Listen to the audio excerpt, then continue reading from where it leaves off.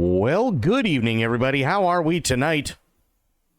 Hopefully everybody's had a great day and a great start to your weekend. Happy Saturday. We are back. Corgi, Spectre, Maori, I know you're lurking, and Aylin, good to see ya. How's everybody doing? Just had the most amazing old man nap. Of course, I pretty much hadn't slept in 3 days. That will happen. I actually had an old man nap earlier, too, so I get it. I totally get it. But how are the things? How's everybody doing today?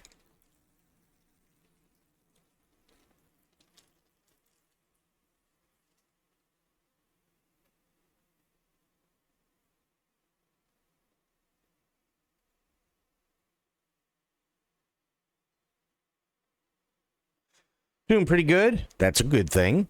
I'm doing okay. A bit tired today, if I'm being honest. Bit tired, for sure.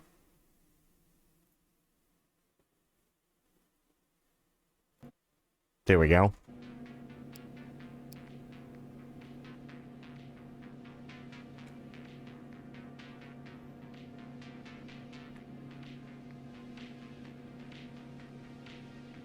Been pretty much confined to my desk chair. Oh boy.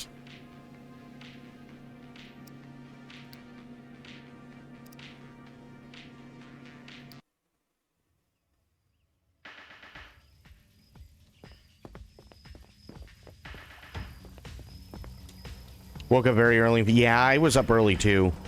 Definitely felt it. Definitely feeling its effects. Okay, there's nothing special going on today.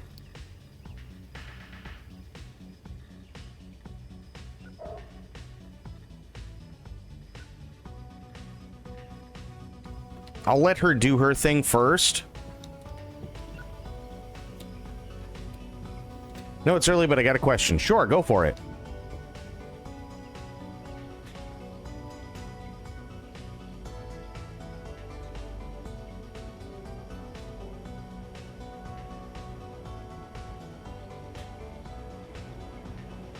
Haven't really been able to move around since he got home. Yeah, that sucks, but understandable.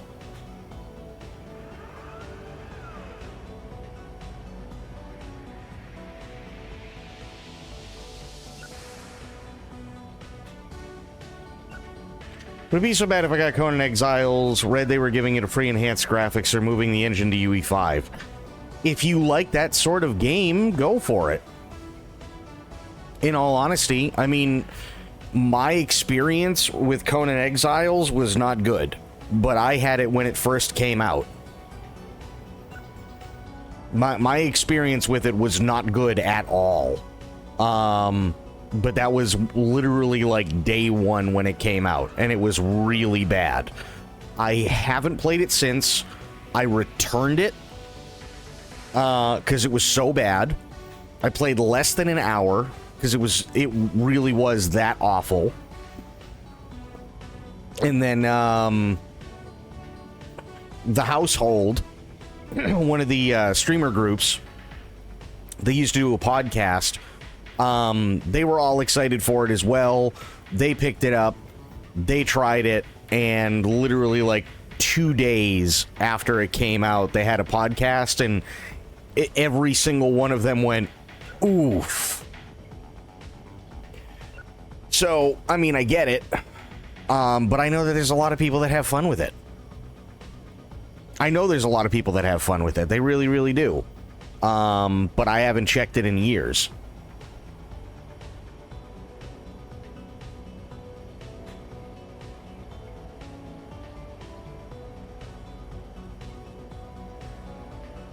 $50 for the complete edition where I found the key. I mean, again, if it's something that you're going to like and that you know you're going to enjoy, far be it from me to stop you. For sure. But my experience with it when it first came out was it was not good. The only thing that was really, really funny about it was the fact that it was basically a windsock simulator. because in the character creation, when you're making your character and designing your character, you can choose the option where it shows all the dangly bits, but there's wind moving in the background.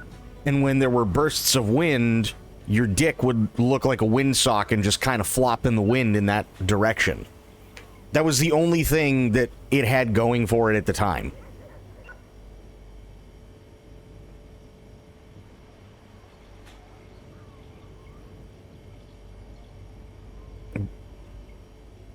They did Dune, and that seemed okay. Well, you gotta remember, they did Dune, and that seemed okay until they started fucking with it. So, I don't necessarily know if Dune is the best barometer. You know what I mean? Hey, somebody!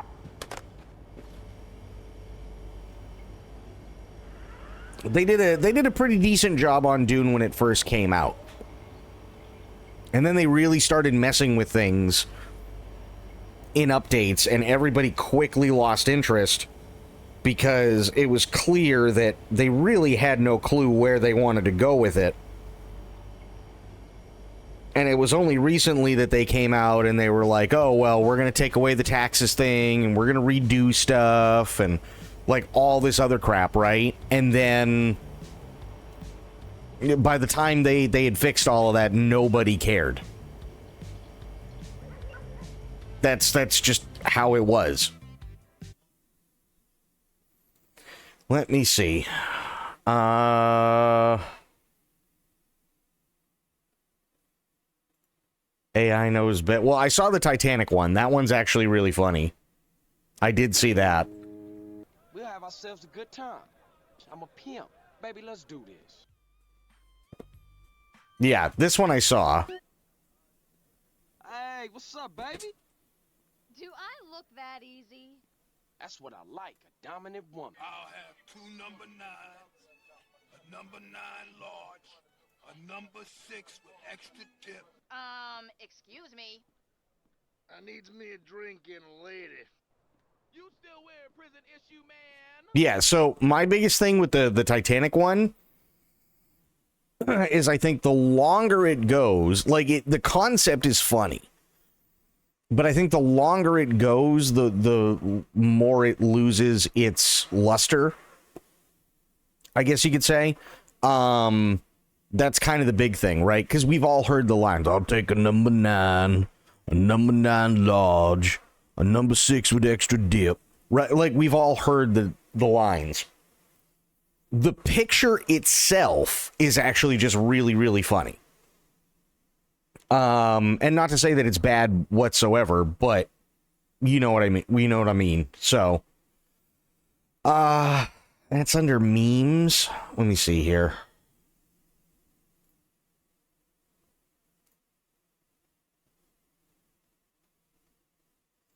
That's a Nexus mod? Oh, dear God. I don't know why the creator did the same big smoke joke. Yeah, I mean, it is what it is. That's frightening. Absolutely. I don't know. I mean, I understand, like, I'm hoping this is just one of those things where somebody was like, oh, yeah, no, we're taking this and we're just going to make a meme out of it. But the worst part is I can't actually tell if somebody decided that that was a thing they should do or not. That's the really sad part. Is I for the life of me, I can't actually tell. I know it's supposed to be a meme, but with all the other crap that ends up happening, it's just like, I have no idea.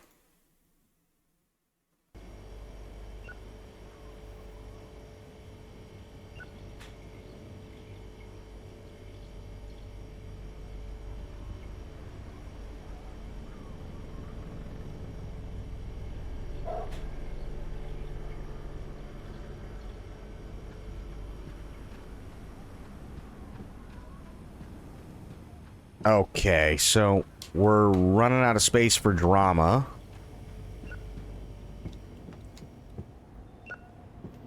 And we're running out of space for action.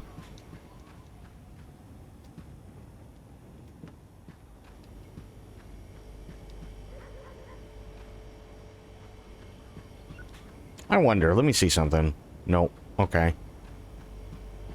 I'm gonna look at shelving.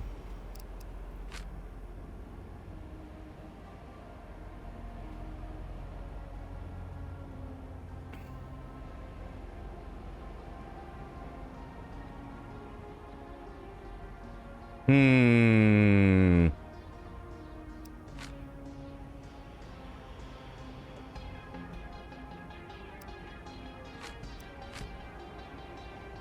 Okay, all those are done.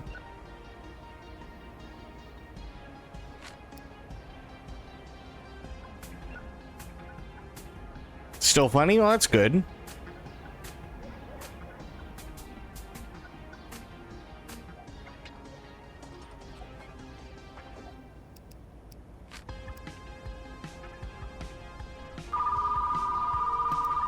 Jesus.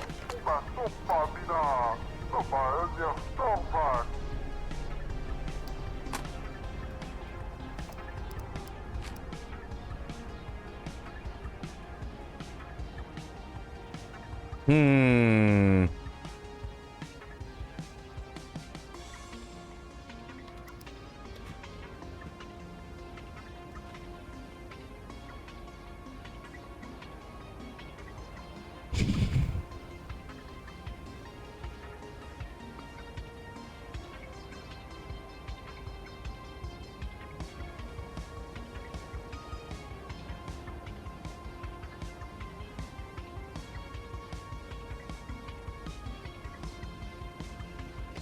I think I gotta wait a little bit longer, sadly.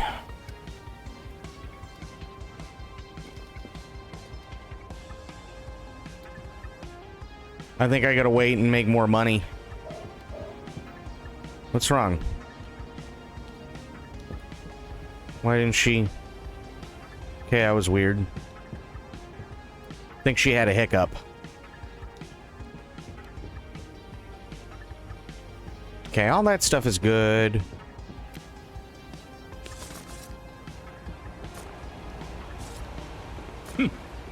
Whoa! Got them all. Got them in one.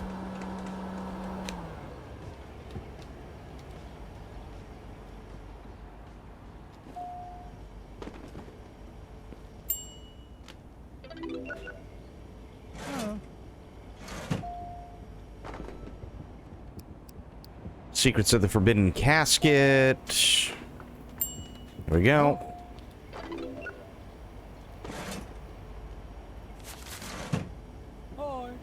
I still can't wait until they bring in video games, and I think they're also supposed to bring in, like, new shelving units, too, which will be really, really nice. Ooh.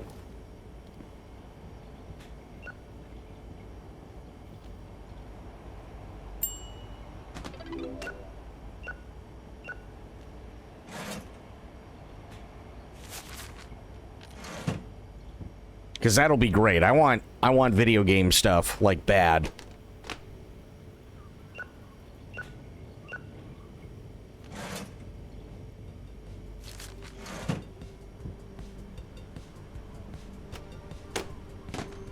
Oh, God.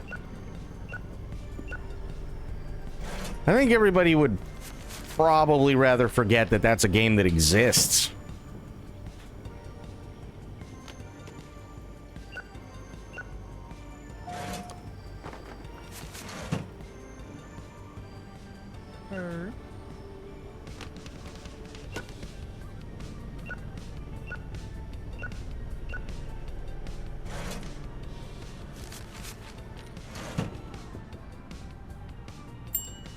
Give me my favorite...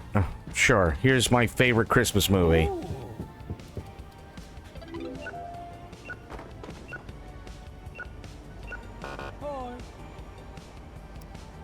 2 minutes late, that's not make a fuss. Didn't feel like arguing today? Whatever, dude.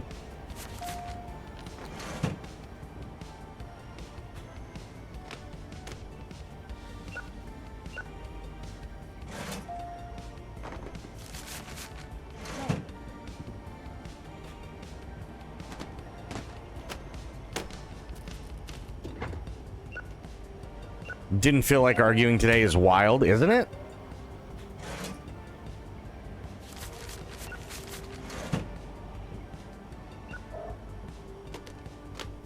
Well, supposedly, like, most of these are some sort of take on movies that do actually exist. What in the hell am I doing? Hang on. 360. Well, oh, because I did $50 instead. Okay, fair enough.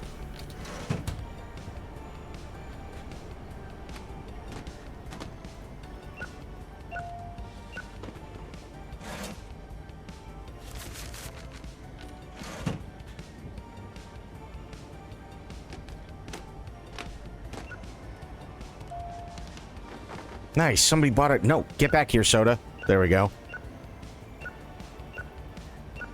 Oh. Worst day of my life. Don't do that. Well, there you go.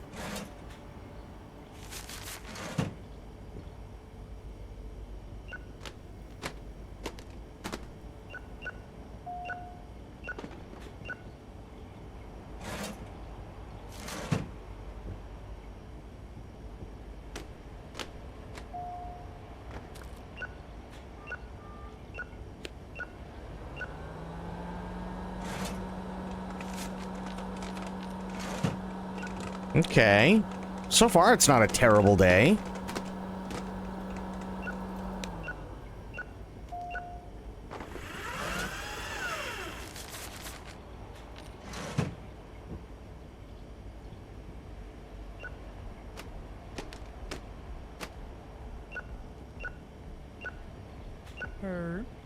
Oh, you want a lime slushy. Nice.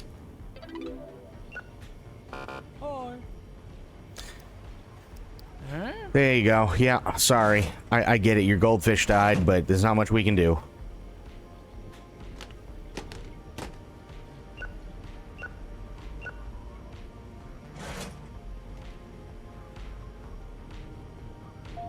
Oh.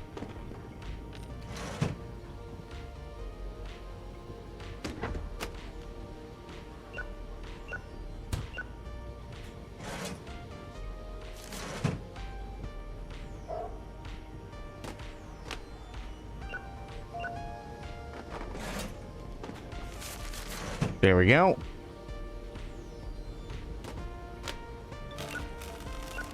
Oh. Oh. See, he's nice. I'm sorry it won't happen again.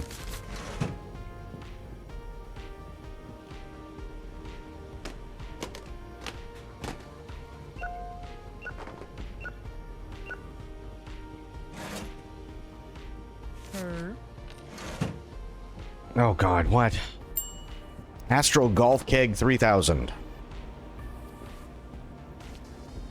Oh.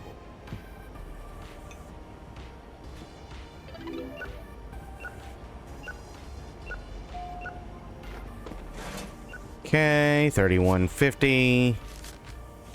Oh. Oh god.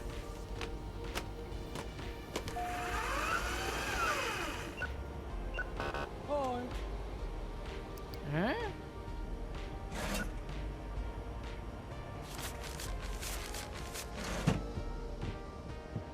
Santa and sofa on watch. Oh. There we go.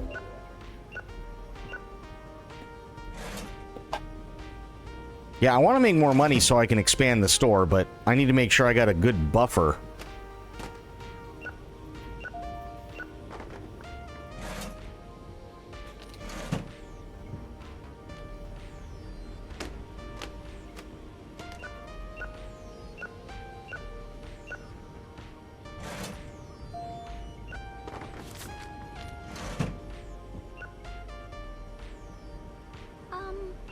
Hang on. I'll be right with you, Miss Okay.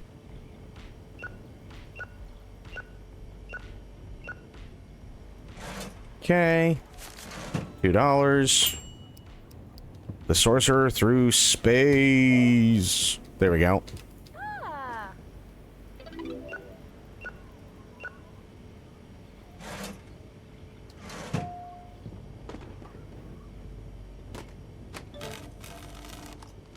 That didn't sound good.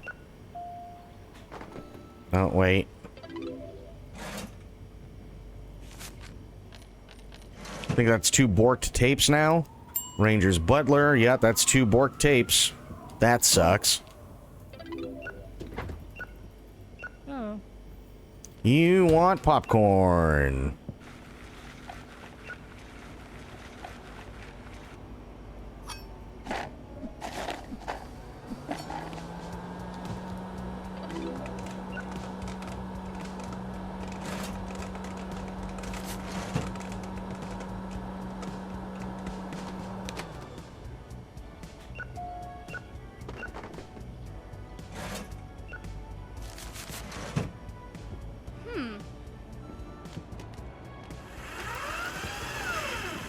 Closer to my performer. There you go. His massive shipmate strikes again. Oh boy. And monster in my mouth. I've heard that's a good one. The movie was so good I couldn't just say no. I totally understand, but you still have to pay the fee, lady.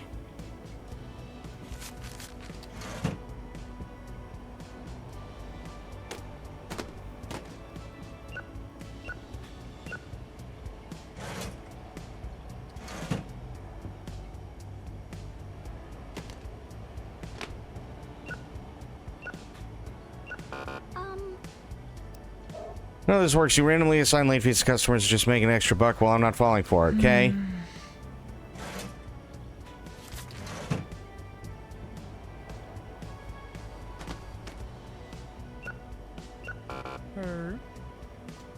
Oh yeah, my bus is great. Oh. It is what it is. Yes, it is, sir.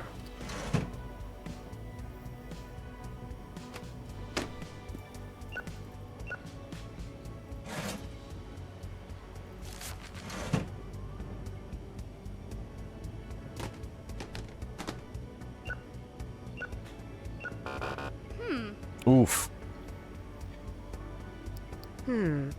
Rules are rules. It is what it is.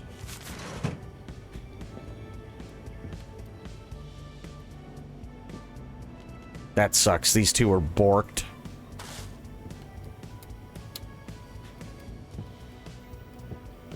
Oh yeah, that's the other thing. So not only are they doing video games, but they're also going to do VHS repair, which I think will be really cool in this game. I think that'll be a lot of fun.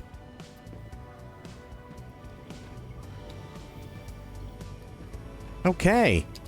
Not a bad day at all. Yeah, not a bad day whatsoever.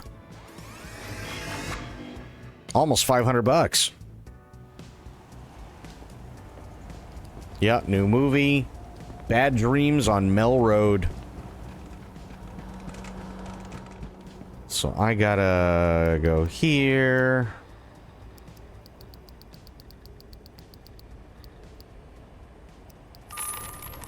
There's that.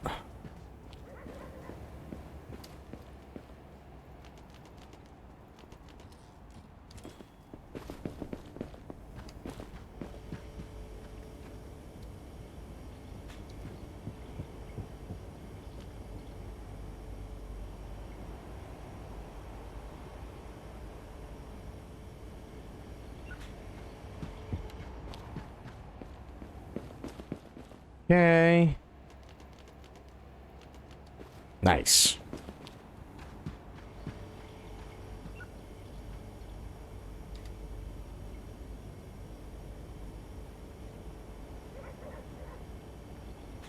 Nice. Okay.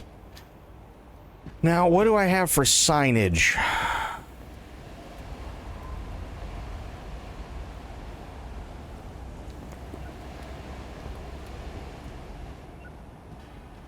This is what? Your Rain Woman?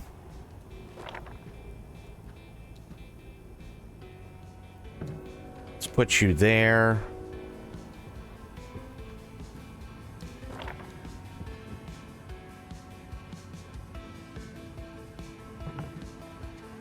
Oh, shit.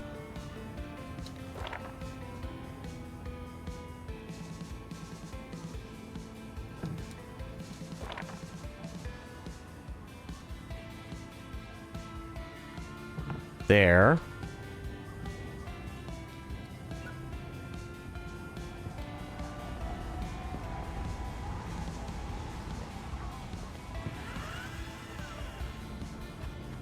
Okay, go get the thing for the new movie. So what do you guys got going on for this weekend?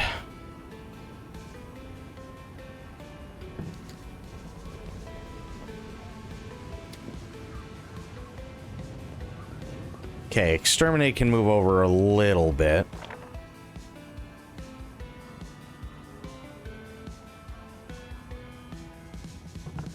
There we go. Yeah. Yeah, that'll work.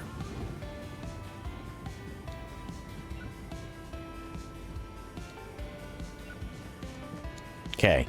So she's processing returns. That's fine.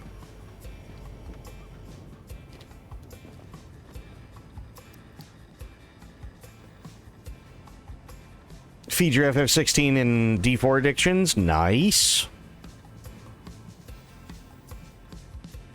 Nothing wrong with that.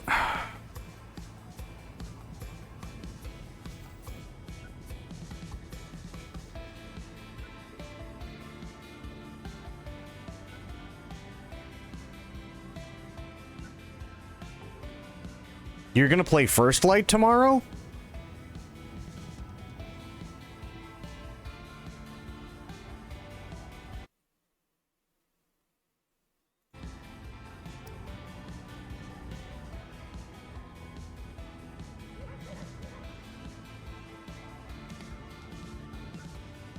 I'm gonna say, I think that's still like a month away.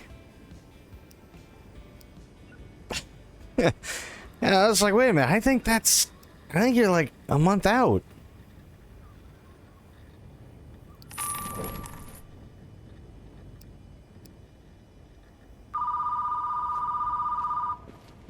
Compañero, en las tropas.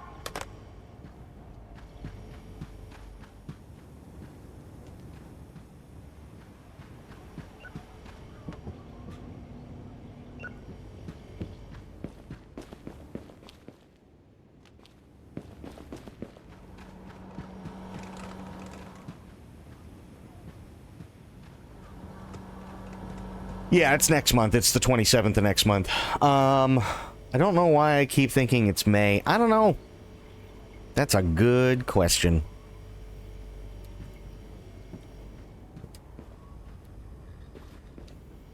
It happens, though. Okay, we're running out of kids' movies, which not necessarily the worst thing in the world.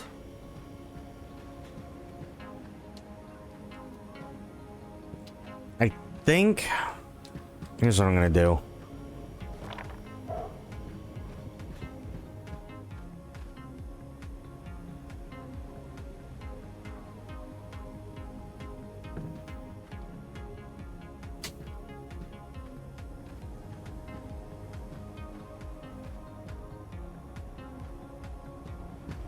Did that the other day. Yeah, it happens. You know?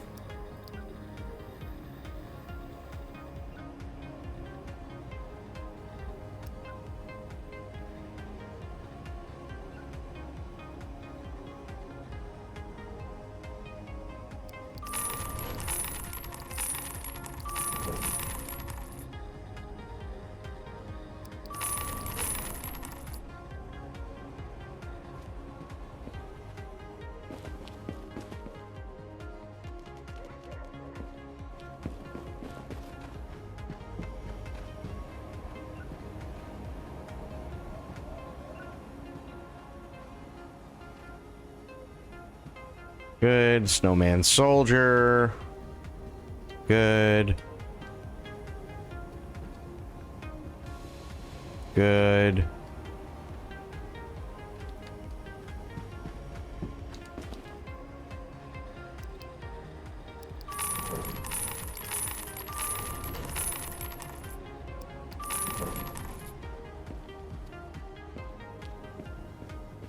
Specifically when you get, especially when you get old like me, yeah. Hey, it happens, you know? It happens to the best of us.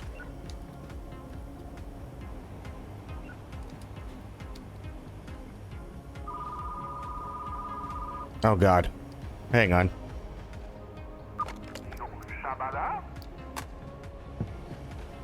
Okay.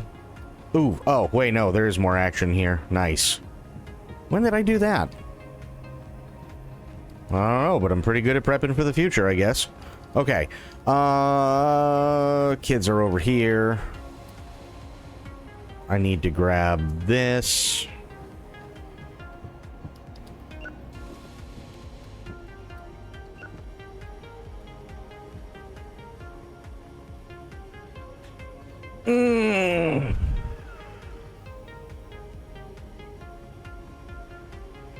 Oof.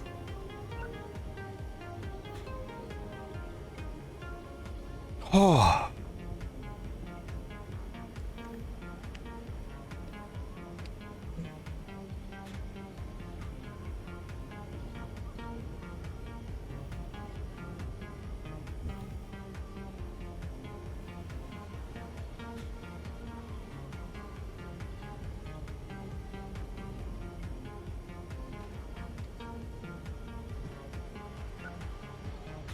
It did. It felt really good. Holy crap. I think I took a nap at like... I want to say it was like 2:30. Somewhere around there. No, sorry, 4:30. I want to say I took a nap at like 4:30 or something. And then I... slept till...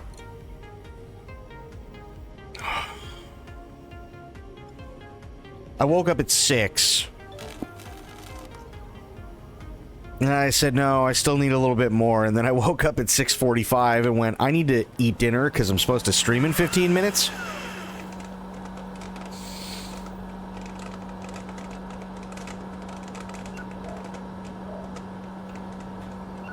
So it wasn't like the biggest nap, but God, did it feel good.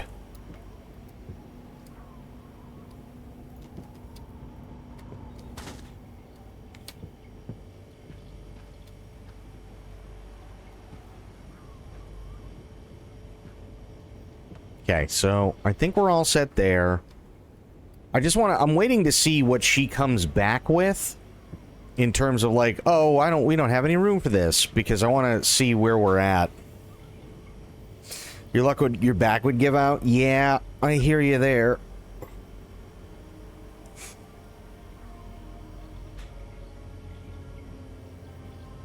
Speaking of, I gotta take some aspirin.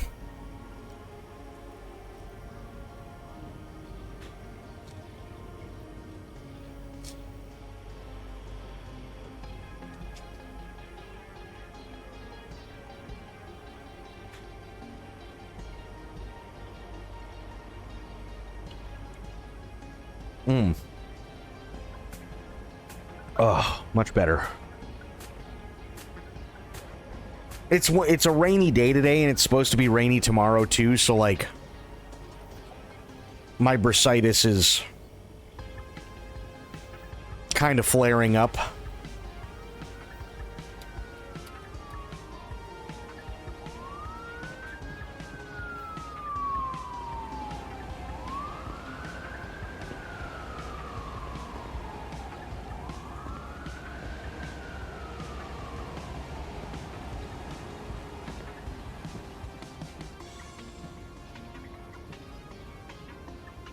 Arthur's kicking your ass? Yeah, that'll happen. Okay. Open the store. Snipe. Snipe. Snipe. Oh. Snipe. You're returning, you're returning, you're returning. Snipe. Nice.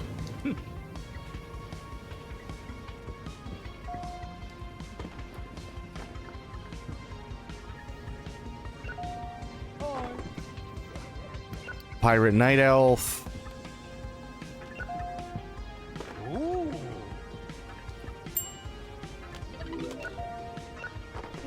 She bought 2 of the same movie. Whatever. He bought 2 of the same movie. Why are they buying 2, or why are they renting 2 of the same movie? Whatever.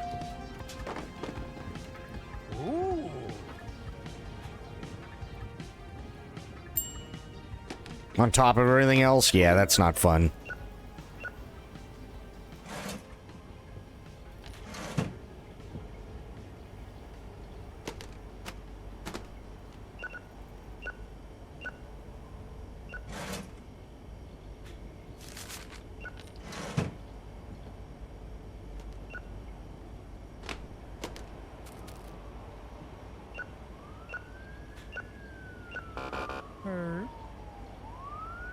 Huh? Okay. Ooh, 19, huh? Glad I can count. I managed to find my neck pillow. Actually feels pretty good. Oh, neck pillows are amazing, aren't they? I love those things. Ooh, no, it wasn't.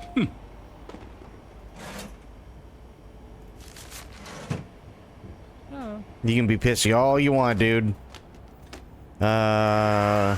Plays Magician Rider.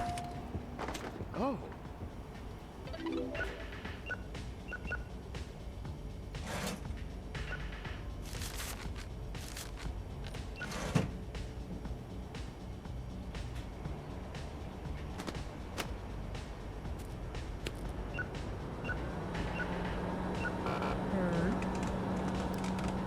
Oh.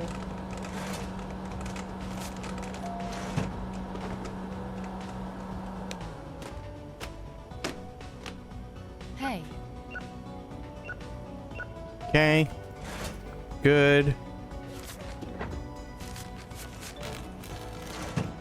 Yes, Miss Hay. Exterminate.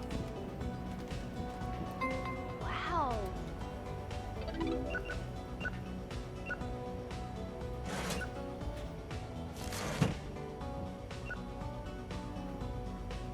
Ooh. So I'm thinking. Oh, let me double check a thing here. Hang on.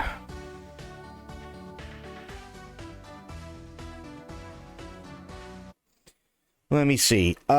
So the 27th is Monday, right? 27th is Monday, so let me see. May is going to be a busy one. So let's see. 27th and the 4th and the 11th and the 18th. Yeah, so I think what I'll do is Monday, we will probably start the Telltale Batman game. That's more than likely what we're going to be doing. Is we're going to do the Telltale Batman game. I've never played it, but I heard it's really good, and it kind of puts us in gear for the Lego Batman one that's coming out, which is really nice. I don't know how long that's going to take to get through, but yeah. Yeah, should be interesting. So we got that, and then I want to say it comes out the 22nd, maybe something like that. But either way, we should have a couple of weeks in between, so we're not like overloaded with Batman.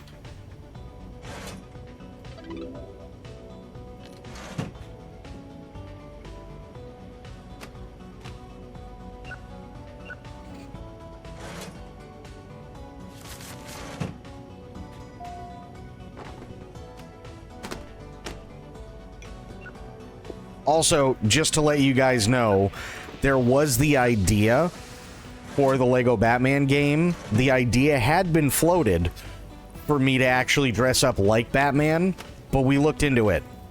It's not worth it.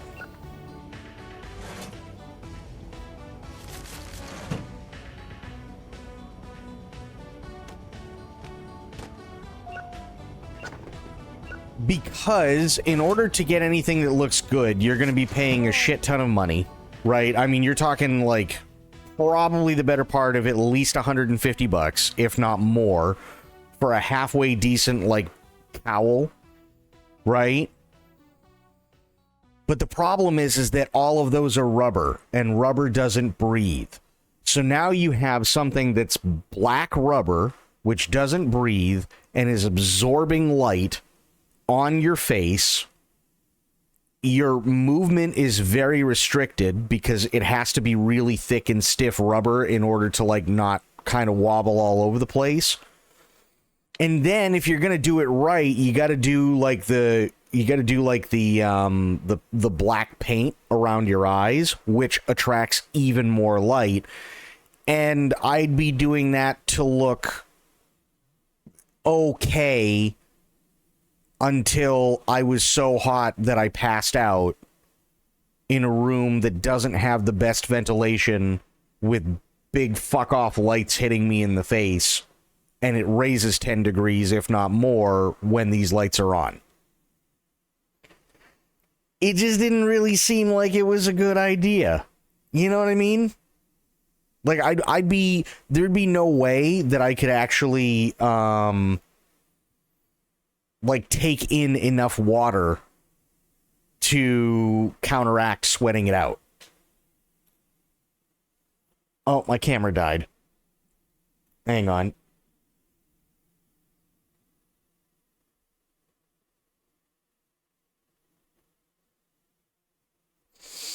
Come on, camera. What's going on with you?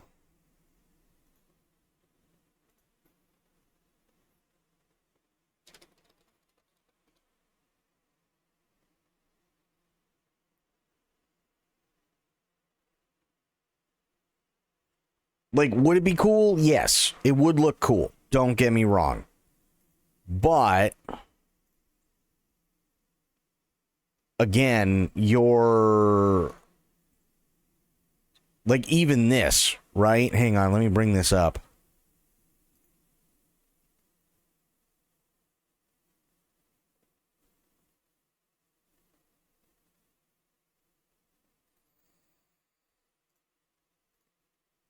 Jesus, why do they have to do that? Okay. So even this, right? That is a whole rubber thing. That is all rubber. Rubber does not breathe. If you're doing it right, you have the black around your eyes as well. And this is the only part of your skin from literally the shoulders up that breathes. So even if you got a fan on you or anything else, I mean, you're going to cook. You're absolutely going to cook. And because this is not rubber that moves very well, you're stuck in this position. So imagine being stuck in that position for 6 hours, sweating profusely, not being able to get enough water into you in a very hot and poorly ventilated environment.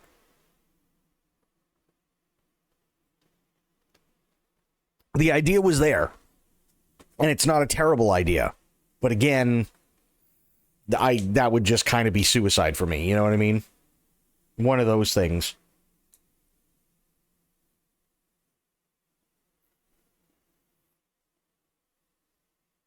So, couldn't be helped, sadly. Okay, try my camera, see if it comes back on. There we go. Good.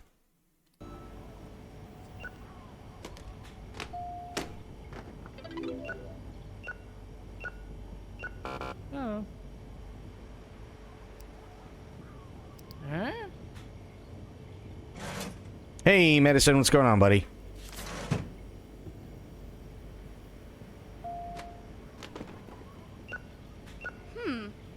Oh, she wants purple cotton candy. Or pink, whatever it is.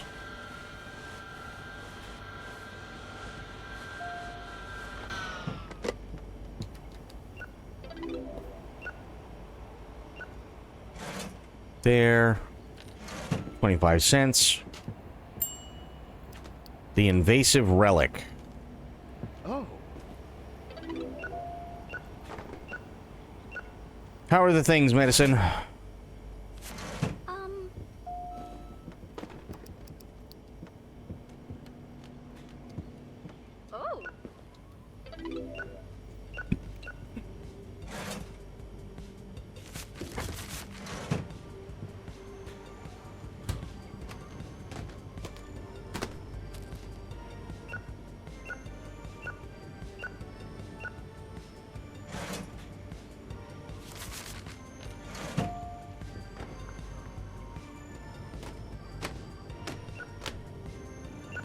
Her.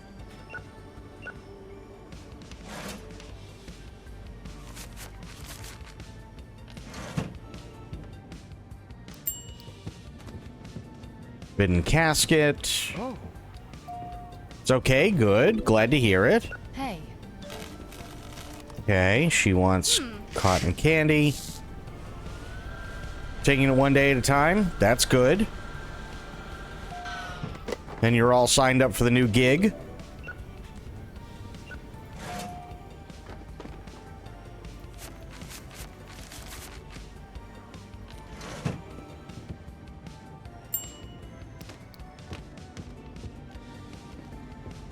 Wow.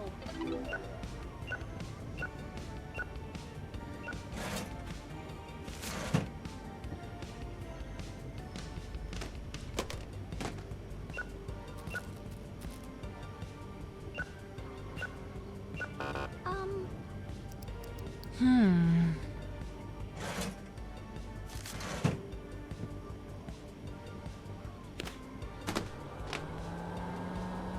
Gonna just spend the night relaxing. Hey, nothing wrong with that, dude. Nothing wrong with that.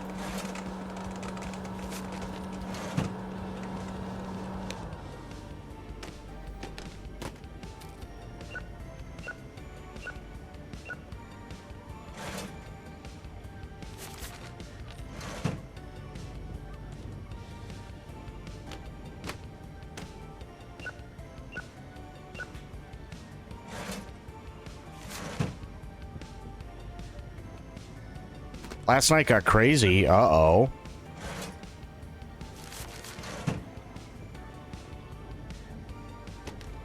What happened last night?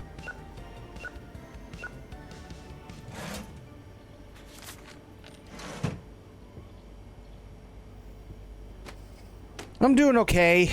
You know, it's a rainy day, so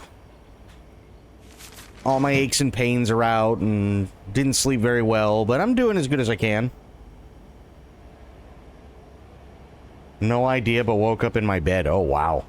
Holy crap, dude. Okay. Nothing new going on tomorrow.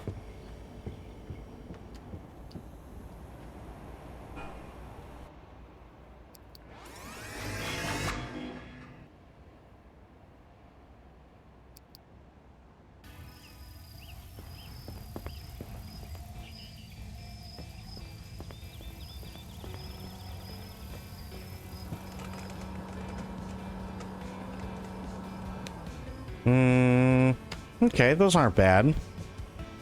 Wait, can I change those prices? I don't think so. No, which is fine.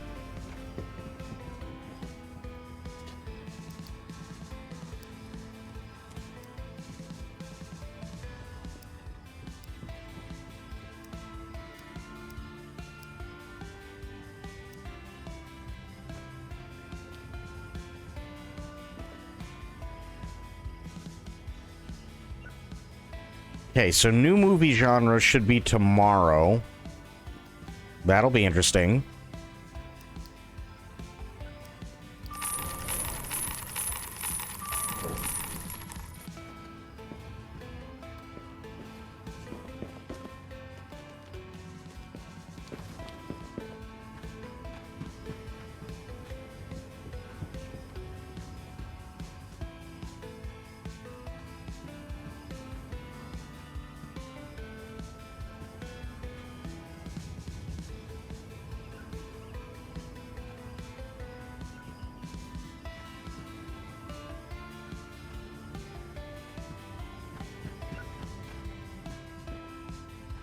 That's true. Could have been worse. Oops.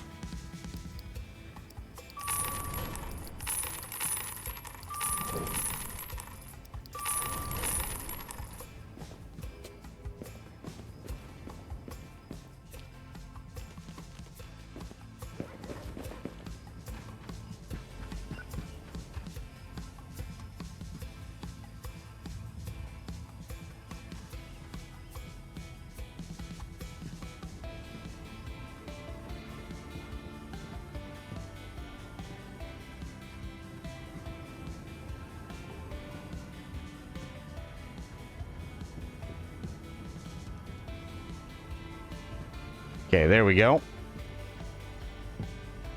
Ask us how. Oh yeah, I'm sure he knows too. Okay, so tomorrow is Valentine's Day, and it's going to be New Movie Genre Day. That's going to be pretty interesting. We'll just wait for her to finish her thing with returns.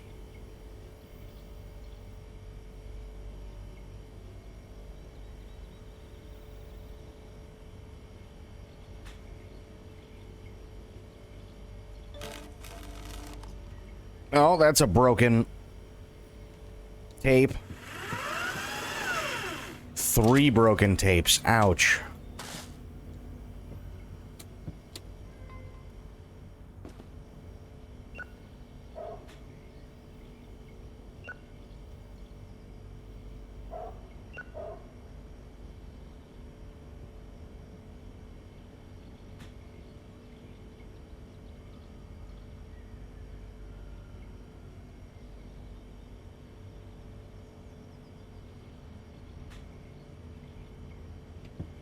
Oh, no, it says the sex because it's the adult movie area.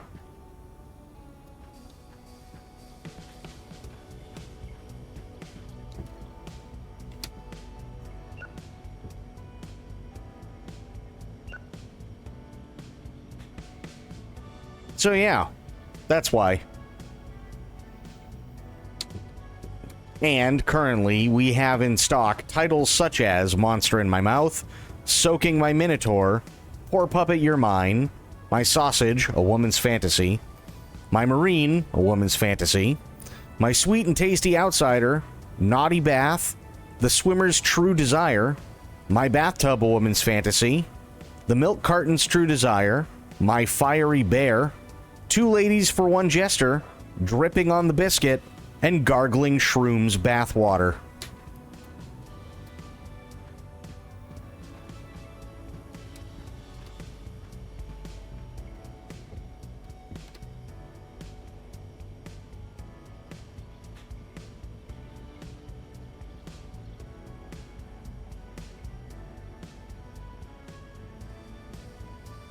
Also, I found something out.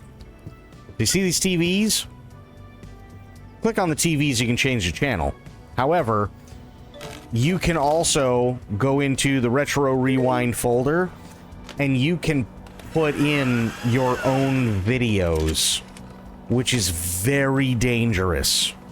Not only for Twitch, but I could totally see somebody blasting porn over these TVs in-game. 100% I can.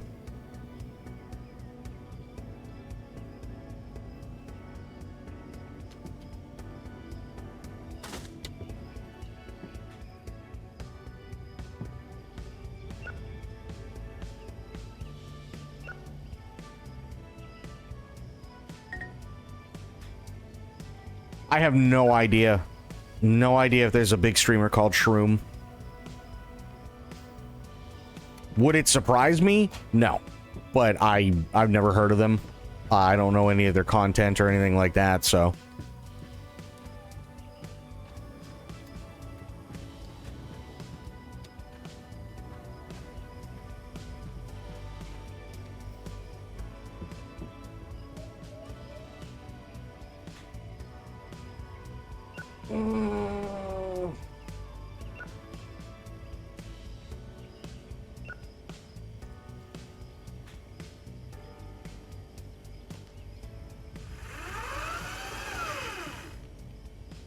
You're bad? You're bad for what?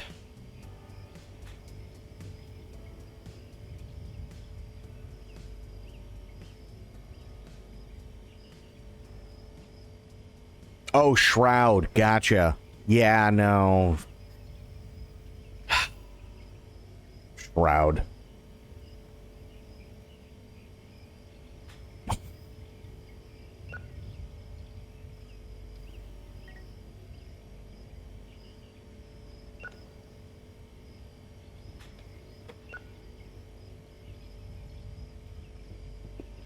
I don't know. That's a good question. I don't know whether it's whether it's like an asset flip kind of deal, or maybe it's made by the same person. I don't know. I have no clue.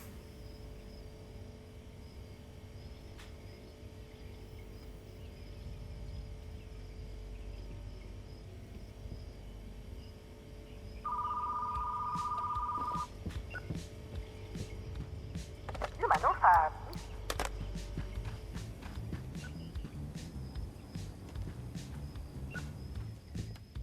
It's not the same dev? Okay.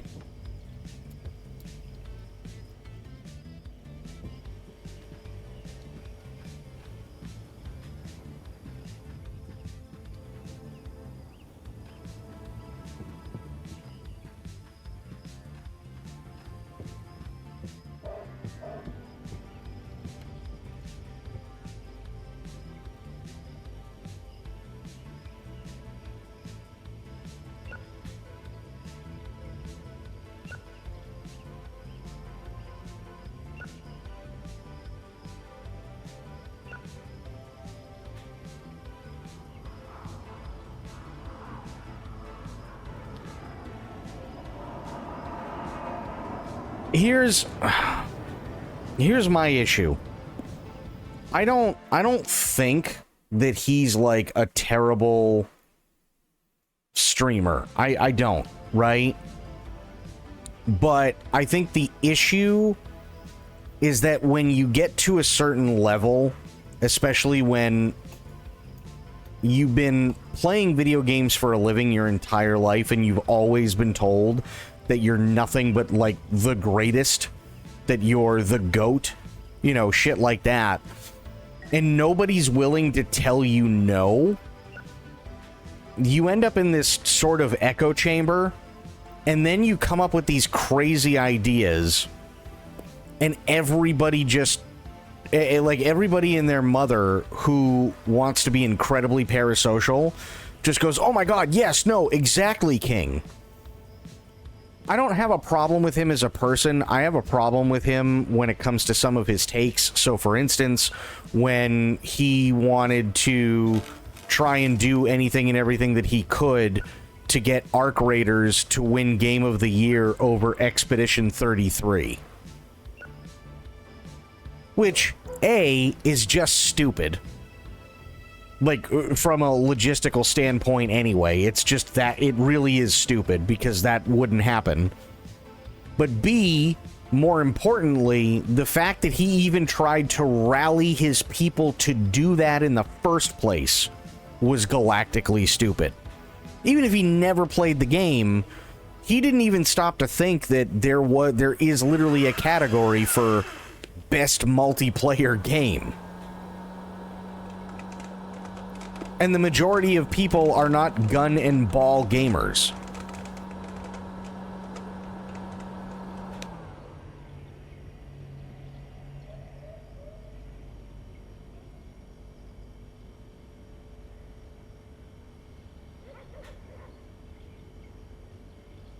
Does that make any sense?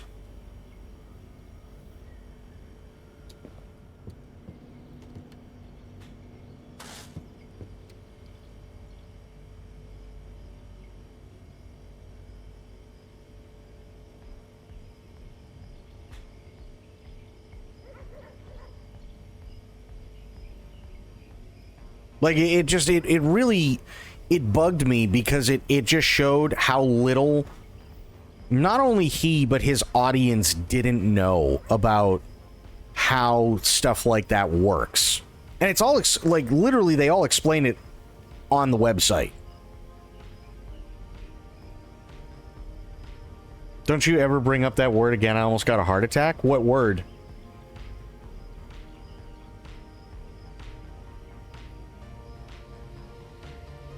Like, it really shocked me that somebody like him and his audience have, like, zero clue how that stuff works. And then we're gonna try and start a revolution and all that crap. Gun and ball. I mean, that's what it is. That's literally what it is. It's streamers like him, and I'm not saying that it's a bad thing because they make a really good living off of it, and I'm not saying that they're terrible, but literally they typically only play 2 games, one with a gun in it or one with a ball in it. That's it.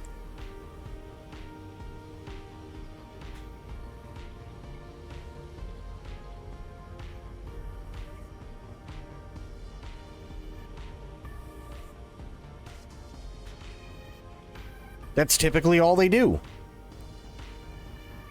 Like, look at, I mean, I'll use Shroud as an example. Like, what did he get famous for? He got famous because he was quite literally a competitive shooter. That like, in gaming, that was his whole thing, right? He got big on stuff like Counter-Strike and Call of Duty, and he can still do stuff really, really well in both games, and CS2, and Battlefield, right? And Fortnite, and you know, he played H1Z1, and he played like all of these games that came out, and like all this stuff. He made his career on Twitch off of games like that, where either there was a gun or a ball involved. Not saying there's anything wrong with that, but those are the games that he gravitates to. And honestly, I think it was kind of a smart move for him to do what he did with Mixer. I really do.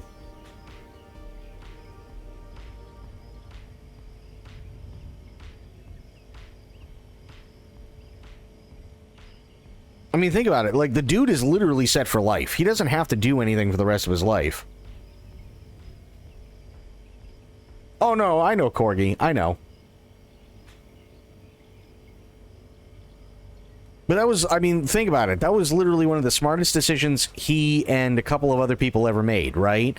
Here comes Mixer, and Mixer's promising him, I don't know how many millions of dollars over the course of, I think it was like 3 or 4 years.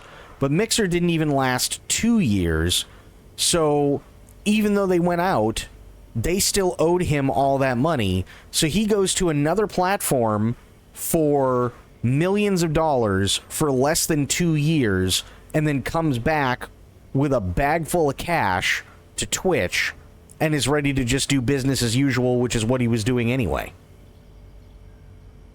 That, like, easily one of the best decisions he's ever made.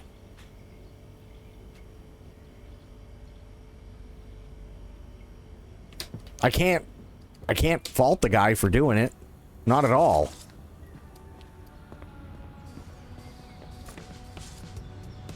Oh.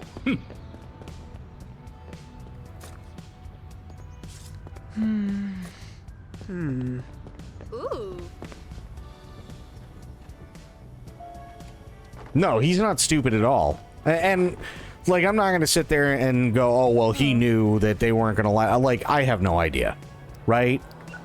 There's a chance that he knew that it might not last. There's a chance that he didn't. I don't know. But it turned out to be one of the best decisions he could have made. That's for sure.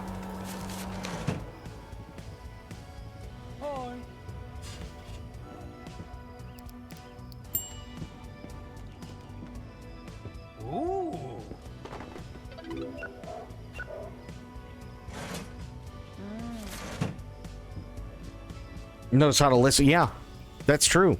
It's entirely true. Like, Hey. I remember, I think it was Soda Poppin'. He talked about it a while back. Old movie. He talked about it a while back. He got an offer to go over to Mixer, and they wanted to pay him, I think it was like $3-4 million or something like that. And he didn't take it because he was like, oh yeah, no, it's gonna go under. But then he looked back at it and saw like what Shroud did and what Ninja did and all that stuff, and the money that they ended up getting and how long Mixer was actually around. And he's like, if I had to go back and do that again, I 100% would have. $4 million for doing like a year and a half to just come back here after not having been banned. I mean, that's a pretty good deal, right?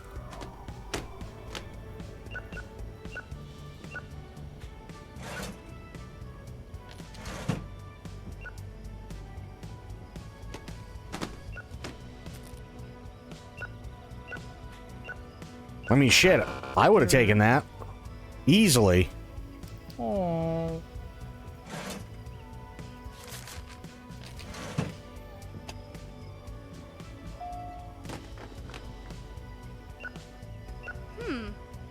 No, she wants a rainbow slushie. Okay.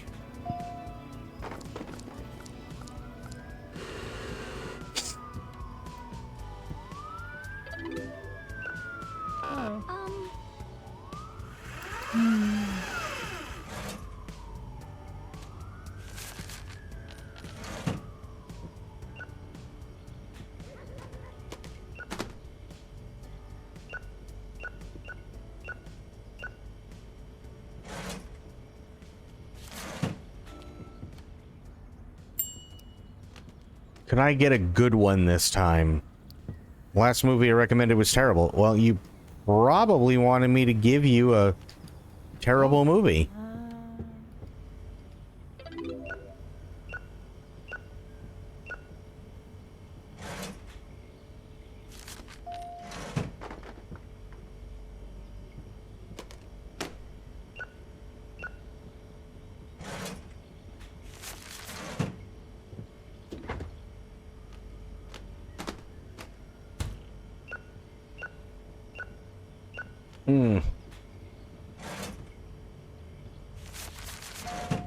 Well, okay. I just lost $1, damn it. Oh well. Hi.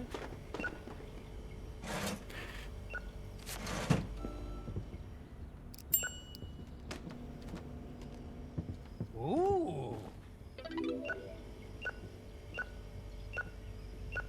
Her. There we go. Good. $5. Nice.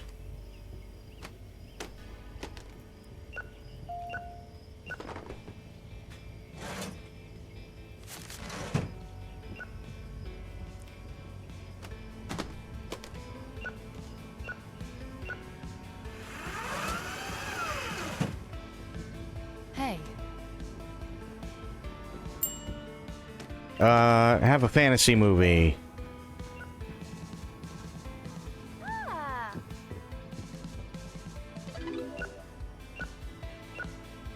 Hi. Okay, you want a lime slushie?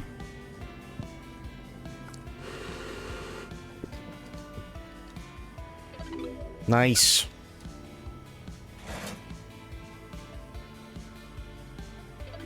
Ah. 1 second.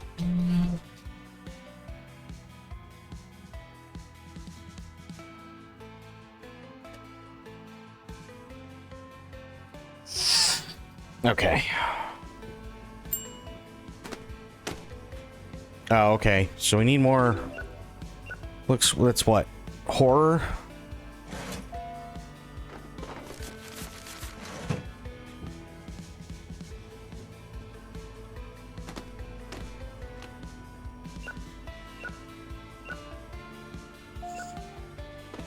Just remember the store that rents out bootleg VHS tapes when I was younger? Oh, yeah.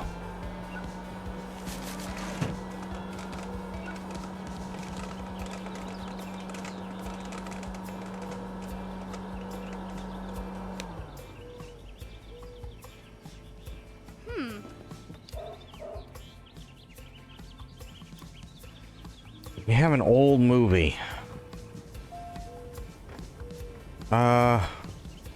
Yeah, here's an old one.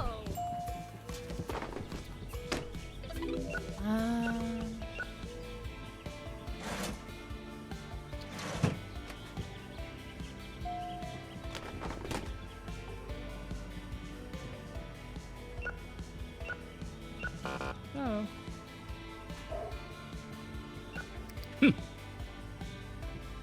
Listen, bro. You want to be a little bitch about it, be my guest, but you don't pay, you don't play.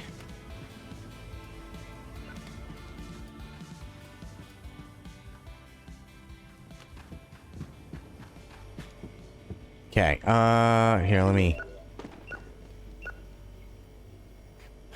You still have a video store? No kidding. Old horror, huh?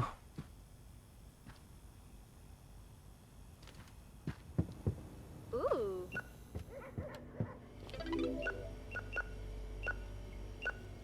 Blu-ray and games, no kidding. Aren't many of those left, that's for sure.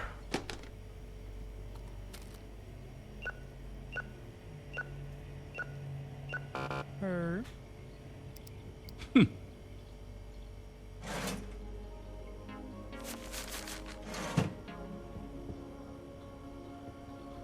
They don't do a huge business. I don't doubt it. I don't doubt it at all. Like, I was saying this the other day, if I thought for 1 second that, video stores were still, like, a viable thing in this day and age, because this is something I've wanted to do for, like, ever, right? Like, going back to the point where, like, I remember wanting to do this when I was growing up, and unfortunately it was just one of those deals where by the time I was old enough to do it, they were all gone.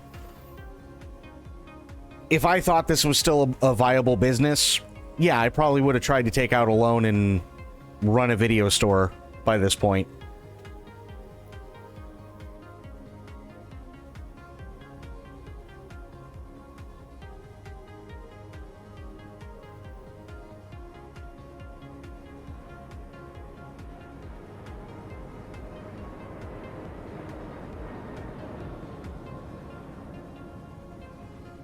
I thought that would have been really cool all the time, but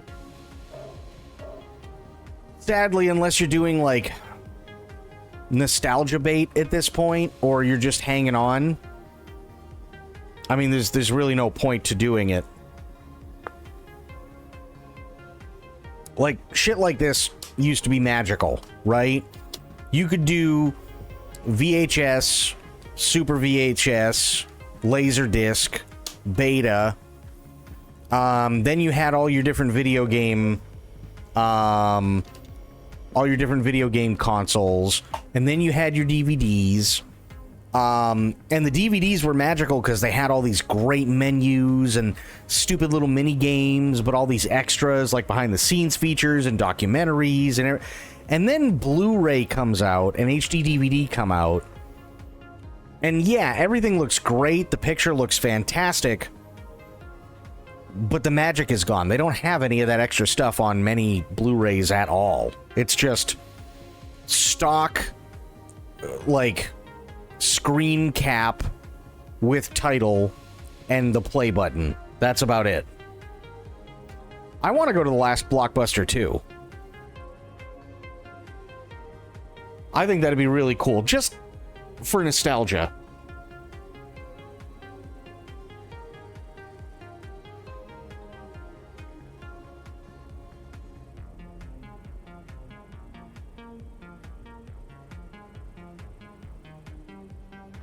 I think that'd be fun.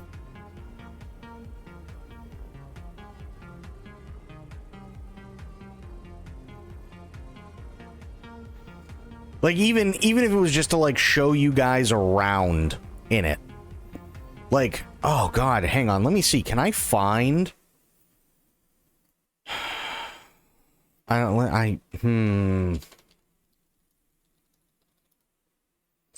Blockbuster interior. Let me see.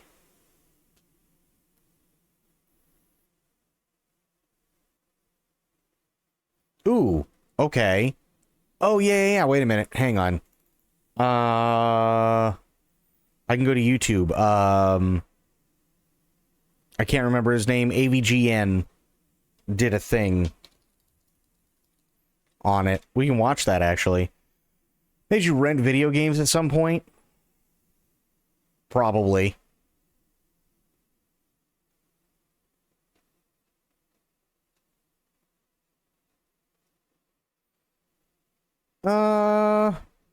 Yeah, we'll do this. This is fine.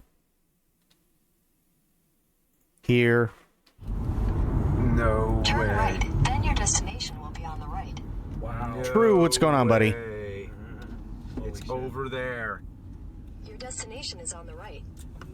Oh, there it is. A motherfucking blockbuster. A motherfucking blockbuster. But first, a word from our sponsor. This is 5 years old. What's BS? Having a wallet packed to the brim like George Costanza, but like any other problem from the 90s. It would have a great selection, right? Right. Over 10,000 videos. 3 evening rentals, so no rush, no hassle. Fast checkout. 24-hour quick drop return. Open late every night. Well, the perfect video store Welcome to Blockbuster Video. is popping up all over the country. There's one near you. Blockbuster Video. Wow, what a difference. Yeah, so we're driving through mountains and shit to get to a Blockbuster Video. Yeah. We just came from the Portland Retro Gaming Expo, and we're going down the Bend, and we're going to the last Blockbuster Video store. Isn't that crazy? Yes. That there exists, Kieran's in the back, that there still exists a Blockbuster Video. One left. One left. Yeah, I mean, I know there's so many different altitudes here in Oregon, so... It's funny, yeah, we're on Brew the Oregon medicine. Trail, basically. Oh, this is our Oregon Trail. Yeah, because usually you drive, 15 minutes to go to a Blockbuster back in the day when you were like a kid or whatever, but you never drove 3 hours through the fucking national forest. I never drove this far back then. And now just to think that there still exists a Blockbuster somewhere. Yeah. And we're making a road trip for it.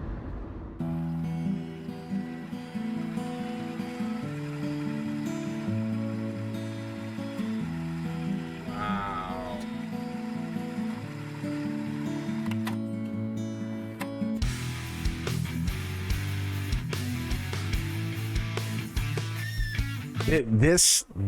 Places like this were amazing back in the day.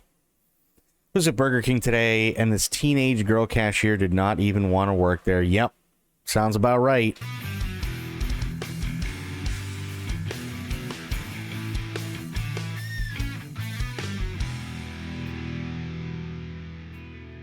We are in Blockbuster. Yeah, the last Blockbuster. It is the last one. In beautiful Bend, Oregon. Yeah, I mean, it really is cool. It's a cool town, it's a cool little place. Yeah, it's not as cool as Boring, Oregon.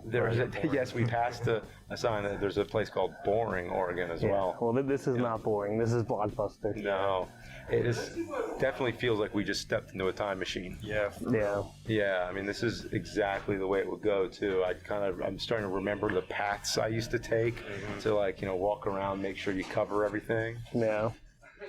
Okay. That's illegal. It happens all the time. But yeah. Yeah. Yeah, no, this feels exactly like. Yeah, that's James Rolfe. He does Angry Video Game Nerd. Yeah. I remember. Yeah. I love the new releases. It's like you see all the multiple copies of the same movie. Yeah, like the wall of John Wick 3. That's exciting. Yeah. You got all the Aladdins, the new Aladdin on the wall. The drama section I remember was always like really big. Like it's like half the store. I remember as a kid I always be like, why is there so much drama? Like, where's all the horror? Why is there so much drama? They have a lot, the whole Halloween section out right now because this is October. We're filming. Yeah, and say what you will about a Blockbuster. Like, people would say like, it's responsible for putting all the other video stores out of business and everything, and it made independent movies harder to find and like. But the thing is, I mean, now it really is just an awesome piece of history. They're pretty cool here. Got some souvenirs and things like that. Yeah, me too. Got a bunch of souvenirs. There's some movie props from Cinderella Man with Russell Crowe. It's all Russell Crowe props? Yeah, Russell Crowe. It's a Russell Crowe museum. A little Russell Crowe. Yeah. They have Robin Hood. Yeah, I like how they have the Russell Crowe museum next to the Blockbuster museum. Yeah. They have Robin's Hood. Yeah. Is the hood. Robin. It's not as big a feeling as OG video stores, but honestly, I feel like going into a GameStop is one of the last places you really get that feeling. I mean, maybe. I think the biggest difference is the reason why you have stuff like GameStop being the last one versus Blockbuster being the last one, right? So, yeah, I mean, like James and Kieran and everybody, they're right. There were a lot of people, and myself included, who for a while did not like Blockbuster because it did put a lot of those mom and pop video stores out of business. However, it wasn't because they were crap or because they were buying out other businesses. It's just because they were very successful. Their marketing campaign was really well done. You know, they were able to open video stores literally anywhere and everywhere. And everybody just went there. It was a name brand. Everybody knew it. Versus GameStop, who just got way too powerful, way too fast. And then they decided, well, I mean, we're the last ones anyway, so we might as well just screw over the customer, right? And their quality of service went down, and their quality of, like, customer service went down. You can still buy new games and everything, but then you also have stuff like midnight releases. Midnight releases don't get you anywhere anymore in a GameStop. People are not lining up around the entire mall at a GameStop anymore to get the latest expansion of World of Warcraft. They're not. It's not a thing that happens. Why? Because you've got places like Steam and Epic and Ubisoft and EA and like all these other places. You don't even have to leave your house. You pre-order it like you used to back in the day, but you do it all online in front of your computer, and come midnight, there you go. It's all done.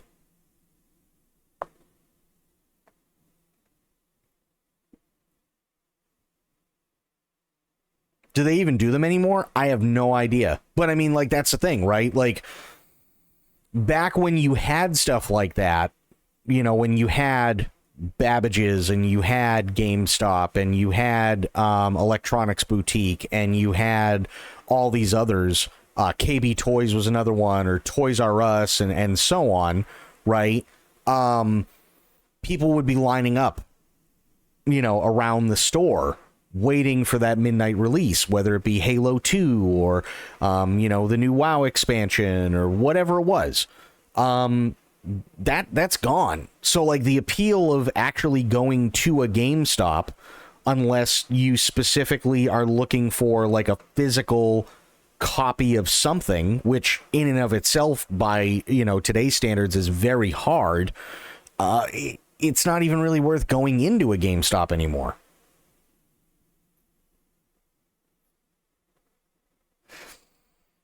That's how it went for the Switch 2 release. I got it from a dude who delivered it to me. Yeah. Just the feeling of a kid getting to go into a physical store and get excited and take stuff home. Even my nephew gets excited to go to a GameStop, and it's not only just games, it's merch and so on too. Yeah, but I mean, like, that's the thing. So, Electronics Boutique, EB Games, was basically just games and gaming peripherals. There was no merch, right? KB Toys, same way. Toys R Us, same way. It was just, when you went there for games, it was games and gaming accessories. So whether that be consoles or game controllers or memory cards or what have you. And now GameStop is kind of more of like a joke in and of itself. So people go to GameStop more so now because they want to go, oh, hey, this is the last GameStop in my area, and look, I got a t-shirt. You know what I mean? So it's definitely a different vibe, but it's also a different vibe because GameStop bought all of those guys out. Right?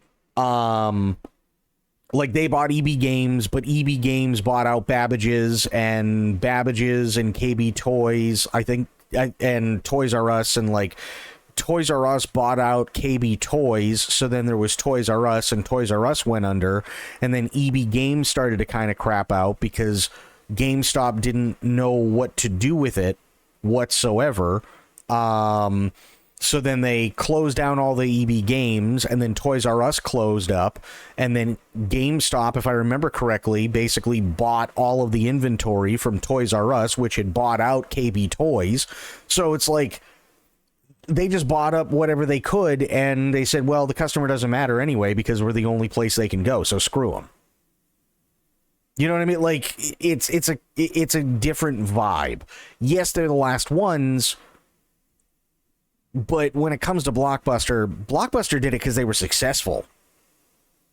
Like, I felt bad for the mom and pop shops, yes, but it wasn't because Blockbuster was sitting there and, like, strong-arming people to, you know, be bought out by them. It's just because they had better quality. It's because they had better service. It's because they had all these great things.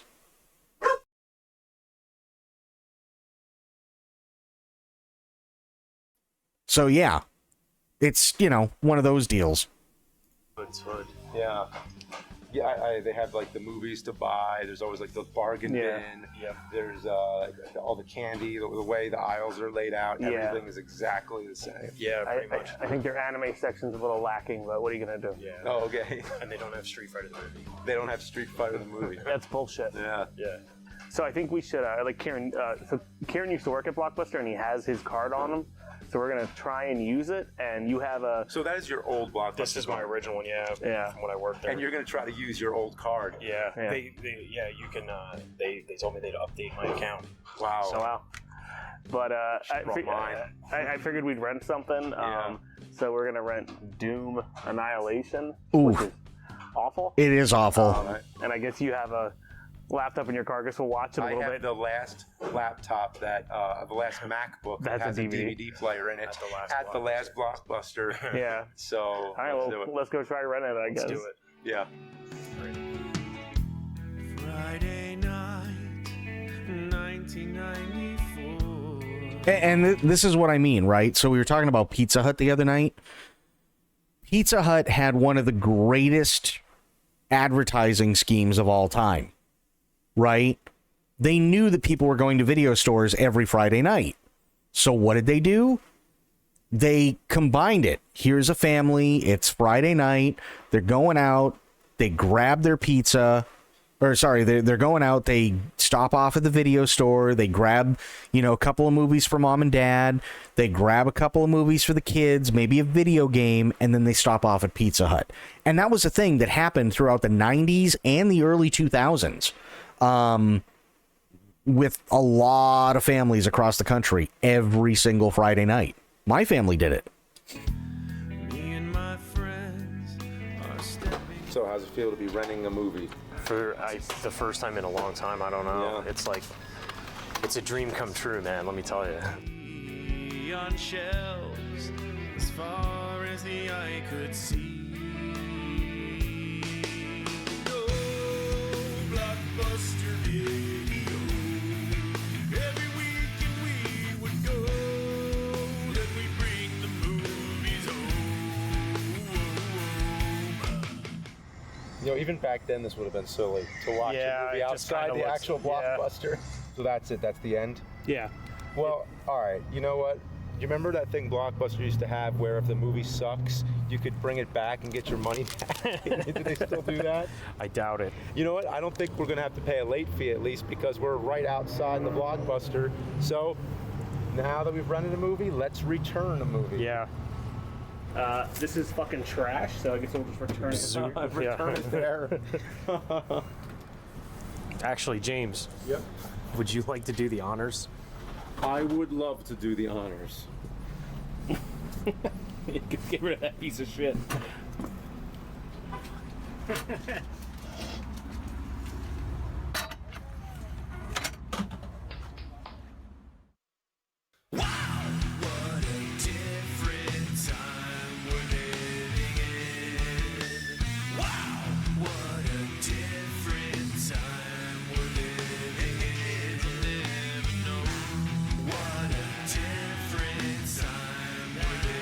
I mean, it's pretty awesome.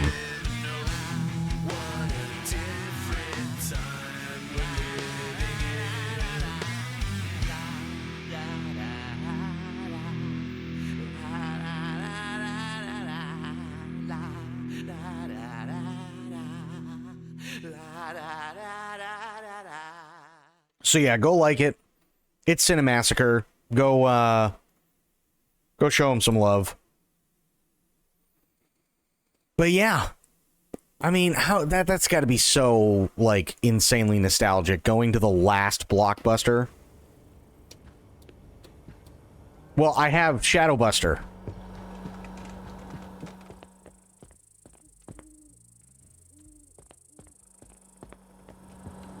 And I actually looked it up. There are Blockbuster mods on Nexus mods for this game.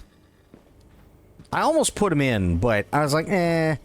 The one thing I thought would have been cool is if they had, and they probably don't because most people would have to like track down the box art and stuff, which might be really, really tough, and it would take like a long ass time.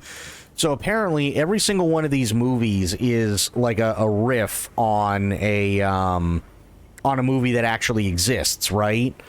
What I thought would have been really cool is if they were able to actually get the movies that these were supposed to be and get the box art for them and then have a mod where you can put the actual like real movies in. I thought that would have been cool, but God, that would take forever.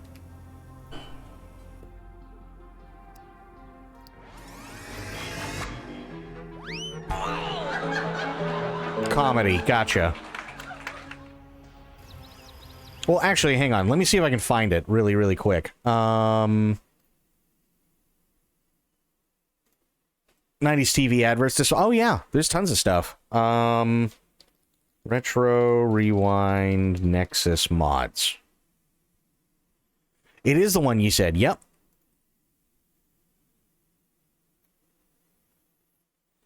Let me see. Yeah, 90s TV adverts, 90s kids movie collection.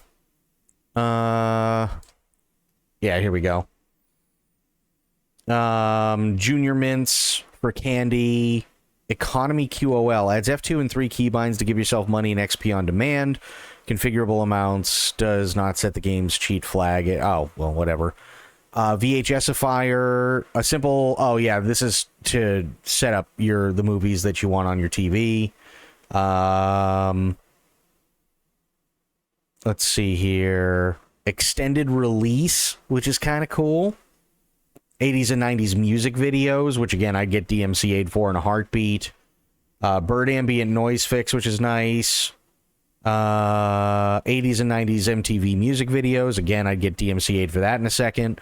Zoom, same thing. Promotion automatically distributes flyers to all walking by NPCs when you open the store.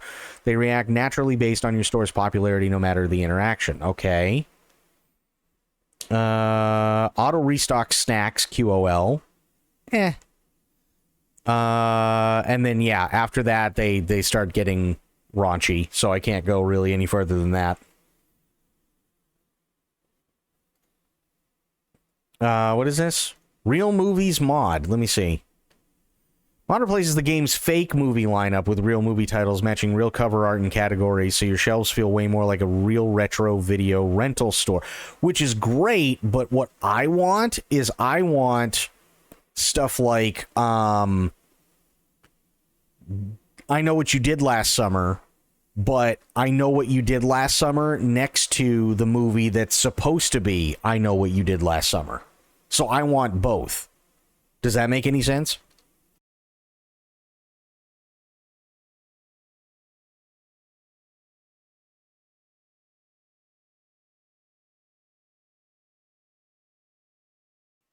Plus, and here's the issue, because they don't show it, but like you have stuff like Event Horizon, English Patient, Scent of a Woman, Fight Club, People Under the Stairs, and so on, and that's fine. Wes Craven's New Nightmare, The Faculty. I think this is supposed to be Dracula. I can't remember what this one is. American Beauty's here. I Know What You Did Last Summer. Fair. We've all seen some of those movies, the adult movies from back then.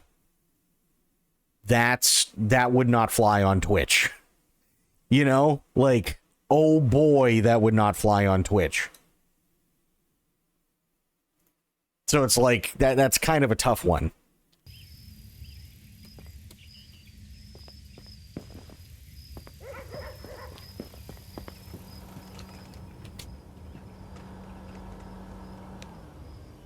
That's what I'd be afraid of, in all honesty.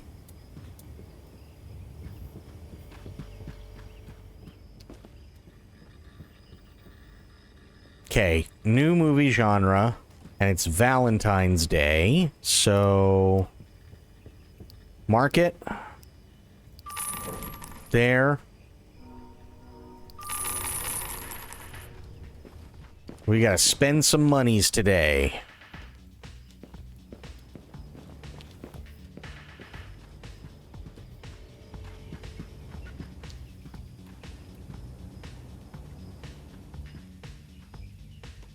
Oops.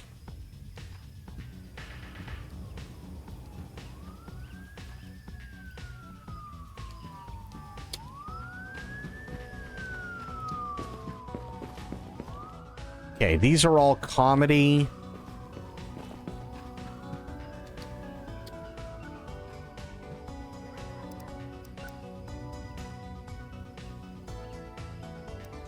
Shelving units.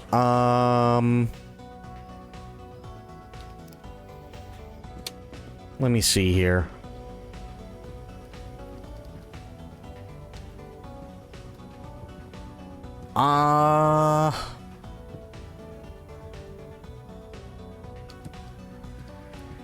Okay, I'm gonna have to do some moving around of the stuff and things, for sure.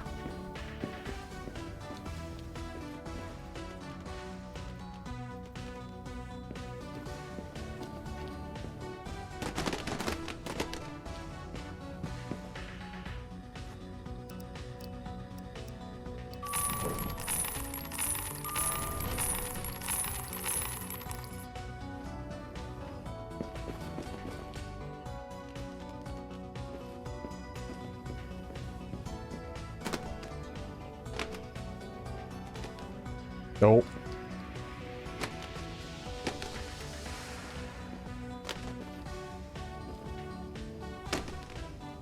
Nope. There we go. You can go there.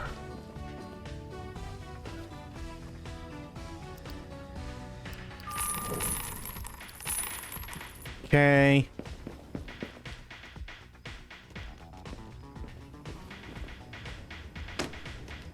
Damn it.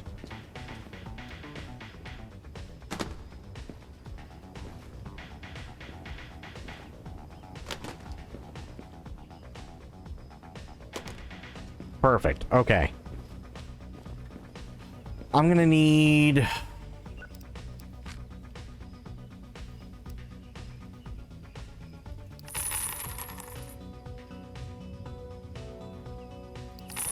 We'll start off with 4 shelves. And these are just for comedy.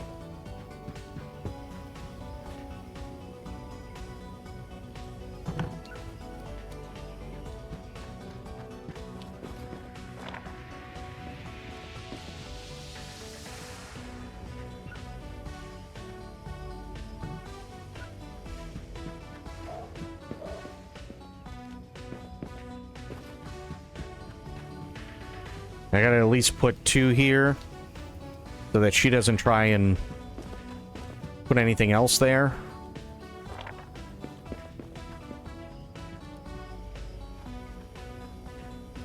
Oh, damn it. Okay, hang on.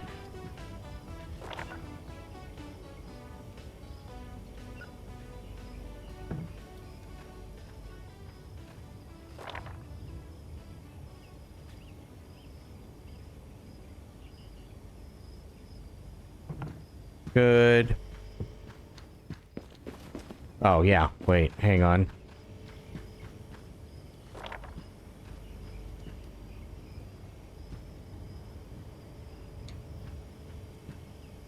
Not enough space there, but there's enough space there.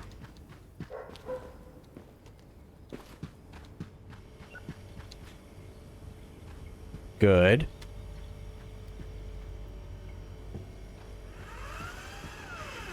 I think what I'm going to have to do is move these and make them face that wall instead of the way that they're facing now.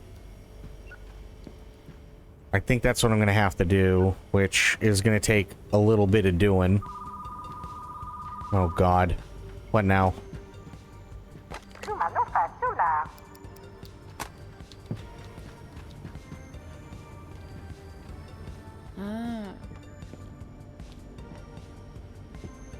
Can't find any empty horror. That's fair. I got stuff I gotta do and move shit around anyway, so...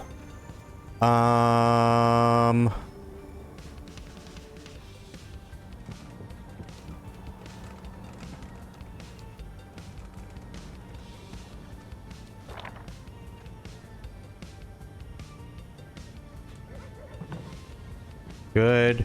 And then...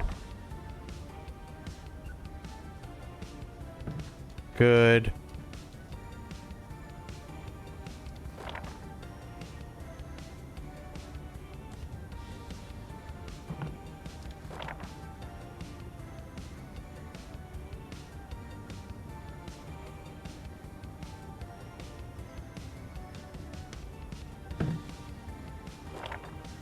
Excuse me.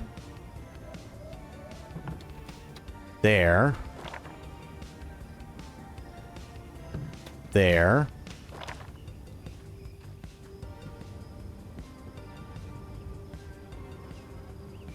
There. And then... Yeah, see, that didn't work out too bad.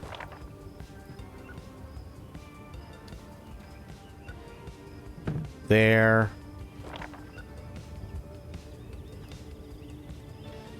There.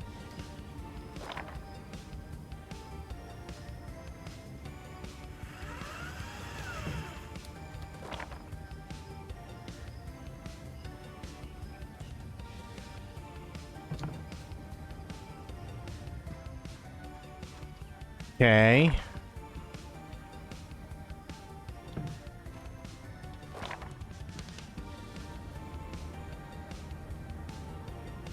Like so. I think I gotta move everything over. Well, no, because there's plenty of space there, so that's fine. And then... Let me see. What do I have for sci-fi? I got 1, 2, 3, 4, 5, 6. So I could definitely make sci-fi its own thing and put it here too. I could do that, yeah. So hang on, let me move this around again. Here.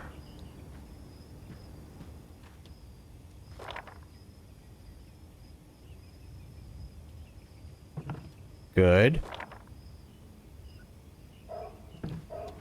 Okay.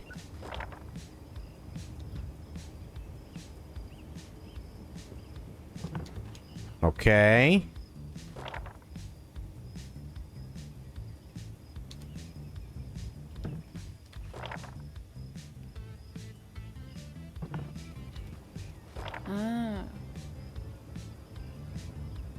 Oh, come on. There we go.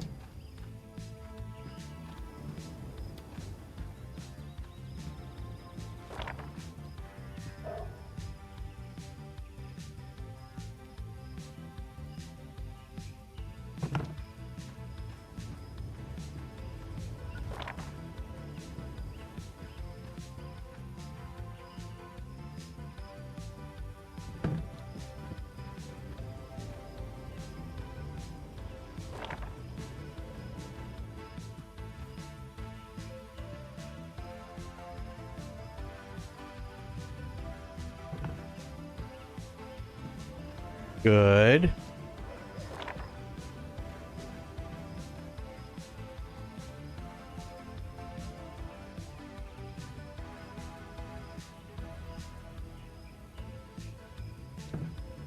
Okay.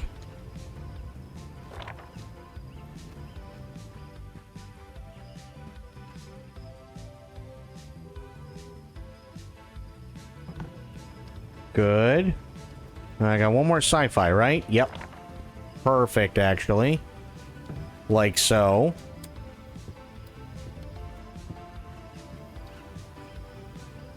I don't think I have a whole lot of fantasy. So here's what I'll do then. I will do this. Like so. And then...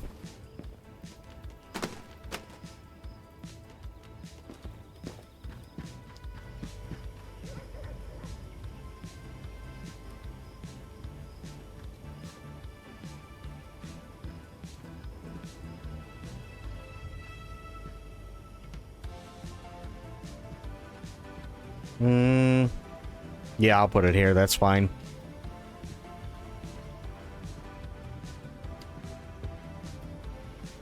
Okay. And then I think I needed, what, more horror? And more horror is going to be a problem, I think. Horror and drama seem to be the two that are gonna be taking up the most space. I think it's gonna be horror, drama, and action that are gonna be the three, like, really big ones.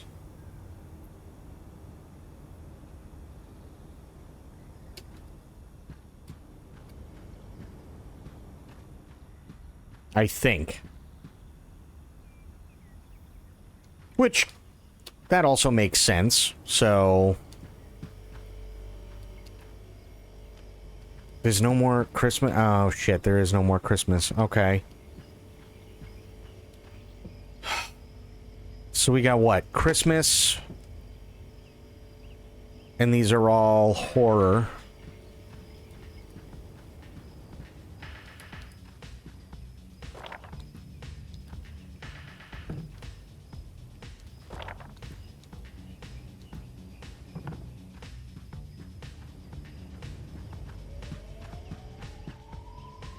I need 2 of those. Shit. Oh well. I spent more than I wanted to, but it is what it is.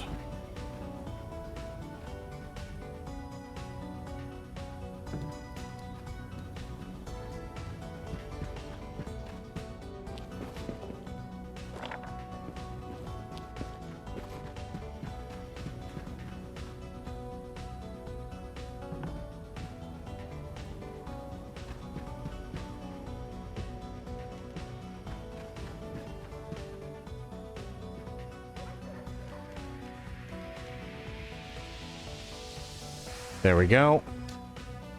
And then I guess that'll be the horror overflow.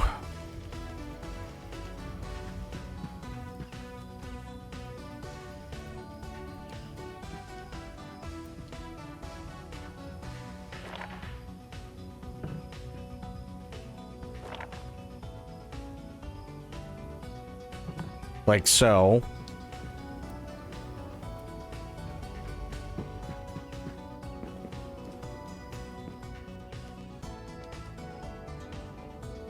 Oh, there's another Christmas. There's a couple of more Christmas movies, which is fine.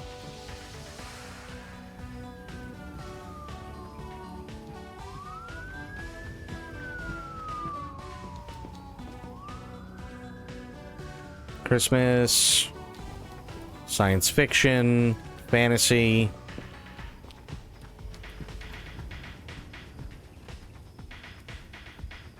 Oops.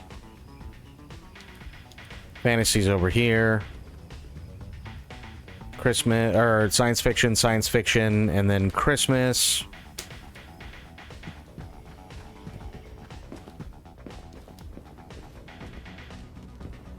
Kids. Like so. Is there anything else I can buy? There might be. Nope. Nice.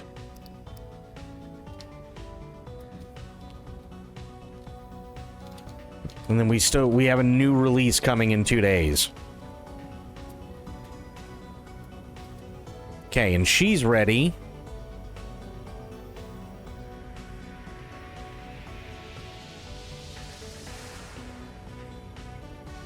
Ooh!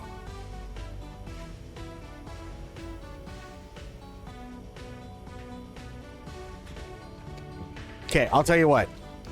I'm gonna go really quick and hit the head. And then after that, we'll come back, we'll do more video storing, and maybe we might actually be able to expand the store out in a little bit. Which would be really, really nice. So yeah, give me a couple, I'll be back. Get up, stretch, grab a drink, grab a snack, do whatever you need to do, and I'll see you in a couple.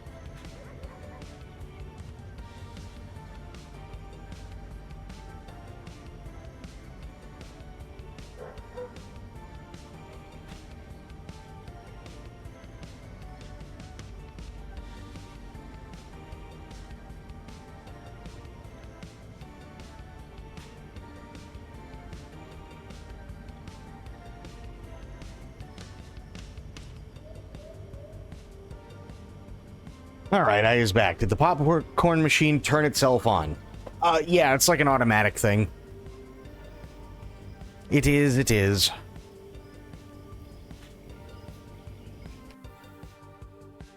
Ooh. Let me see. I'm looking at something. Give me a second, sorry.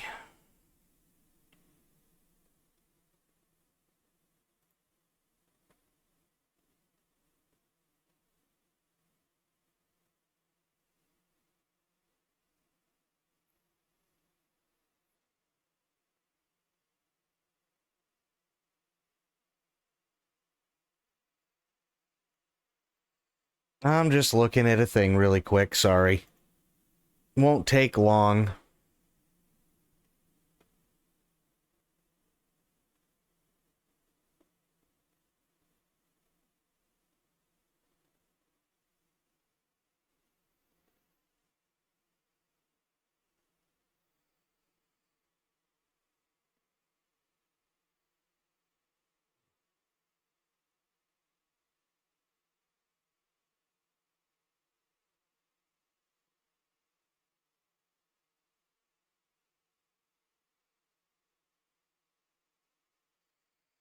Okay.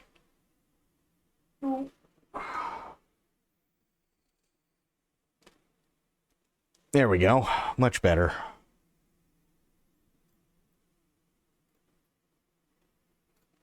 All right.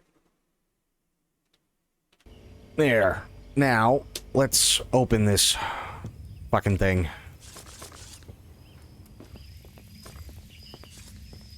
Ah. Oh. Snipe. Got them all.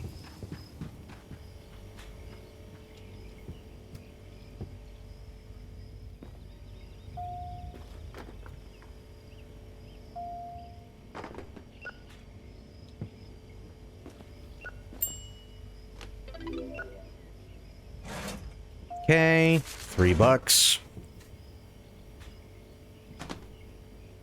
Hi. Yes, Mr. High. Oh.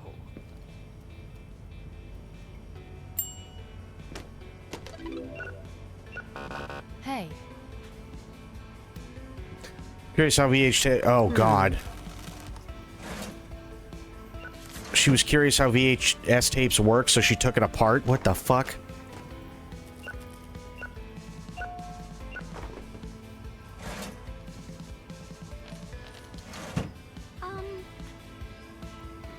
Hang on, Miss I'll be right with you.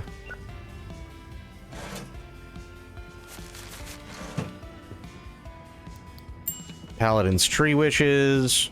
Or 3 wishes, rather. Not tree wishes.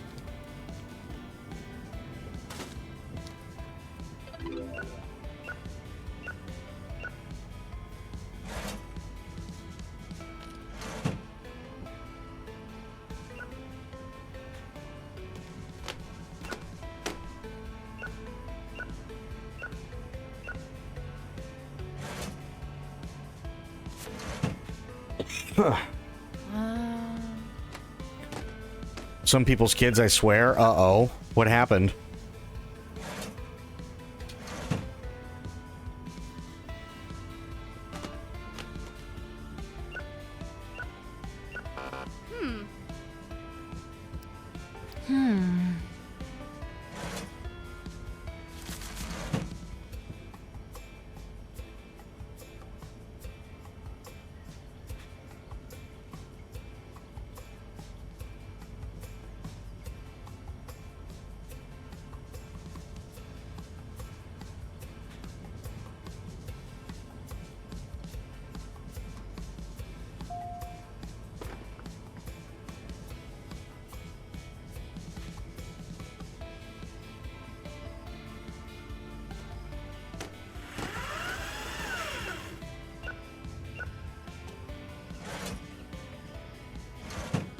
Okay, there we go.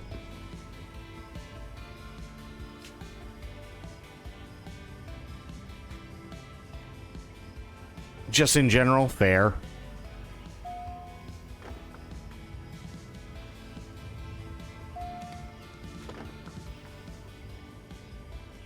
There's something that's underrated that almost everyone has seen at some point. What is it? What's that?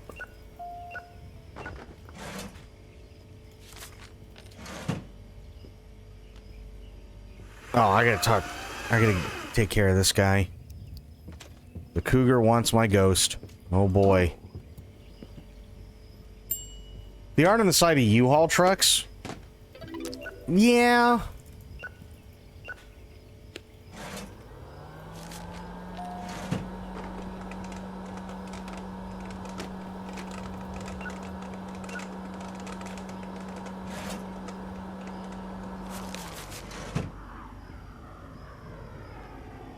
I mean, what sucks is they've gotten away from that, too.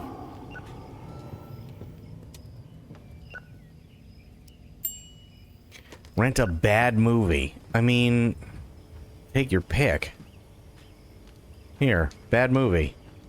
Wow.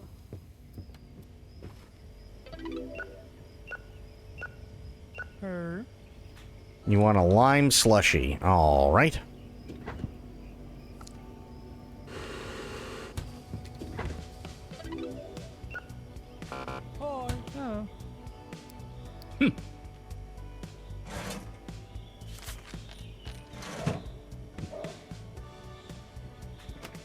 Hang on, Mr. High. I'll be there in a second.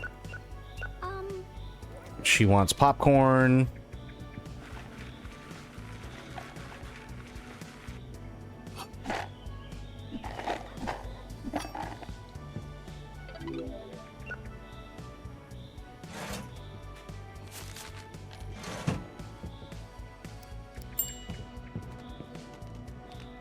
Oh.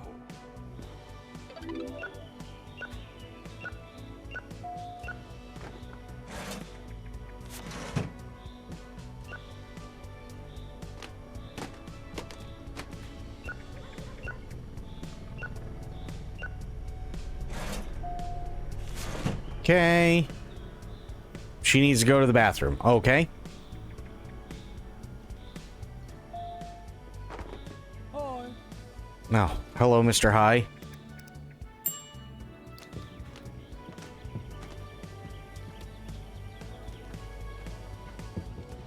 Oh.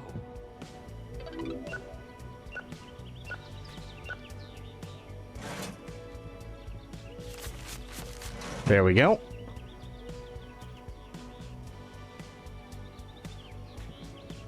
Had a Quetzal. Yeah, I think I remember that one.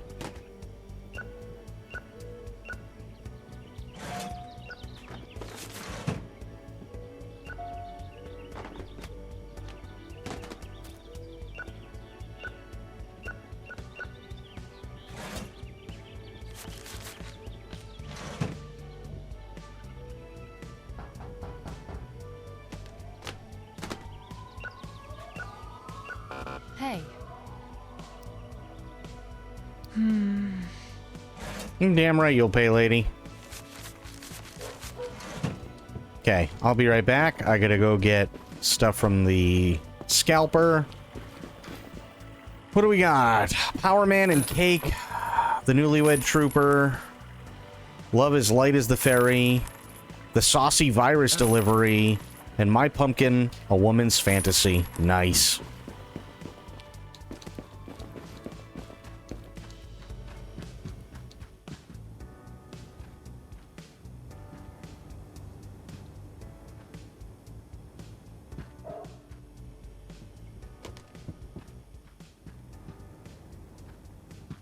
There we go. Okay. Now you guys are getting backed up again.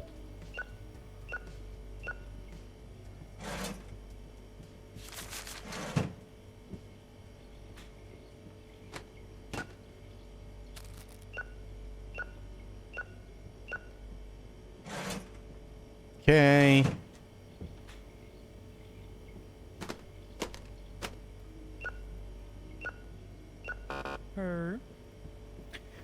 I never return my lose the fees, not mine. Ah, fuck it, whatever. Wise decision, bro. That is brave words for a guy who was going to pay like an extra $2. Oh. Okay, you want blue cotton candy.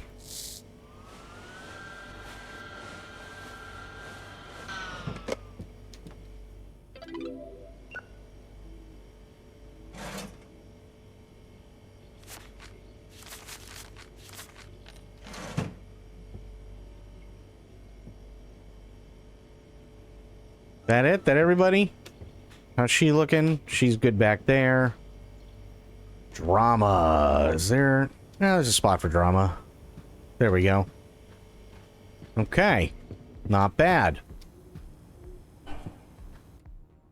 Yeah, 362. That's not terrible.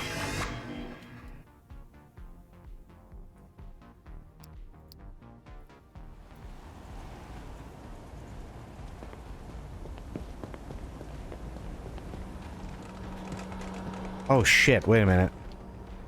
Yeah, okay. Let's see. The Abyssal Dentist. Jesus.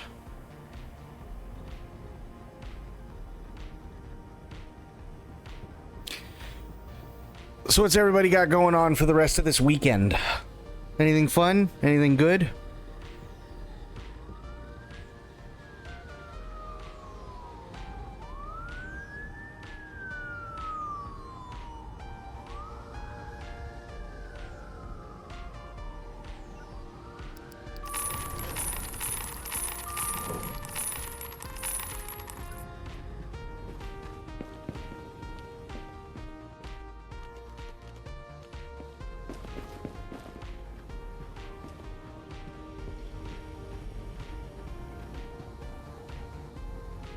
Arm Warframe until your eyes bleed. Well, there you go.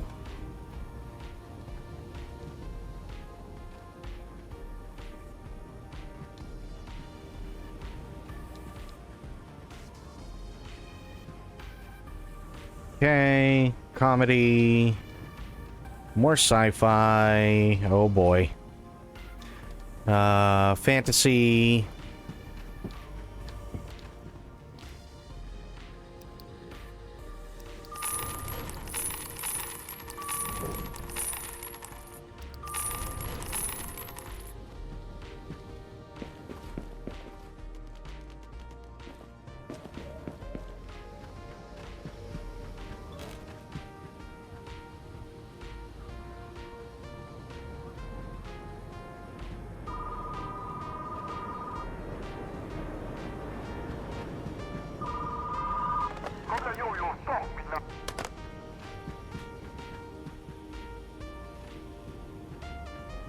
How's this side looking? Okay, that side's not too bad.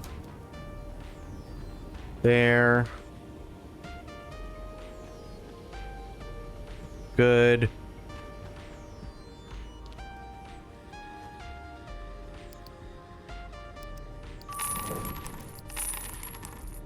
Okay.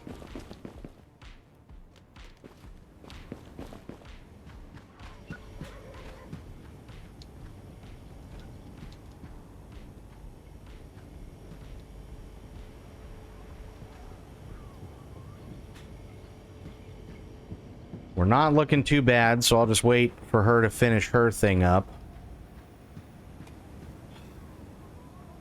We are going to have to, I think, get... Yeah, I'm going to have to. Otherwise, she's going to run out. It's a short one. Fuck.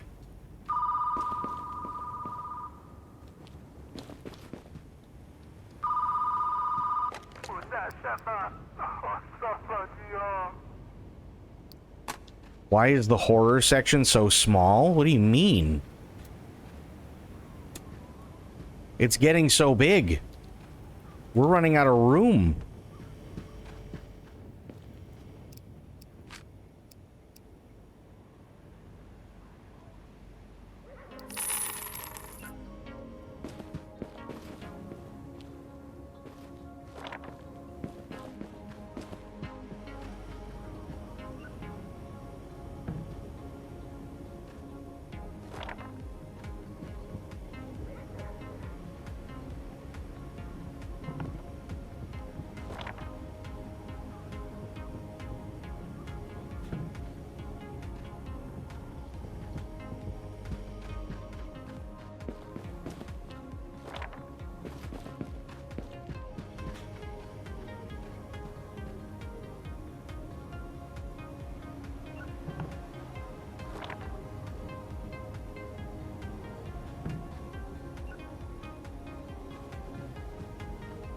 There. And there. Okay. Now we're expanding outward. Oh boy.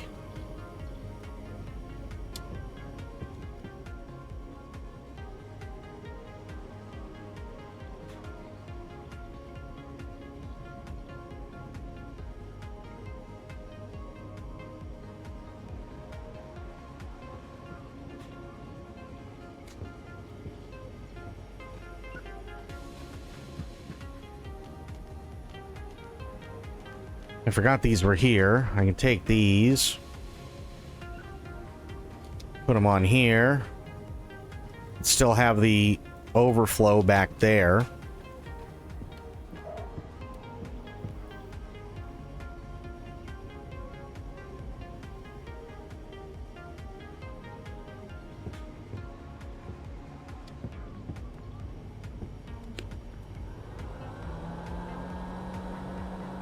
Okay, she done? No, she's not done yet. Okay, fair enough.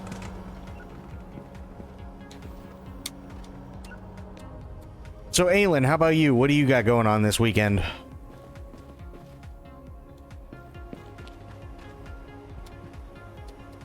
Ooh, I get a candy dispenser next level.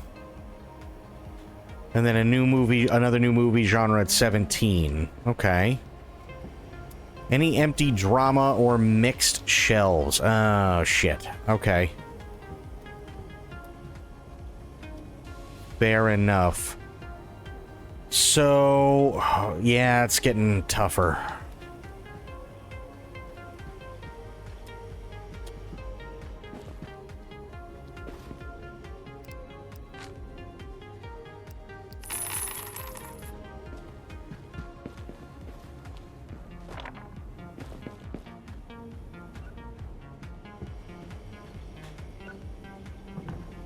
Been enjoying it a lot, but it is most definitely fast-paced. I understand what you say. Yeah.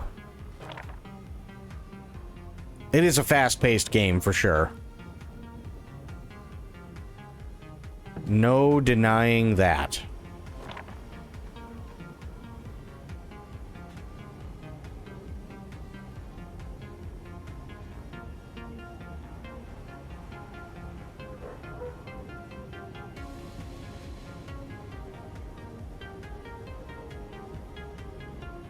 Wait, why won't it? God damn it.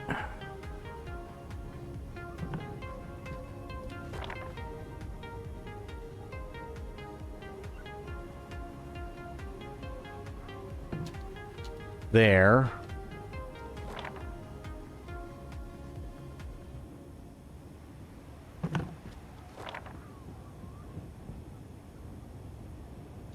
There.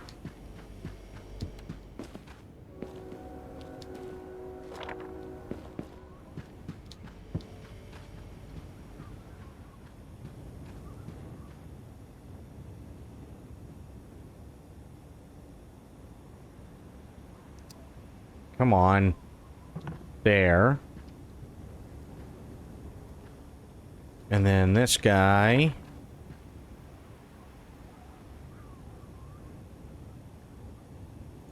Can be moved there. Drama. Drama. Nice.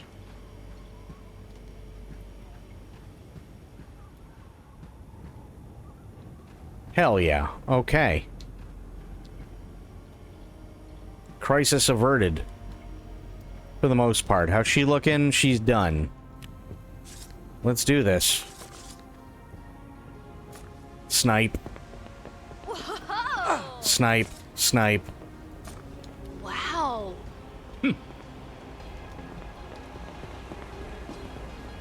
Bam.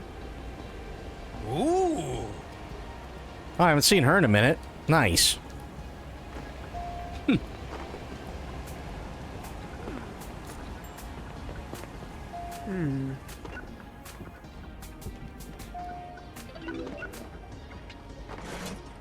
Okay. 13 doll hairs.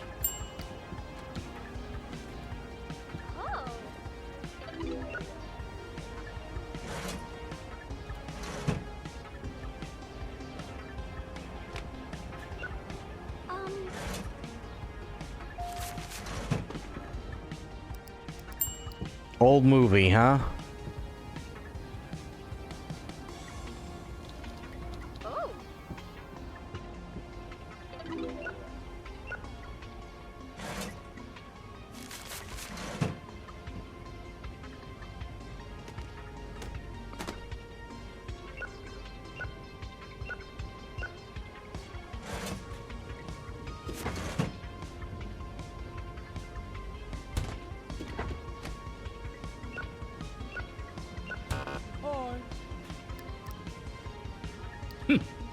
What kind of business is this? Well, listen, bro.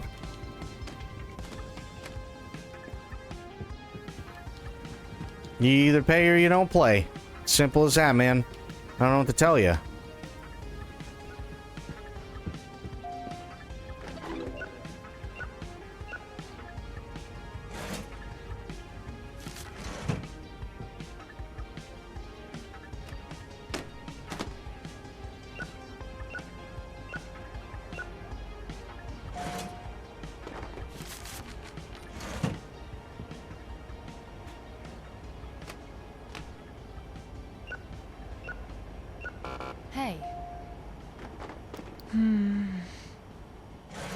Okay, 150. Nice.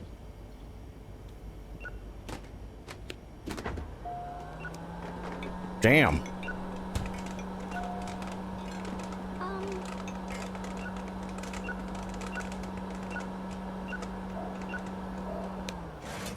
Okay, 1850. Nice. Action movie.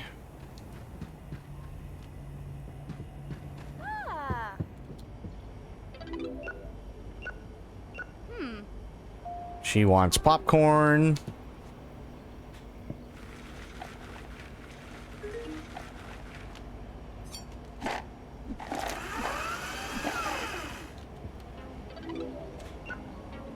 Hey.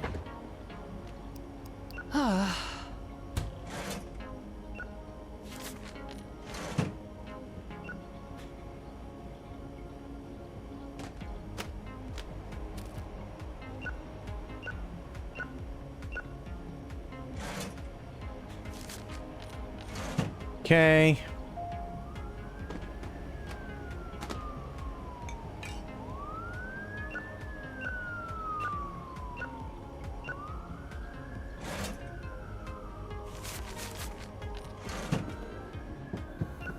What does she want? You have an old movie suggestion.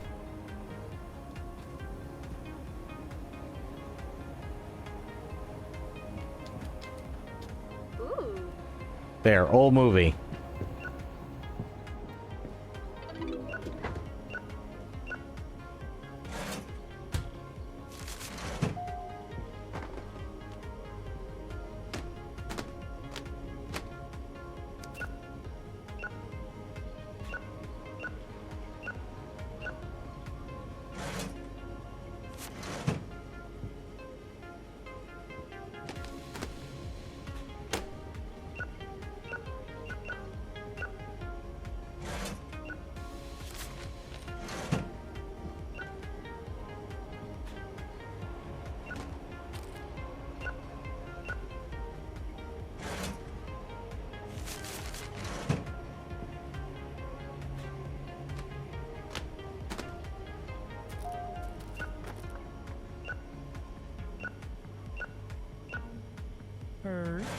Okay. 1850. So you had it to where, Corgi? Ooh.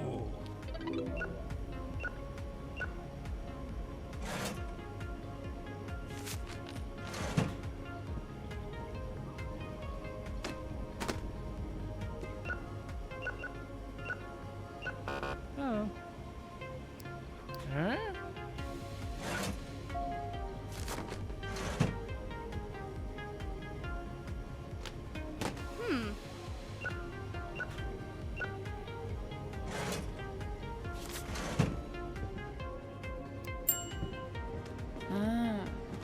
Wow.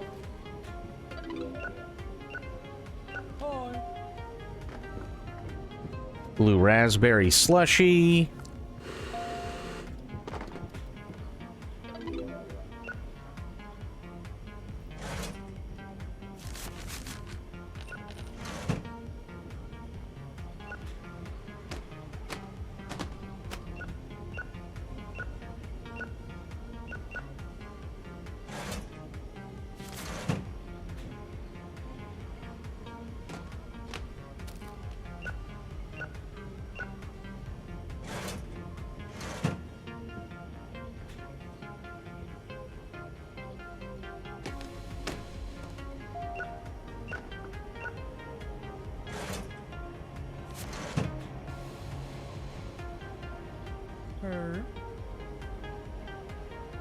I knew he was gonna do that. Old action movie, huh?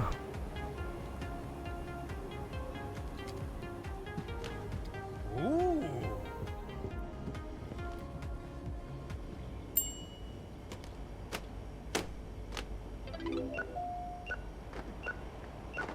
Hi.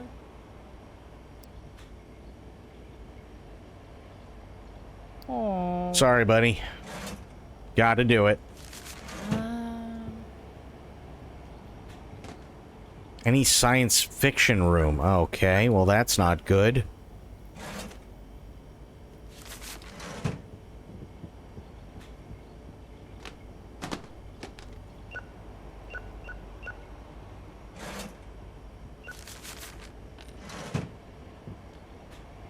Ooh. Oh.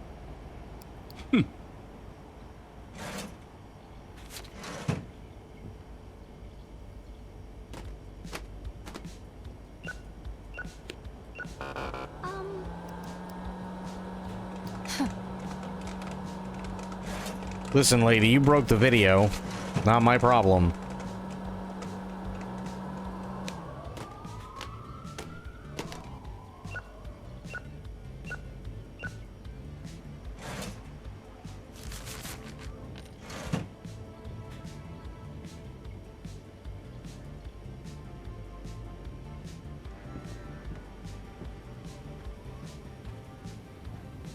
So it looks like we're gonna need to expand this out too. Damn it. Okay.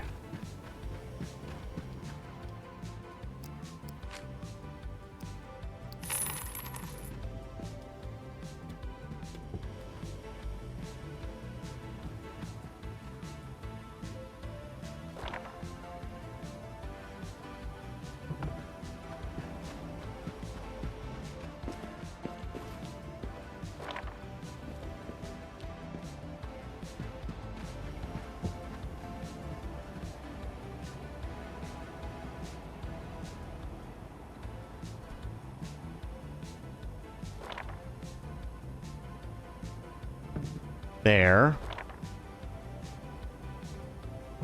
There.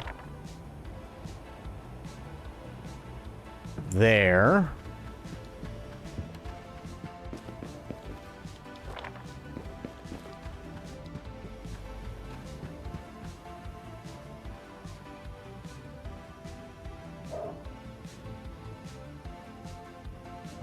There.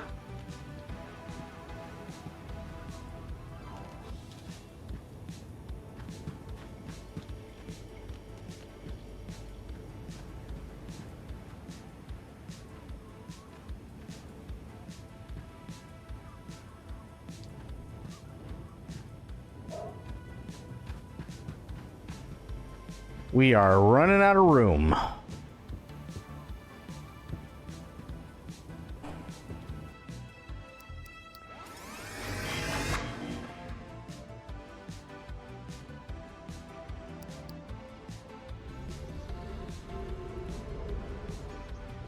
Die trying. Geez, I wonder what that is.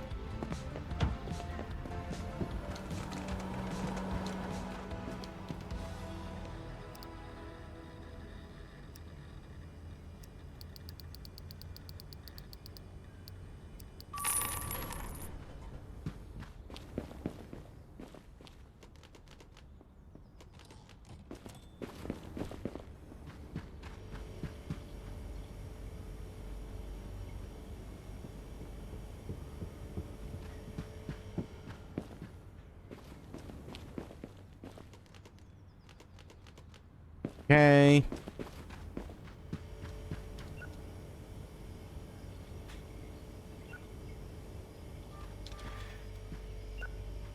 Okay, so...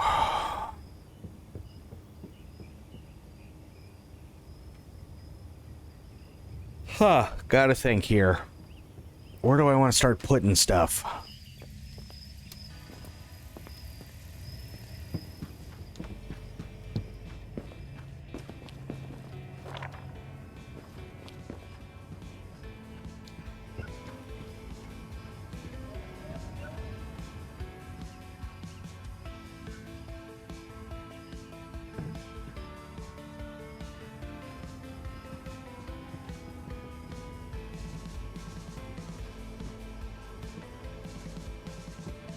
Okay, we'll let her do her thing.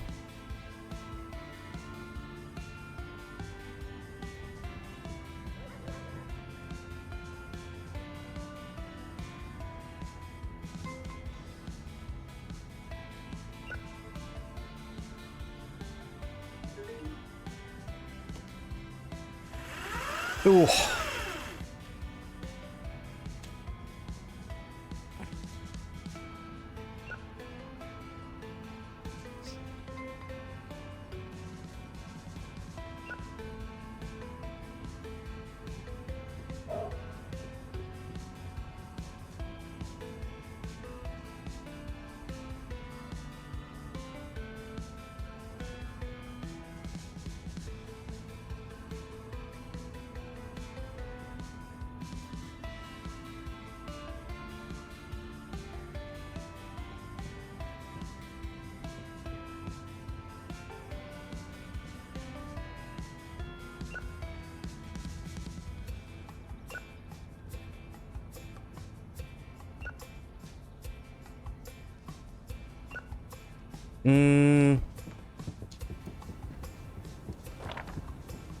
Move this. Put it right there.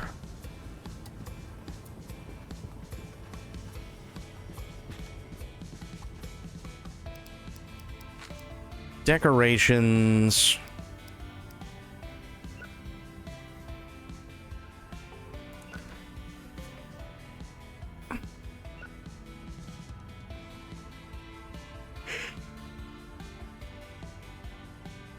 Sure, film wheel, why not?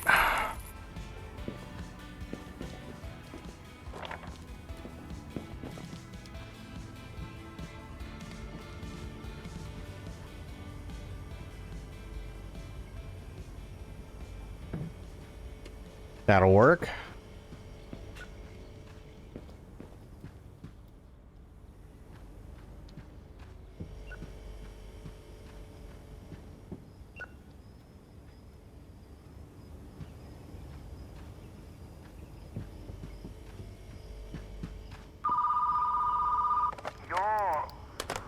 Okay, what's that?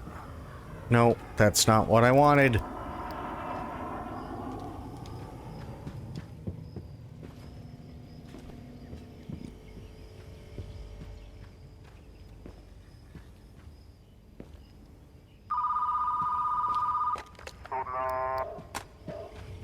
Bad Dreams on Mel Road.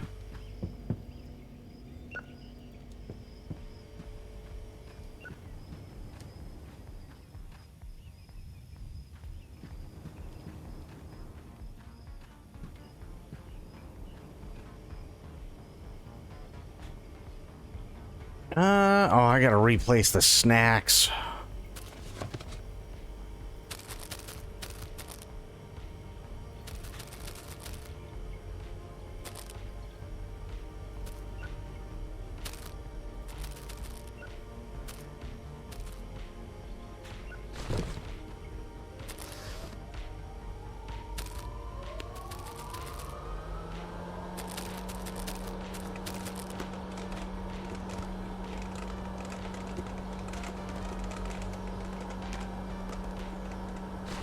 Okay, good.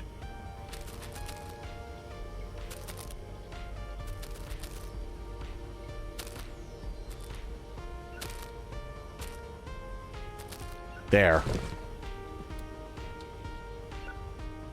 I found this game on Steam called Operation Pink Eye, and it's just like GoldenEye, all retro and whatnot. It looks interesting. Operation Pink Eye? Hang on, let me see this.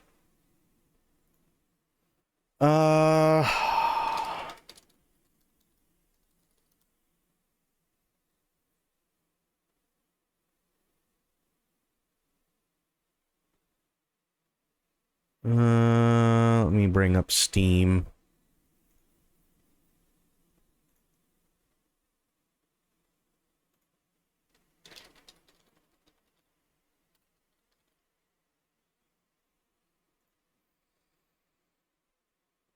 Is it gonna... Okay, I won't be loud.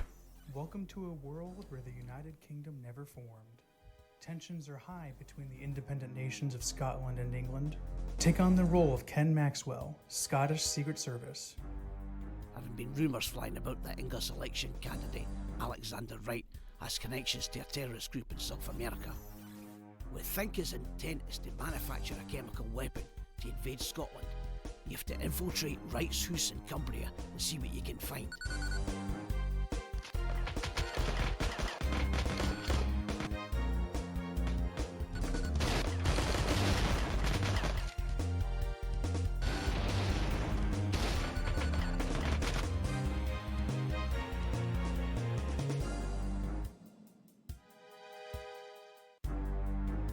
Huh.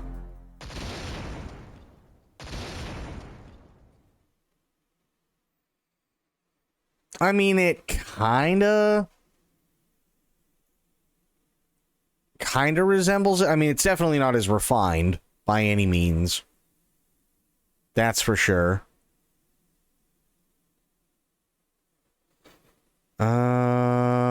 Music from the composer of Planet X3 and Half-Life Dark Matter. Okay.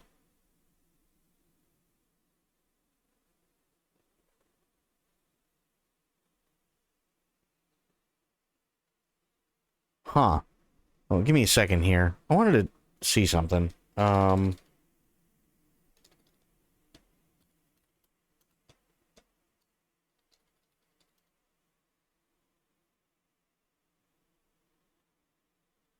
name cracks me. I mean, it's funny.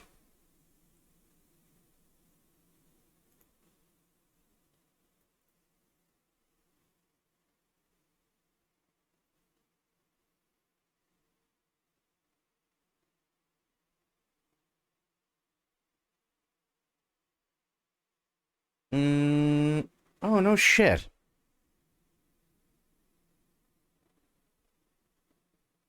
I never knew this. Hang on. Speaking of games like GoldenEye Perfect Dark, a game on my wish list I've had for years is coming out soon, finally, called Agent 64.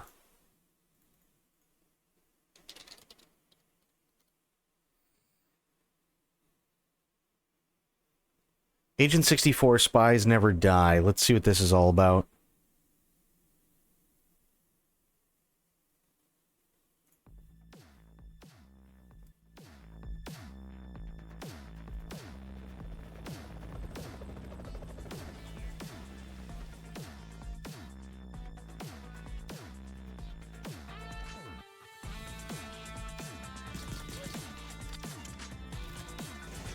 Yeah, this is much more refined, for sure.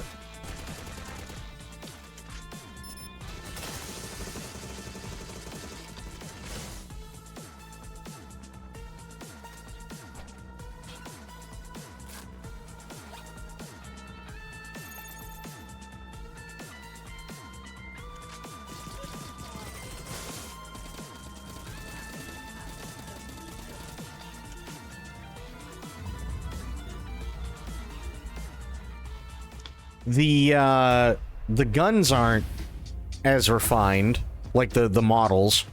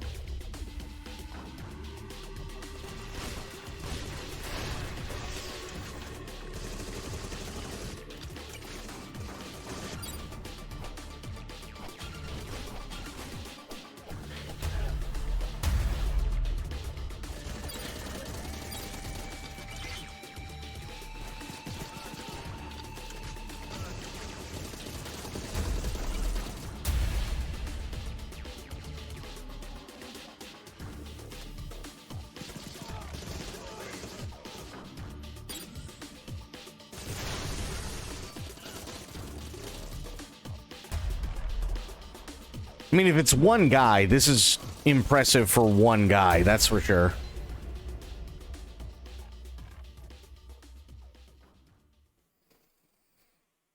Yeah, that's if it's literally one dude, that's actually really, really, really impressive. I mean, good for him, right? The actual like gameplay doesn't look bad at all, which is nice. But yeah, that's kind of cool. That's definitely kind of cool. So I didn't know this. And I don't know why it didn't get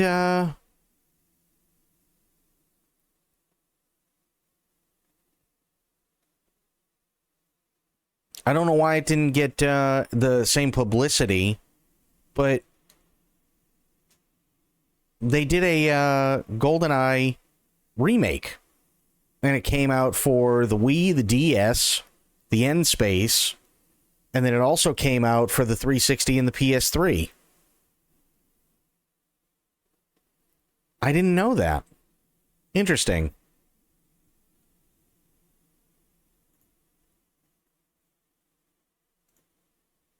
Oh God, look at that controller. That looks kind of crap.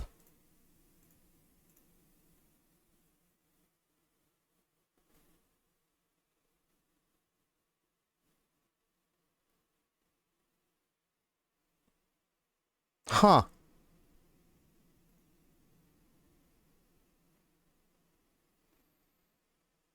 What was the reception? Received positive reviews, aggregating review websites.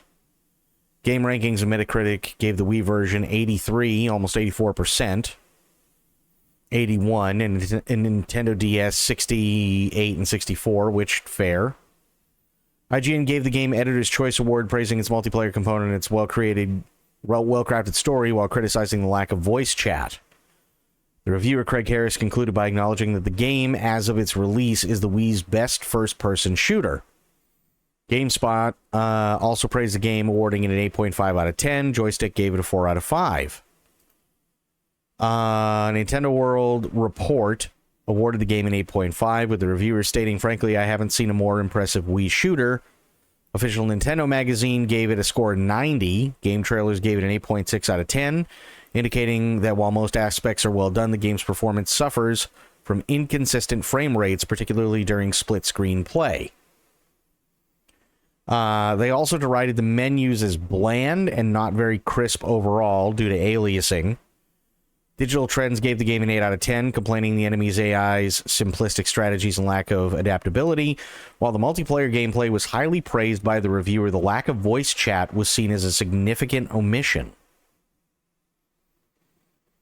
Games Radar, although less positive, were still pleased with the result, awarding the game a 7 out of 10, stating that it was impossible for the game to live up to the original, but that it was still a damn fine, serious shooter on the Wii, and that says something. Adding that even without the limited options for the mature action for Wii owners, GoldenEye 007 is a solid game in its own right. In contrast, Game Informer was less impressed, giving it a 6.5 out of 10, calling it a lackluster game that fails to hit the same high notes of the original or keep the pace with modern shooters. Okay, so here's a question for you guys then. Let's say somebody wanted to make a GoldenEye remake by today's standards, right? Not retro graphics, actual, like, really good-looking graphics. See if they might be able to get the rights to, hell, even use the voice lines from the movie and the video game, or maybe get the voice actors back to do them, or whatever. But literally make it just like a one-to-one remake, but add in today's graphics and today's gameplay mechanics. Do you guys think it'd do well?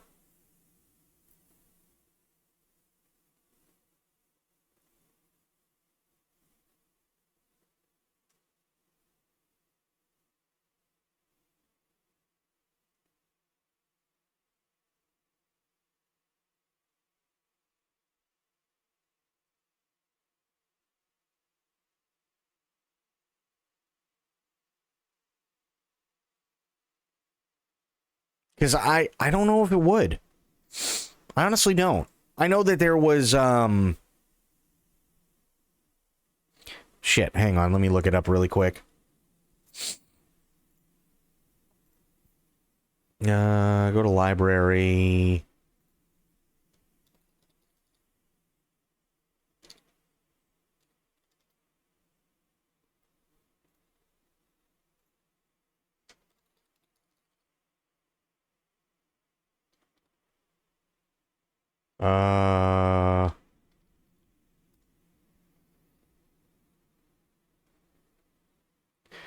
There was a thing. Possibly, I mean, when the official re-release ports were announced, it was pretty huge because of the rights to the Bond stuff, but the actual remake, not the Wii one you're looking at, was what people wanted because the Wii one is at. Well, I mean, it was a remaster, right? So they just called it like GoldenEye 007. I think it was Reloaded. And that's all well and fine. That's the one that made it to the 360 and the PS3. But, yeah, I there used to be a multiplayer thing that I played the ever-living crap out of. And I don't remember what it was called, but it was literally all the original levels that you have in multiplayer. And it was just the multiplayer portion of the game. And you could play it online, and you could do it on your PC. I don't remember what it's called. It was actually really good. I had a lot of fun with it. I know that they originally wanted to do the single player stuff for it, but I can't remember the reason why, but there was some reason, and it didn't have anything to do with rights, but they couldn't do it, basically. And I can't remember the name of it. It was really fun, though, but I played the crap out of it, and then I just got bored. But, like, I'm not entirely sure, because here's the thing, right? Let's assume that you have... Let's assume that First Light does really well, which I'm pretty sure it's going to. I think it's going to do really, really, really well, right? And I think it's going to set the new standard for James Bond video games. So post First Light, do you think I don't know if GoldenEye is going to be able to live up to the original.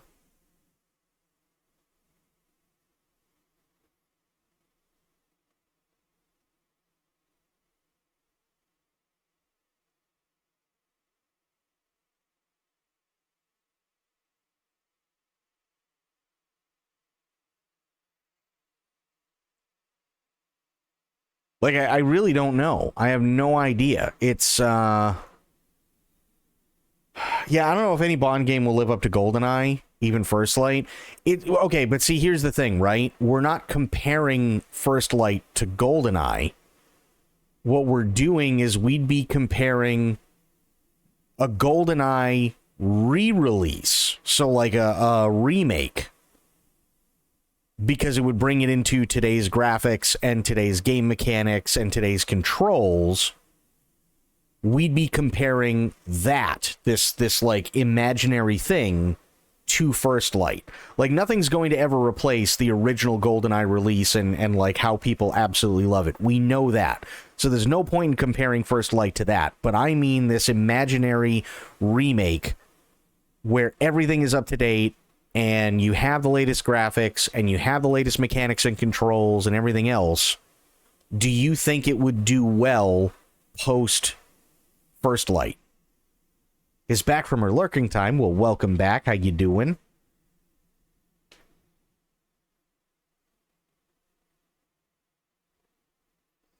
What's fucked up is Rare worked on a real remake of GoldenEye from the ground up, and it's even findable to play online, but due to rights, they got it shut down and couldn't release it officially. Yeah, but I mean, do you think it would like actually like, again, if there was a GoldenEye remake, full remake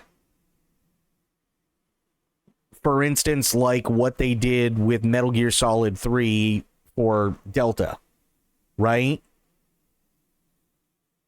Do you think it would work in a post First Light world? Doing good. My game was being annoying, but fixed itself finally. Oh, good.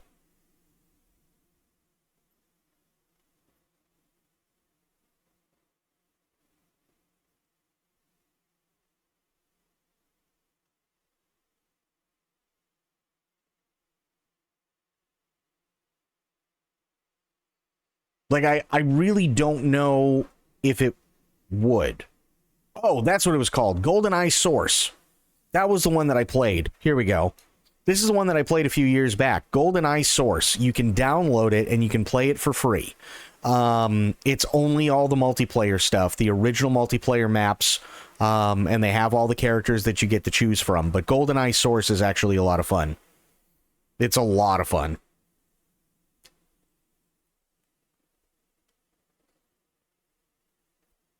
But yeah, I mean, what do you guys think? Do you think that doing like a proper GoldenEye remake today would do as well as First Light? I don't think it would do well. I'm kind of in that camp too, Corgi. Not saying it wouldn't be fun, but I feel like everything that they're putting into First Light is going to blow the doors off of literally everything that has come before it. And although you're never going to be able to recreate lightning in a bottle like you did with the original, but you can get close. Like, again, Metal Gear Solid 3 and Metal Gear Solid Delta. That's probably like the one of the best remakes I've ever seen. By today's standards, possibly. I think it'd outdo First Light's hype for sure. I mean, just the release of GoldenEye ports for modern consoles seem to have more hype than First Light. Outside of here, I don't really see anyone talking about First Light, but when those ports were announced, that shit was everywhere, so I think it'd do well. Well, okay, so this is why I ask, right? In order to accurately play the original GoldenEye well, you need a controller. You just do.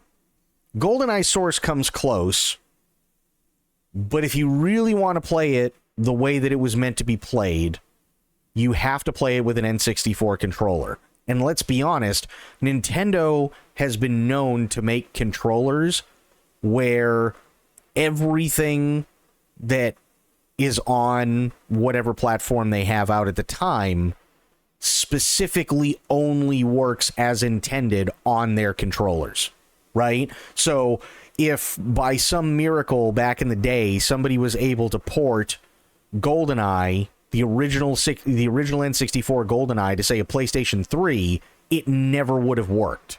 Ever. People would have shat all over the damn thing because it just didn't feel right. It wouldn't have felt good.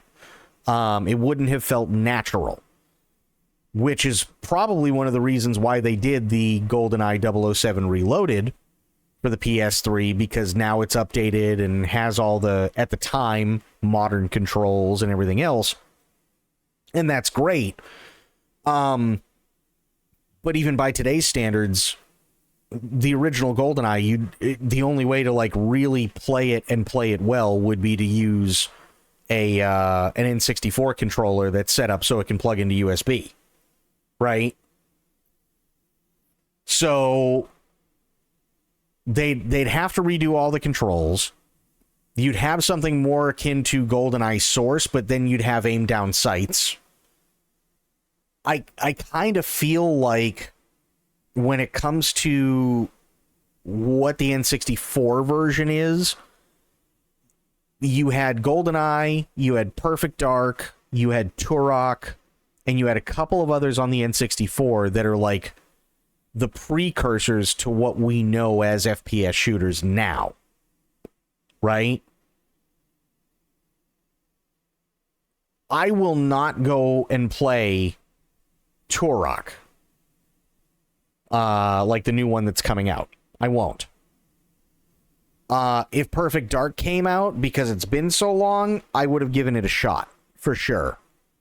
If there was this, magical, miraculous GoldenEye remake, I would absolutely give it a shot, for sure.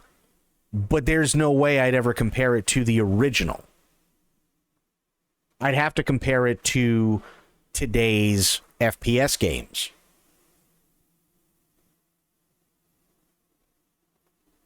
That's what I mean. Because it's like, these were, like, again, Perfect Dark, GoldenEye, Turok, they were like the precursors to what we know of as first-person shooters now. But because there is such a massive difference between, hell, even the PlayStation 3 FPS games and what we have now, it's night and day. So you can't compare it to the original other than itself, right? But having said that, you can't compare the new one to anything other than the modern FPS games that we have out today.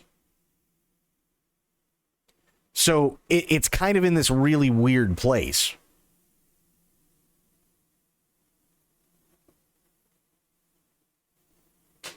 I feel like it's in this really, really, really weird place.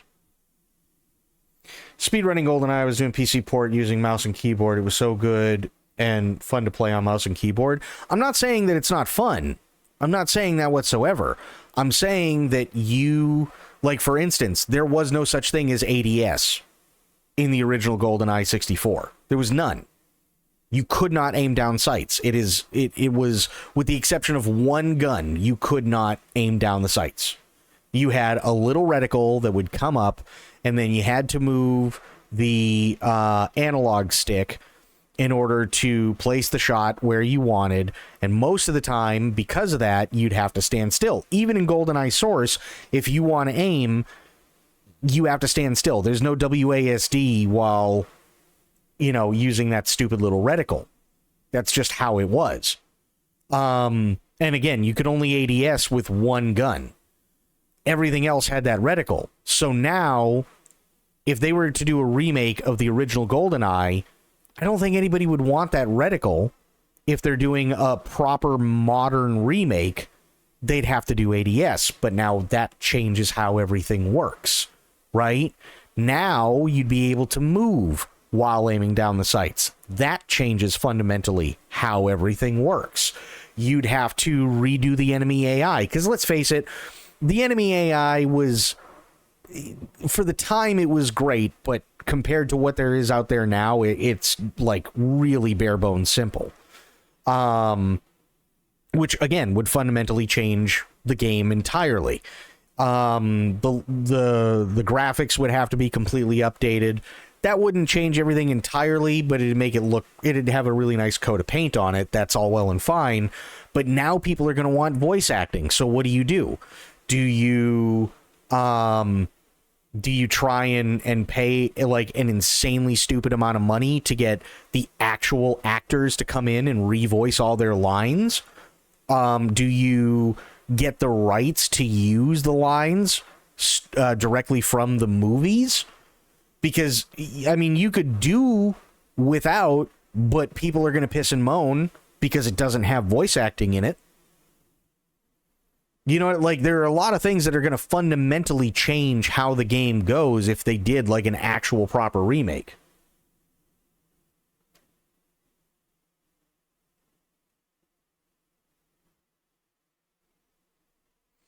I imagine they can do a system like Delta where you can switch between certain modes for the game, like if you want OG camera angles or the... Well, okay, but see, again, here's the thing. We're not just talking about camera angles, because camera angles and stuff like that are a hell of a lot easier to do when you have something where you basically have like a free camera, right? And that was even something that Bluepoint did in their HD remaster, which is fine. Especially going from a fixed to a free camera, that's not, you know, all that terribly taxing. And especially when Bluepoint was able to pull it off, it really did a lot for the game, but it didn't really do much in the way of fundamentally changing how the game worked. Right? So you can have these different versions, but one is a natural evolution of another in something like Metal Gear Solid Delta. But GoldenEye 64 is so old that if you put it next to, as much as I hate to say this, if you put it next to the latest Call of Duty, or you put it next to the latest Battlefield, absolutely Call of Duty and Battlefield, just from a technical and mechanical standpoint, are going to blow GoldenEye right out of the water. They just are.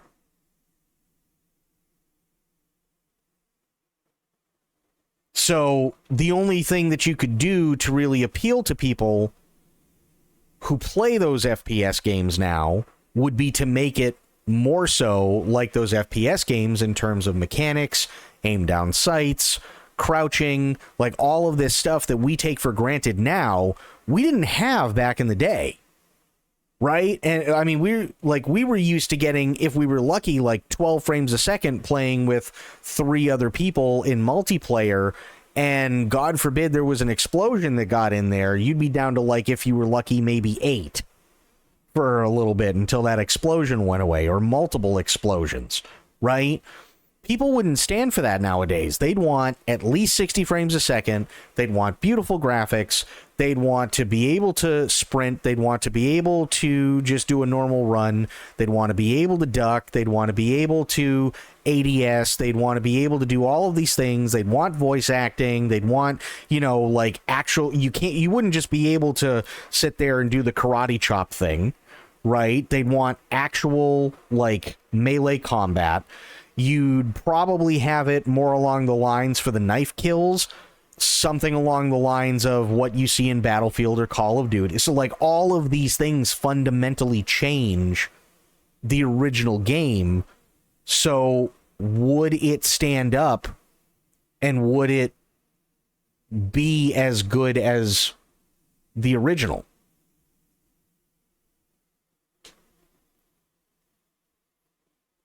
Might be a hot take, but I think a GoldenEye remake done well would do much better than First Light. See, I'd want to say I agree, but the problem is I really don't know. And the reason I say that is because you had GoldenEye, and GoldenEye was a fantastic game. There was nothing wrong with that.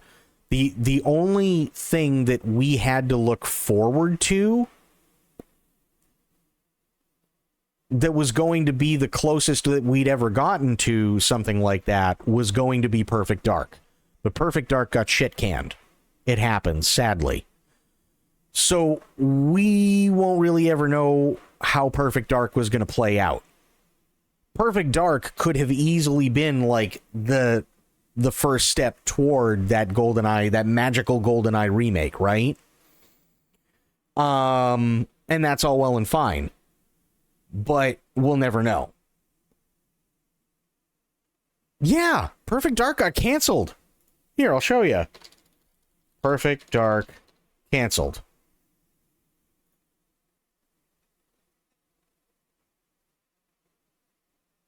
In July 2025, it was announced that the initiative would be closed and that development of the project would be stopped as part of several rounds of layoffs by Microsoft. Joanna Dark actress Alex Wilton Reagan called for fans to speak up if they want to see Perfect Dark survive, while actor Elias Tufexis, who voiced Adam Jensen in the Deus Ex series, said the cancellation resulted in a loss of thousands of dollars that he was expecting for his role in the game. EA Japan's general manager, Sean Noguchi, expressed concerns about the numerous layoffs and the cancellation of Perfect Dark and Rare's Everwild, which had been in development for roughly 7 and 8 years respectively, stating, "That's a decade of work, potentially a quarter of someone's entire career completely lost. Even if the final product isn't what people originally expected, I think it still deserves to ship. Something is better than nothing for both the team and the players, but also don't announce games when they're still half-baked." No, not the OG. I'm talking about in terms of remakes.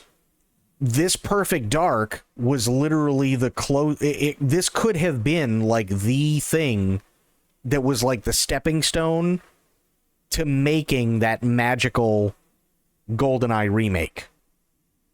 Depending on how everything went and how everything worked. But we'll never know, sadly.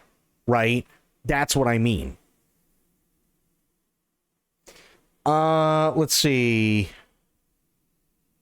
I don't know, it might be a hot take, but I think a GoldenEye remake done well would do much better than First Light. Honestly, just because First Light is third person. 2, something most Bond game fans don't really like. I don't necessarily think so. I think it depends. I mean, granted, there were definitely some stinkers when it came to third person, but at the same time, there's a lot of people that are excited for First Light, specifically because A, they're treating it like a movie that you get to interact with, and B, because IOI is the one that's doing it, and it makes total sense that literally the guys who make Hitman would make James Bond.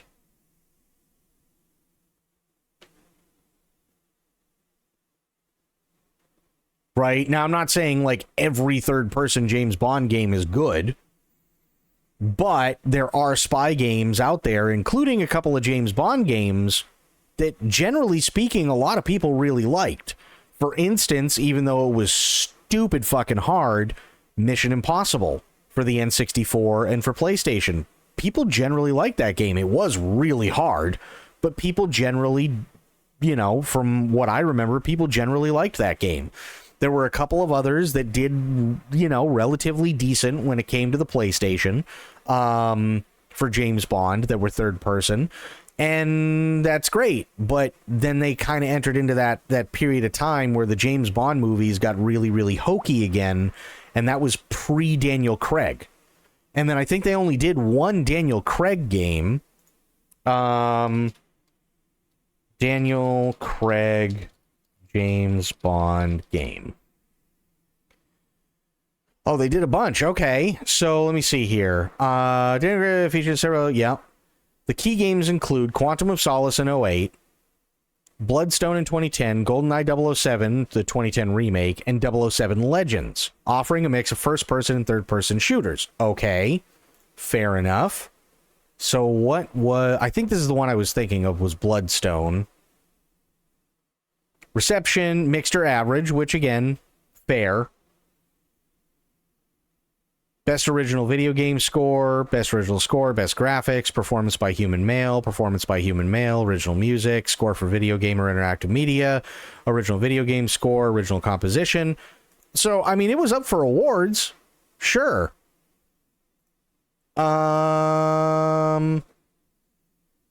James Bond in video games, let me see. The Activision era, I think. Yeah, that's got to be it, right? Bloodstone, 007 Legends. The missions were revealed to be based upon Goldfinger, On Her Majesty's Secret Service, Moonraker, License to Kill and Die Another Day. Added the last mission of the game in 2012. Releases downloadable content, which was based on Skyfall. Game was released on the PS3, 360, PC, and Wii U, and received mixed reviews from critics. Developer Eurocom shut down after the game's release, so it was done by Eurocom.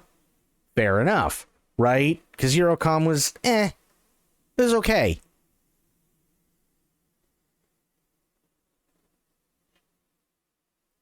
Let me see. So, like, there are some that didn't do too bad, right? But I feel like this is kind of a new age when it comes to James Bond, and I feel like First Light, I really feel like First Light's going to be a banger. I really do. And not just from a perspective of, oh, well, this is like Hitman. I don't see it feeling like Hitman at all, minus like the most basic of things. You know what I mean? I really don't. So, like, I kind of feel like because the Perfect Dark remake does no longer exist, I kind of feel like there's the possibility that if GoldenEye were to come out, or it were to be announced tomorrow, right? I think it'd kind of be in a really, really weird place.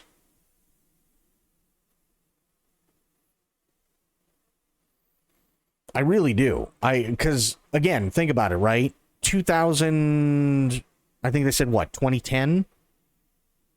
I personally think a Bond game that isn't based on a movie would be better than one based on a movie, but I get why they do. Well, I mean, totally. Absolutely, Crit, and I agree. Makes it less linear and more dynamic. That's true, and I think that's why First Light is probably going to be as much of a banger as it is, because you're not... The whole thing with GoldenEye is with the original GoldenEye, it's not like the movie except for some of the major plot points. Right? It isn't. It's not like the movie really whatsoever, unless you're talking about some of the major plot points. Like, if you go back and you watch GoldenEye, the movie itself, the reason why GoldenEye worked as well as it did as a movie is because GoldenEye was the first James Bond film in a while where James Bond actually did spy shit. And he actually was, like, trying to figure things out and was actively investigating things. And he wasn't just fucking whoever, the Bond girl was and, blowing shit up. Like Timothy Dalton, even though his movies were good, but like Timothy Dalton or like Roger Moore or, hell, to an extent, even some of Sean Connery's were like that. So... it was the first one that came back that was true to form. But then you have GoldenEye 64, and GoldenEye 64 was just blow shit up.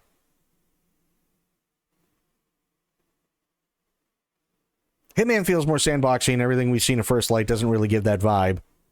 I think people just assume that IOI can only really do shit like Hitman, which is kind of disrespectful. I mean, to be fair... I think even, if I remember correctly, I think even they came out and they specifically said, yes, we are taking some of the things from Hitman, and when it comes to, like, the most basic of controls, yes, it's going to be similar, but first and foremost, this is a James Bond experience. This is not a Hitman video game. We just so happen to have the tools that allow us to make a James Bond experience versus just another, Hitman game, but with, the main character being named James Bond and having hair. So I see what you're saying, and I agree that is disrespectful to them, because I think that they can absolutely pull it off.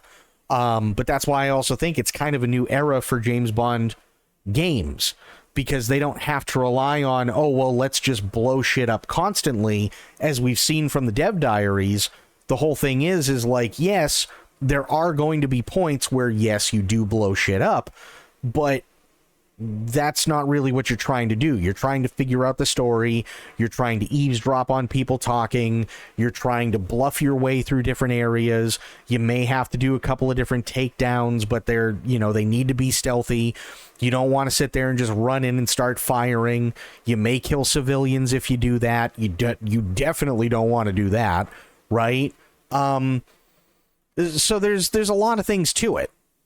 There's a lot of things to it, and it's stuff that when it comes to the older third-person James Bond video games, we never really had.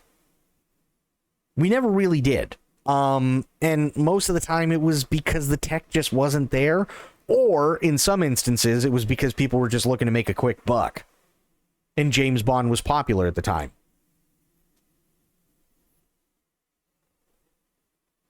You know what I mean? So, again, that's why I'm kind of wondering, like, if there was this magical GoldenEye remake, where would it fit and how would it do? Because, again, the closest we almost got to that would have been the Perfect Dark remake, but that got shit-canned. So, we'll never know how well it could have been.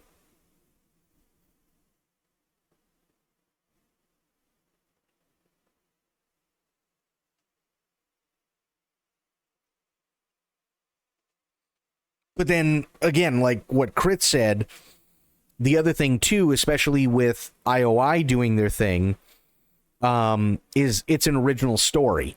So people aren't expecting, like, oh, what was it? I think it was Tomorrow Never Dies. Let me see here. Tomorrow Never Dies video game. Right. So Tomorrow Never Dies.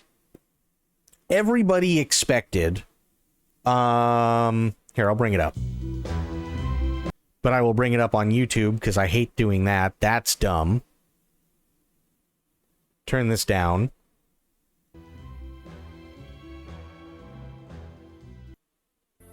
MI6 intelligence has confirmed that they are using a high-powered communications dish to illegally decode the positions of our GPS satellites. Your first job is to laser designate the dish for an immediate airstrike. Remember to keep a safe distance from the target. We can't afford to lose you, 007. Which, fair. See, so what they're doing is they're adding a little bit more context to what you didn't see in the movie, because in the movie, he's just designating the target. That's how it opens. So you go through the level, and that's all well and fine. But again, the tech wasn't really there as well for a third person. They did the best they could with what they had, and that's all well and fine. And I'm just trying to, like, blast through this here. Come on. There we go.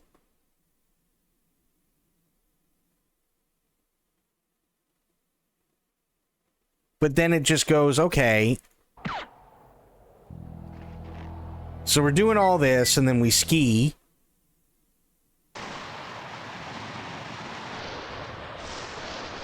So it's like they're trying to get major plot points,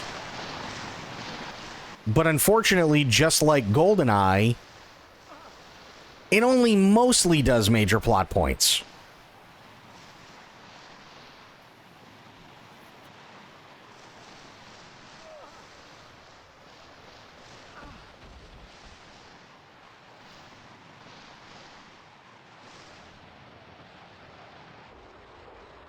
That's really all it does. It only mostly does, like, major plot point, like, mostly major plot points. Because, like, think of it this way. I know most of us have seen GoldenEye. Also, Crit, I'm not ignoring you. It's good to see you, buddy. How you doing? But if you look at the GoldenEye movie, right? If you've never watched the GoldenEye movie, but you played the ever-living crap out of the N64 video game, does the video game make sense from a story standpoint? The answer, surprisingly, is no. It doesn't. Why? Because you're missing insanely critical information from the movie that makes it like a really huge thing. So if you grew up in the 90s, right, and you ended up watching GoldenEye, you're like, oh, okay, holy shit, this is really cool. We're in this area and we're with 006, and Alex sits there and goes, for England, James, right? And then, they set the thing up and then they get captured and so on. But they don't really tell you what ends up happening. They just go, okay, well, here's Alex. He says, for England, James. James replies, for England. And then a bunch of guys come into the room. Alex starts shooting at the guys. The Soviets kill him, and you have to escape. But that's not what happened in the movie. What happened in the movie is they couldn't blow anything up. They were captured beforehand. Then the Soviets came in, captured both of them after a standoff because they caught 006.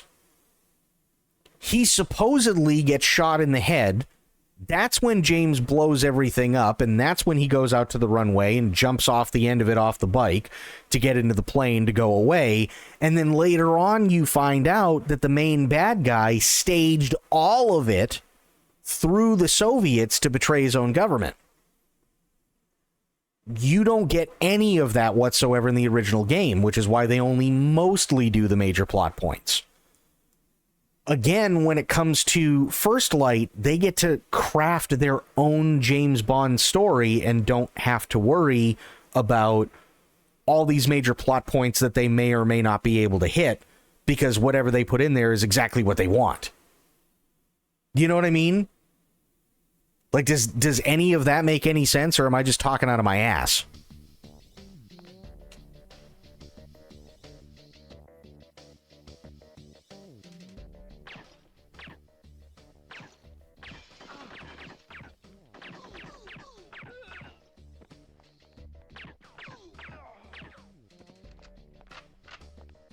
You imagine they had to what?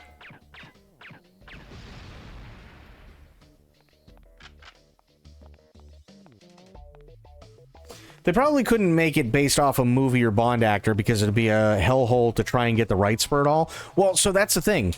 So I want to say it's the last installation of James Bond that was actually, or one of the two that were actually blessed by the Broccoli estate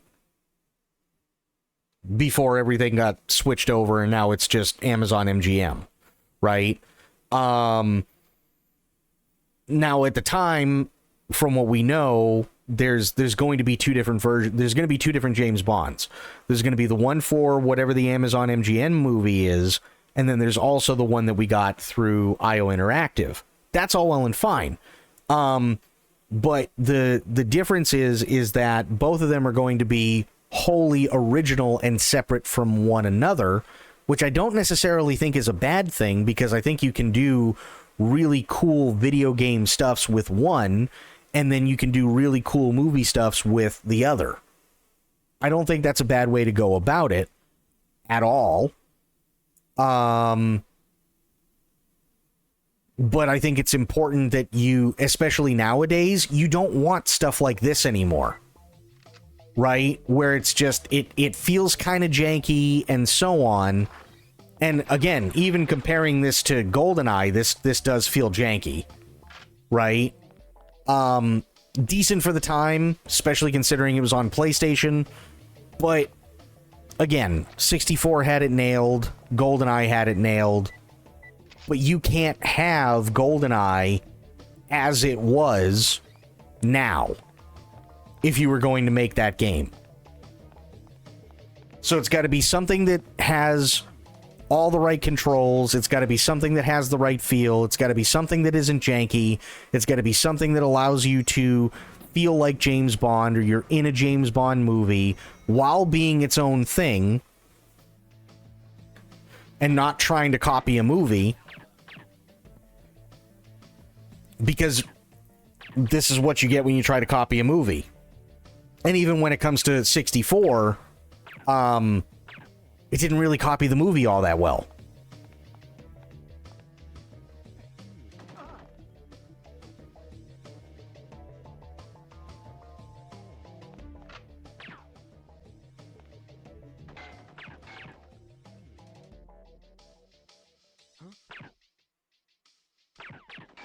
Like, all this stuff is literally just, oh, well, here we are in the Carver building. I guarantee this is, oh yeah, this is post, oh,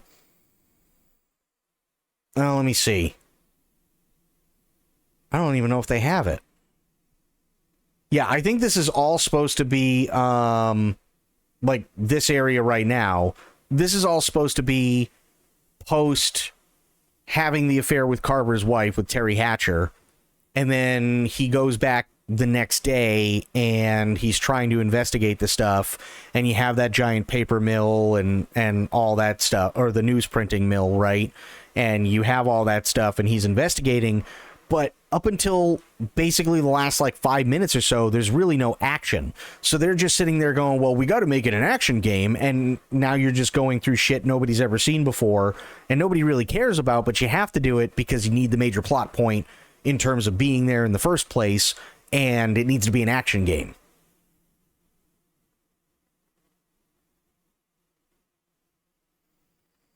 I read somewhere that they literally got the rights to make a Bond game by just showing them a level being done with Craig's head slapped on over 47s doing a mission. Yeah, no. I remember hearing that. I definitely remember hearing that too, for sure. I do remember hearing that. And to be fair, I think that's a good thing. Yeah.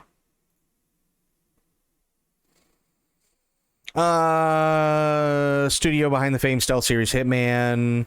But how are the James Bond video games rights secured? Well, turns out with a little help from certain Hitman's body and a very famous ace. Yes.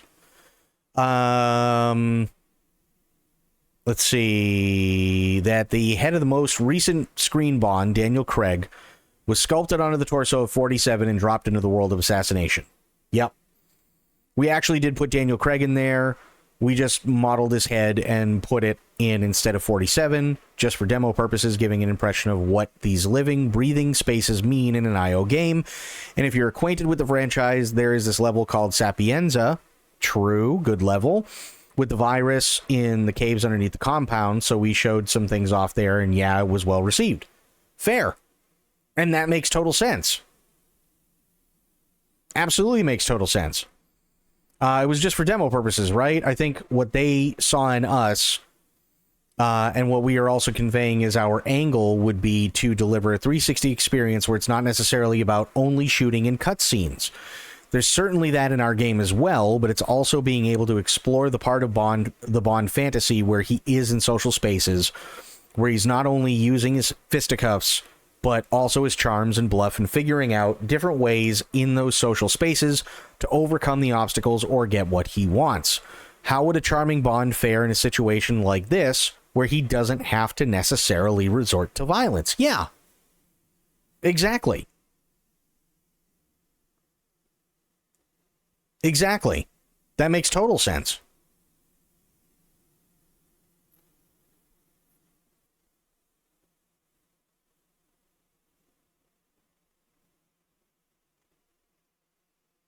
I'd love to see the demo. I think that'd be really cool to actually see, but yeah, I think it'd be really, really cool. And I think I really think First Light is going to slap. I really do. With everything that we've seen and the dev diaries and like all that stuff, I really, really, really do feel like this is going to slap. For a couple of reasons. One, I think Patrick Gibson is a great young James Bond. Two, this takes place in a world where, and this is something that I think a lot of people forget, James Bond is very, very fluid, right? In terms of what's going on. So, for instance, we see M for the longest time as a bald, heavier guy. And then all of a sudden, M is Dame Judi Dench.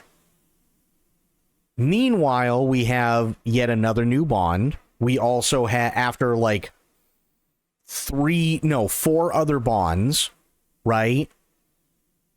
Moneypenny's still there, but is Moneypenny a code?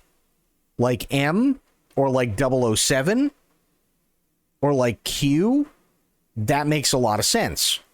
We also know that when it comes to the story, this is just a new person with the code of M. It's not supposed to be Dame Judi Dench's M. It's not supposed to be the guy's, the M before Dame Judi Dench. It's not supposed to be that. She's literally reviving the 00 program, which supposedly happens after the events of possibly the last Bond film. Because she even says it, right? In the world of drones and counterintelligence and electronic warfare and everything else, the 00 program kind of got left behind because they felt for so long that it wasn't necessary and it wasn't needed anymore.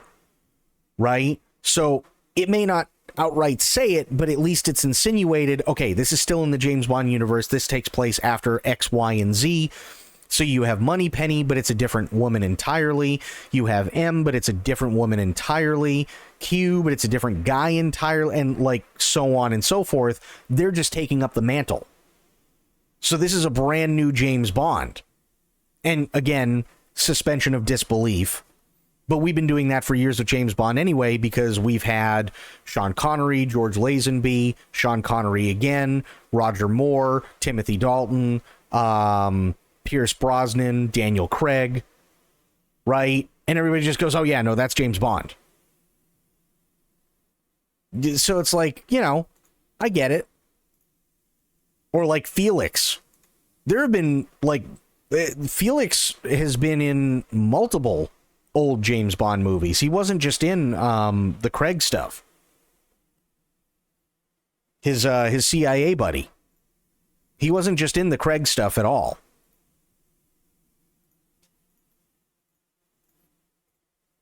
So, and I think this is great. And I love the look.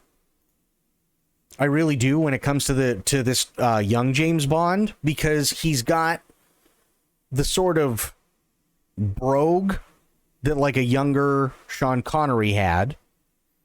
The scar is actually a nod to Ian Fleming's original design of James Bond. You can see it in the eyes a little bit. He might have a little bit of Daniel Craig in him. But at the same time, he's also wholly his own new, different James Bond.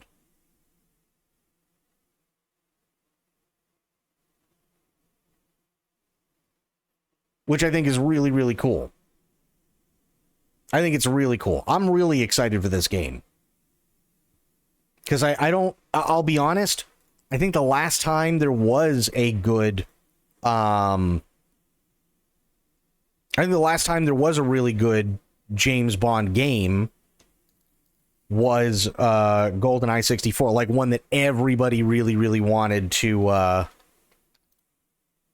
actually like sit down and play. I really feel like the last good one was GoldenEye. I think this is going to be the next golden one. Like, I think this is going to be the next one that like goes, holy shit, James Bond. You know what I mean? Wow, GameStop's only came out 3 days ago? That's weird. Oh, okay, so these both only came out 3 days ago. Fair enough. But yeah, I think it's going to be great.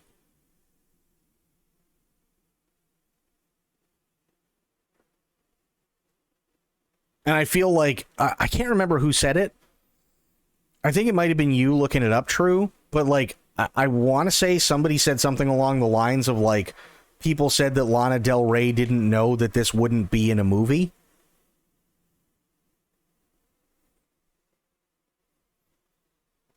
And I'm really, really kind of confused as to what they mean by that.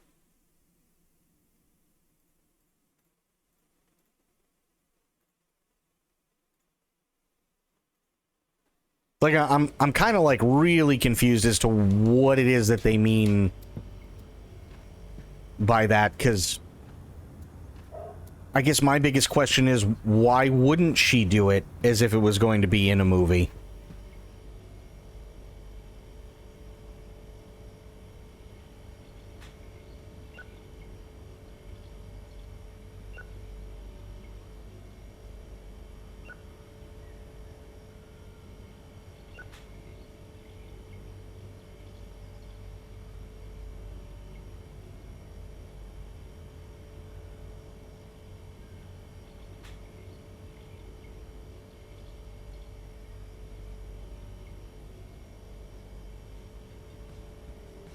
We're just waiting on her, by the way.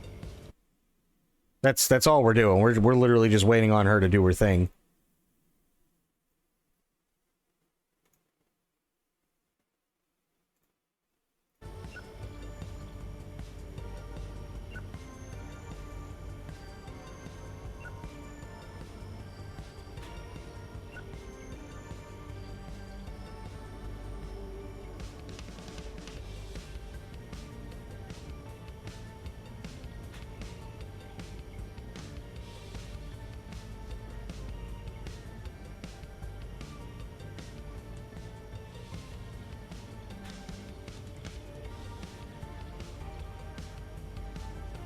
Let me see something while we wait.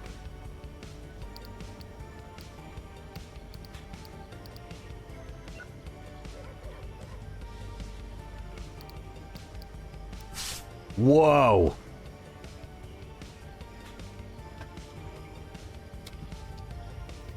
I don't know. What do you guys think? Is that too... Is that too much?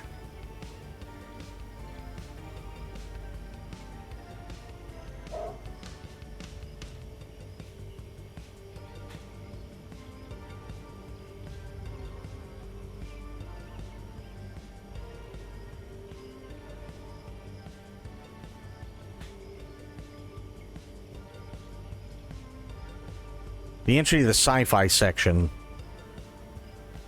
That's fair.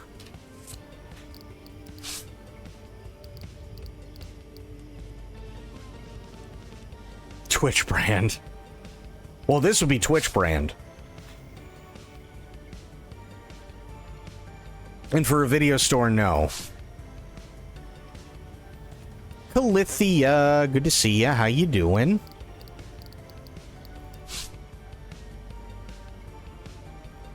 And thank you for the hydrate. I'll do that here in a second.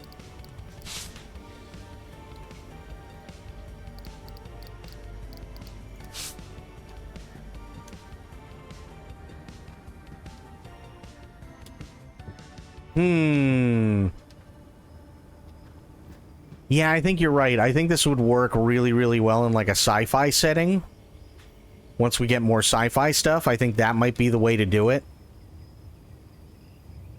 The store's doing pretty good. We're just waiting to get some more money before I kind of pull the trigger and expand back a little bit more. That's kind of what we're waiting on.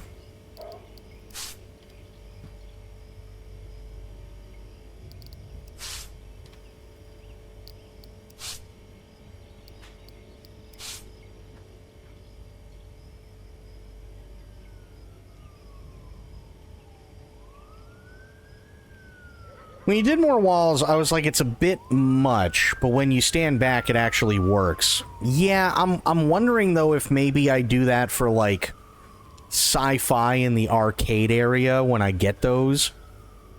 Because, like, everything's just kind of out here in the middle of the floor and along the walls right now.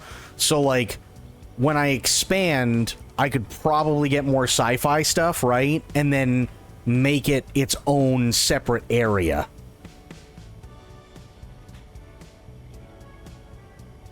And same thing with the arcade.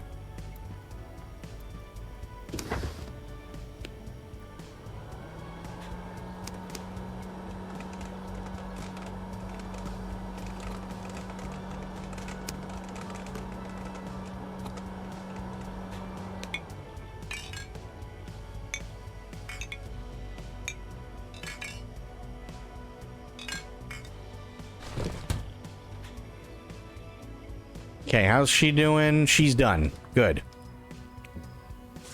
Oops. As I throw one. Good job, me. Boom. Boom. Snipe. He's returning. Snipe. No, lady. Oh, she's on her way there anyway. Snipe. Nice.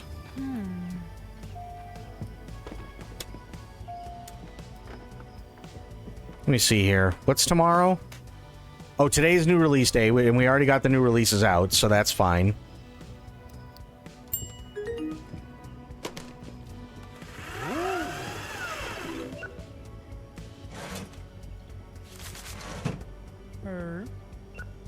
Well, Mr. Her.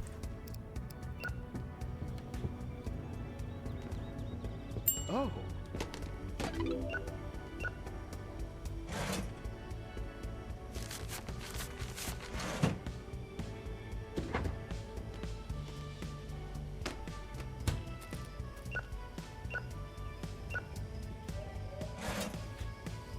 Okay, no change. Because I want to try and get it up to like 3 grand before I do an expansion.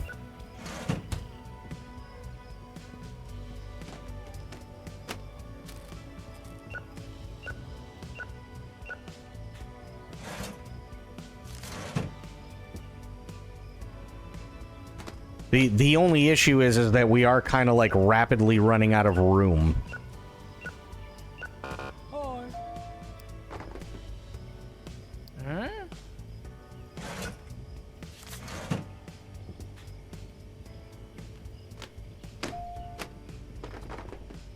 Oh, no. There we go.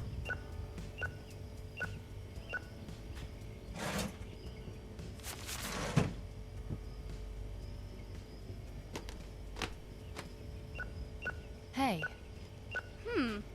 Okay, you want popcorn.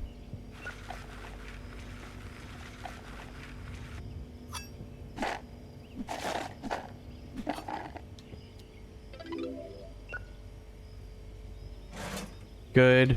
No change. Do you have a drama movie? Oh.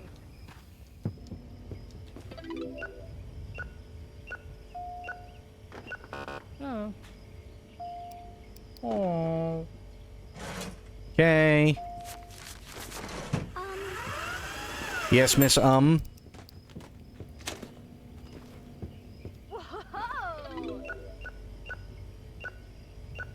Her.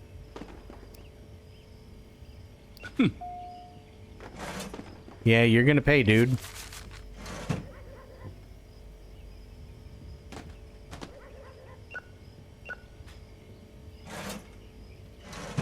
Okay.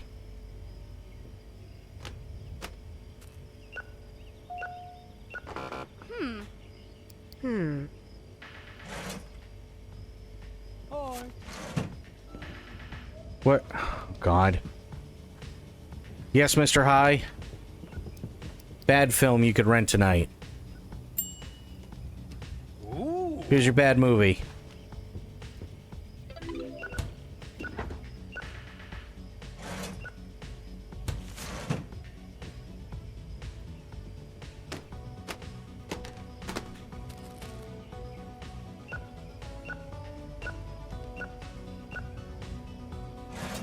Okay.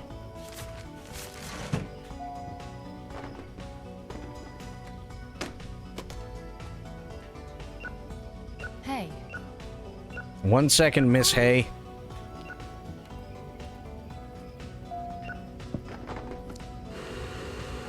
Nice.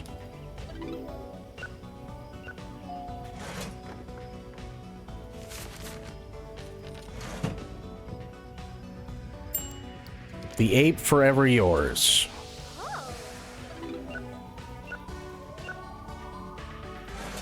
Okay.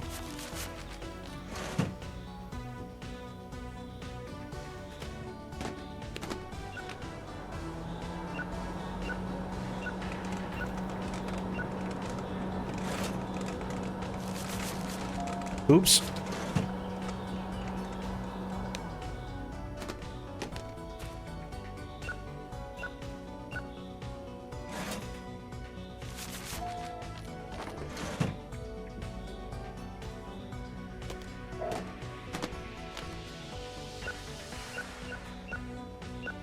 Oh. Huh? Good. I think the dealer's supposed to show up tonight too. I think. Could be wrong.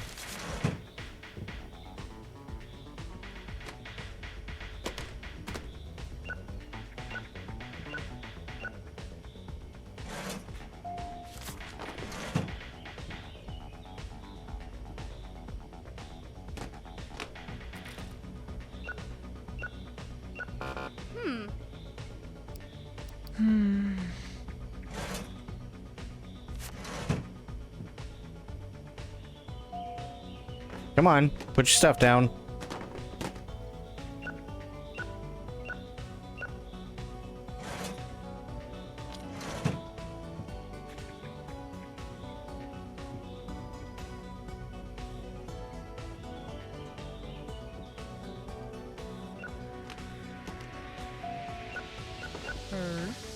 Of course.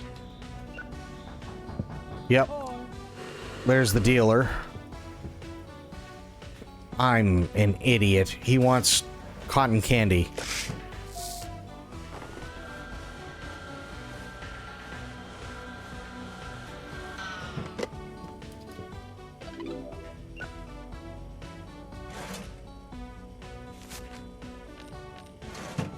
Okay, excuse me 1 second. What you got? Yes, convict in my mouth. Jesus. Squeezing butler. Oh no.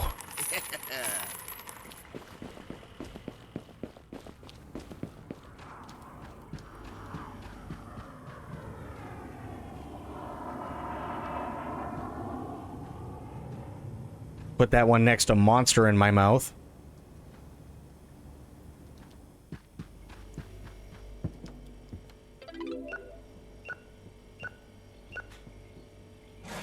Good. $2. Bad dreams. Yep. Oh.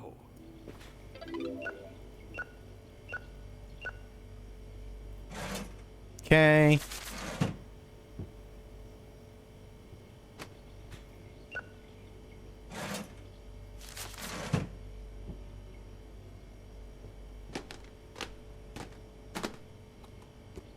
No, oh, okay, the soda's fine.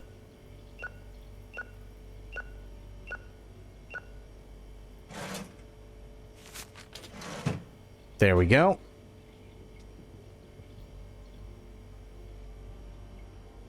You gonna do, there you go.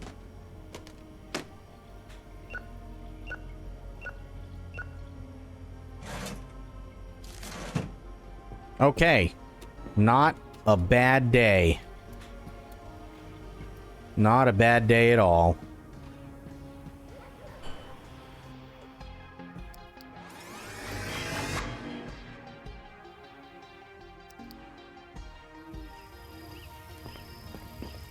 Oh god. Oh, it's Friday the 13th, so people are gonna go ape shit for horror. Which is fine.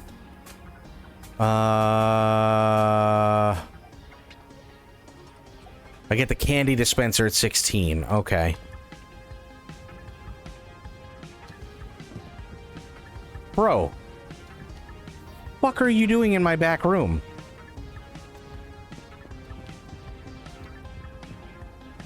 Whatever.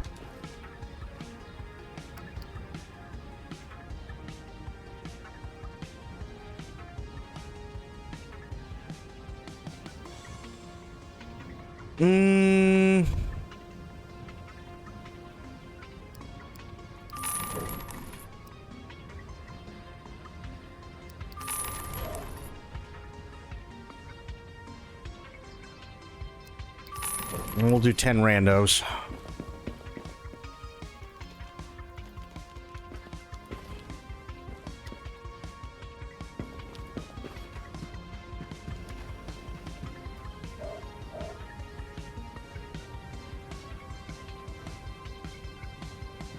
Okay.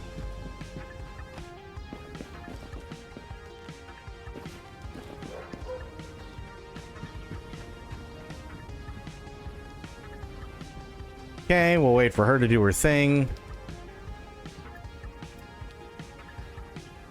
Bro, what are you doing? I'm gonna brain you. You just watch it.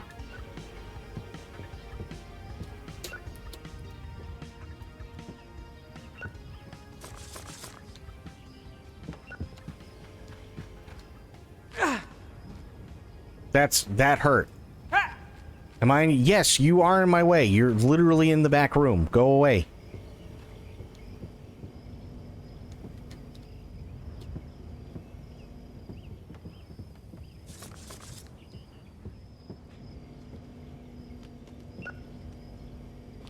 Okay.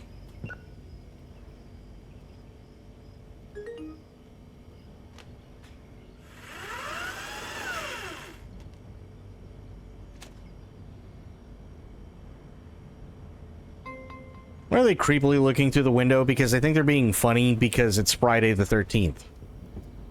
That's all.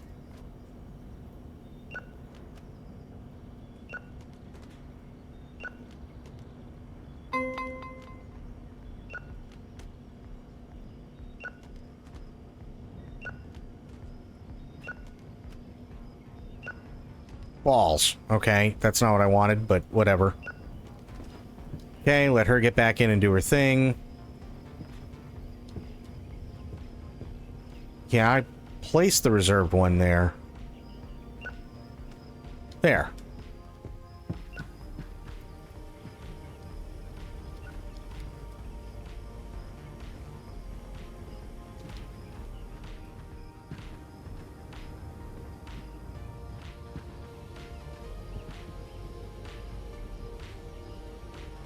Oops. There we go.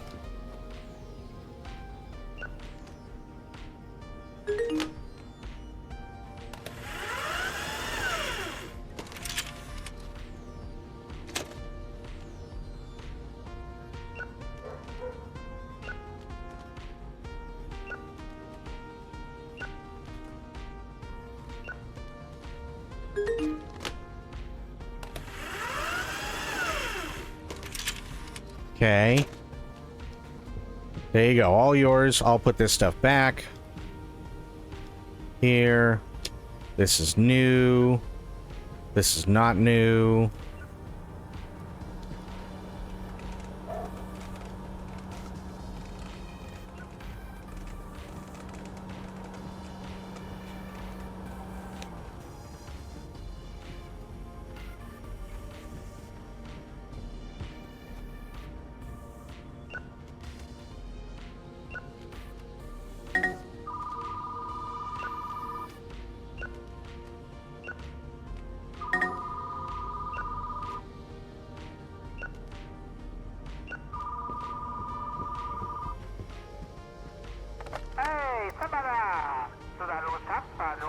Why is the horror section? What do you mean the horror section is small? What are you talking about, dude?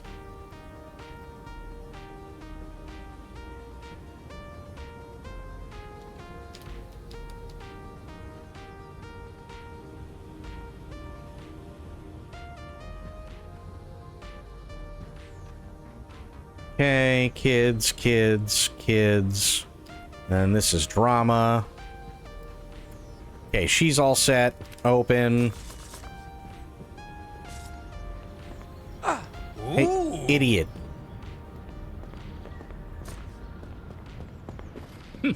Snipe. Oh. No, he's already going. He's returning. Returning. Nope. No, he's already going there. Bam.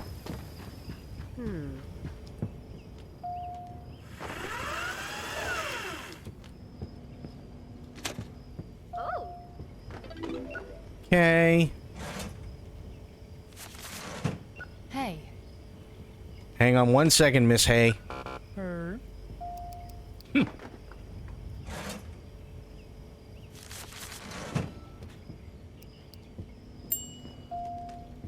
Wow. Okay.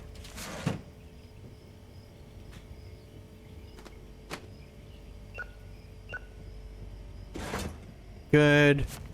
$6.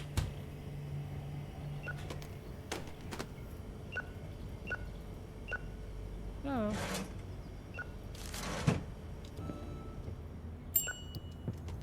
Looking for a good movie to rent.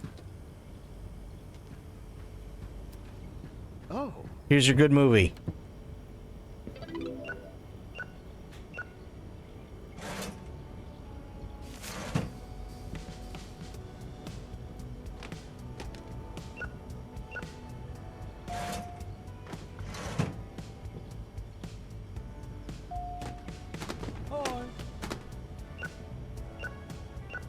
What I think I'm gonna try and do is at least turn this mostly into the mom and pop video store that that I used to go to all the time. I think that'd be a lot of fun to try and do. Oh. I'm never renting here again. Well, no one cares. Have fun, dickhead. Oh god, now what?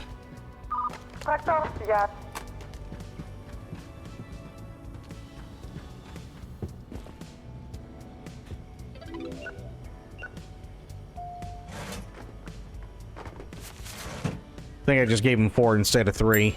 Oops.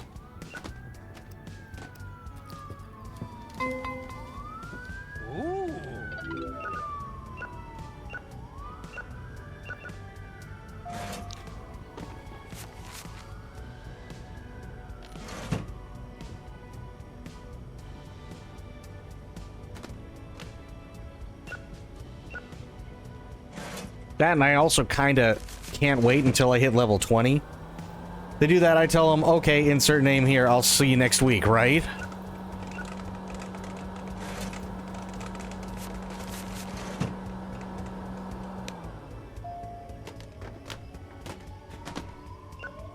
Dripping on the biscuit. My sweet and tasty outsider. Wow, good choices, sir.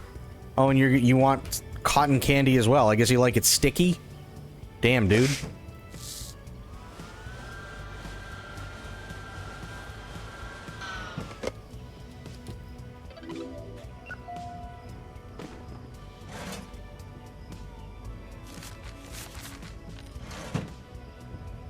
Hang on, miss. I'll be right with you.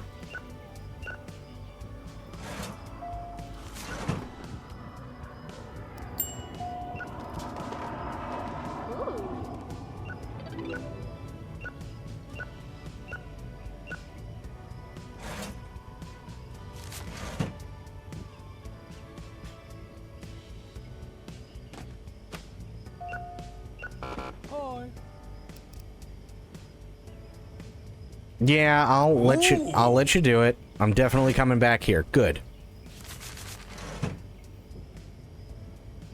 Oh. Hang on 1 second, mister, huh? Good comedy, huh? Where's my comedy? Bad, good.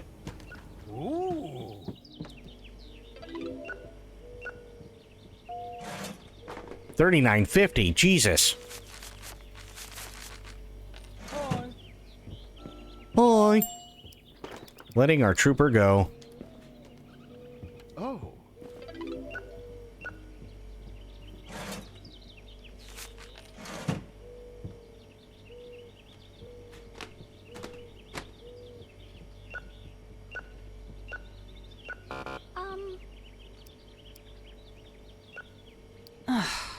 Not paying my fee? That's fine. See you in a couple days, because I'm the only one in town. Go fuck yourself.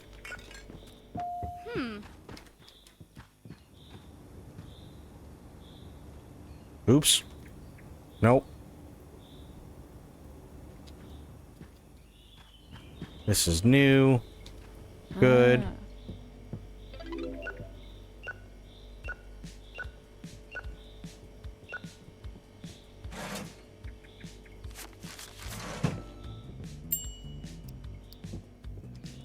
Wait, what?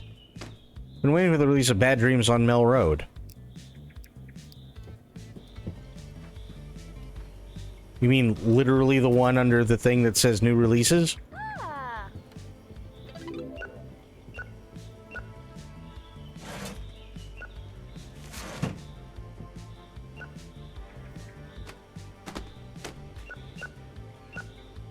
Hey. Rainbow Slushy. Nice.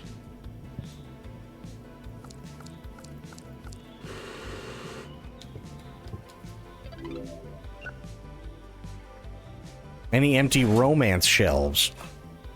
Interesting.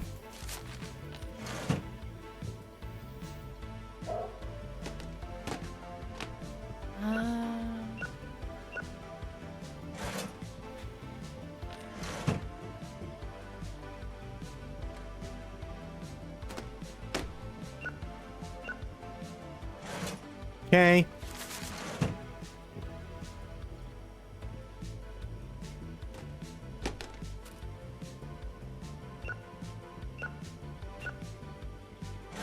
There we go. $5.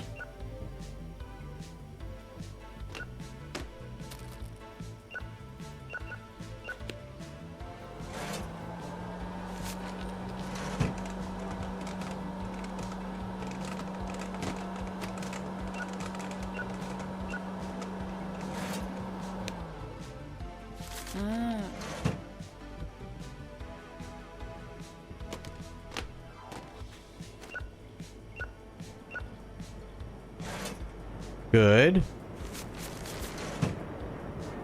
See, we're doing fine. Well, Mr. Her.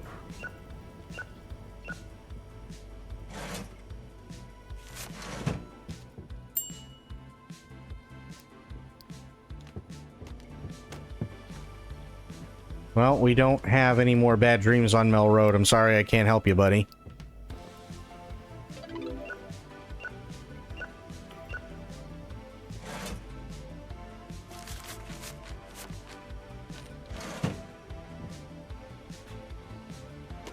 Okay.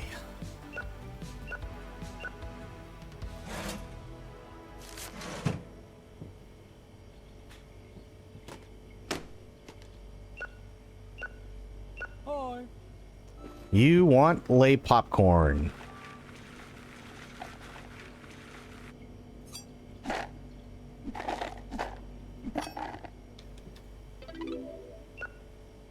Oh. Oh. Nice.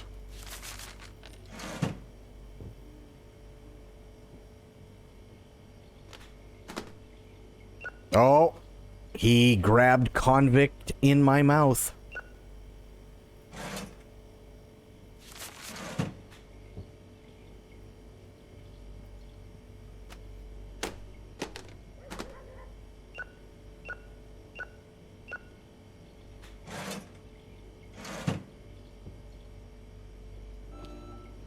Not too shabby.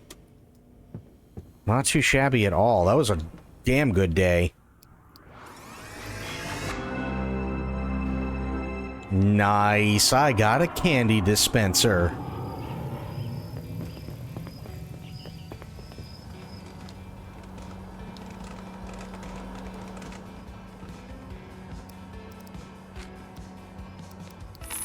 Buy the candy dispenser.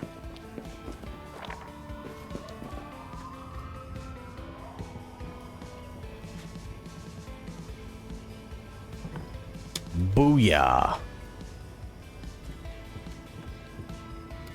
Okay, I'll let her do her thing. Should be space on the romance. Jesus. Okay, wait a minute. Ass. Okay, well, whatever. Here, shelves, another fiver.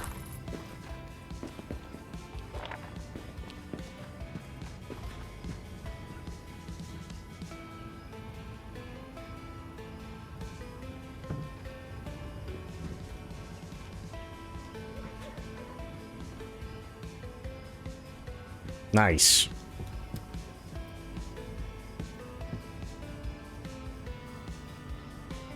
Ooh.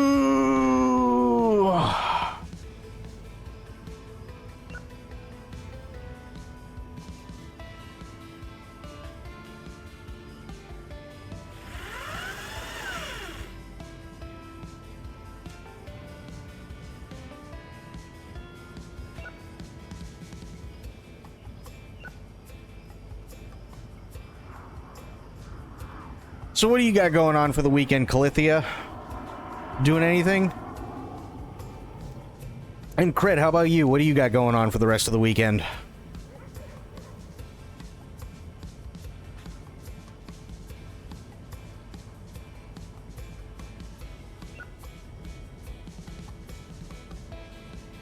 And Aylin, if you're still here.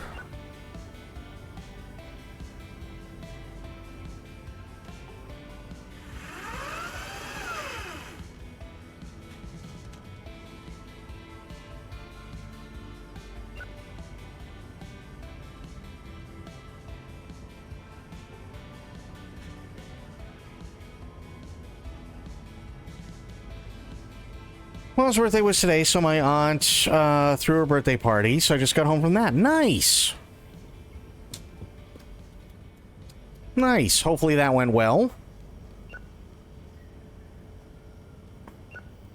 Still here, I don't have much going on this weekend overall. Hey, there's nothing wrong with that. She had a blast? Good. Glad to hear it.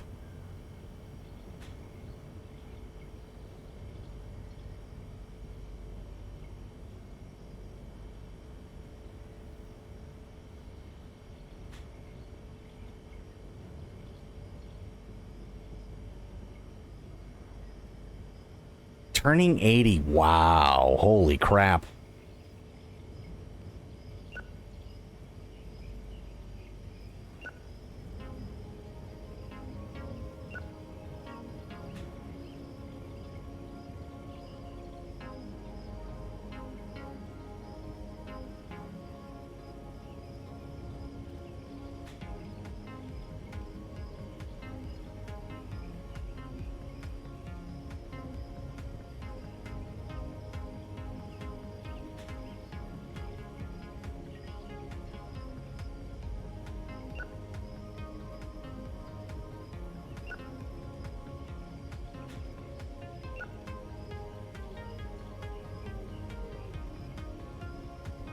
That's huge. Turning 80, huh? Damn.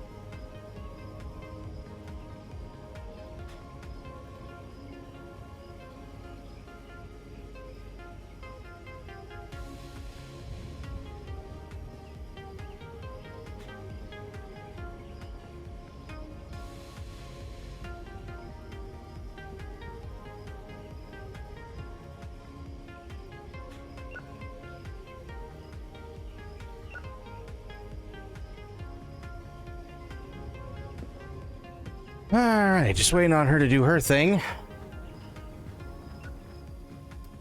Maybe later in their life, so she does not look 80, she's strong and doing good. Wow. That's awesome. Good for her.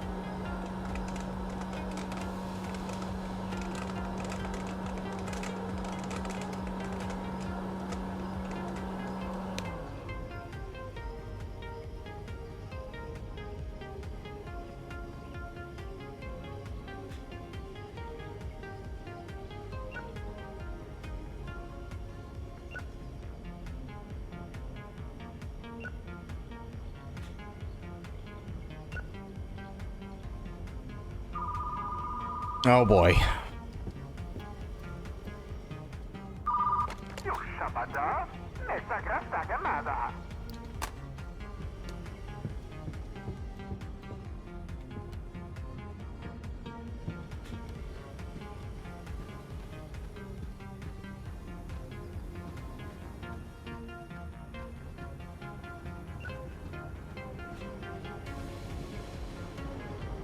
Okay, while she's doing that, let me check and see what they got here.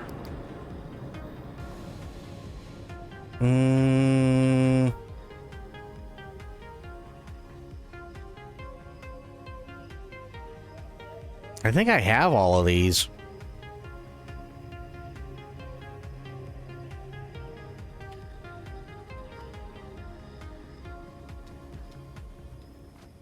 What is that? Blue Monday. Oh, drama movies, okay.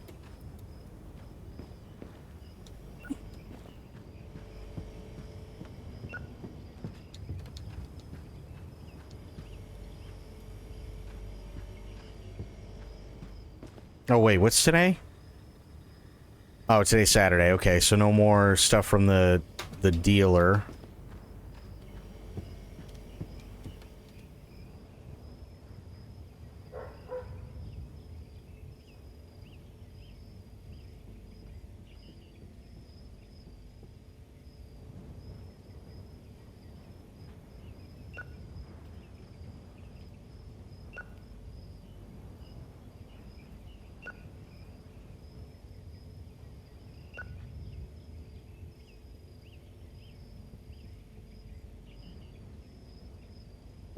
Ooh.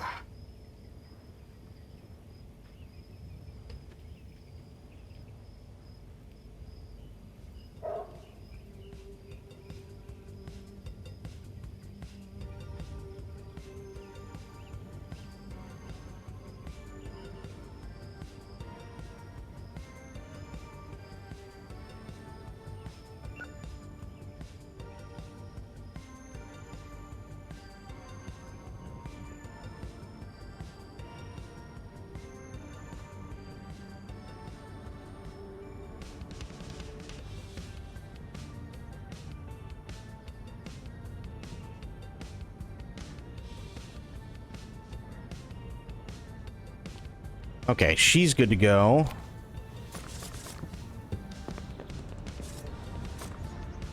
Oh. Ooh. She's returning. He's already going. There. Her.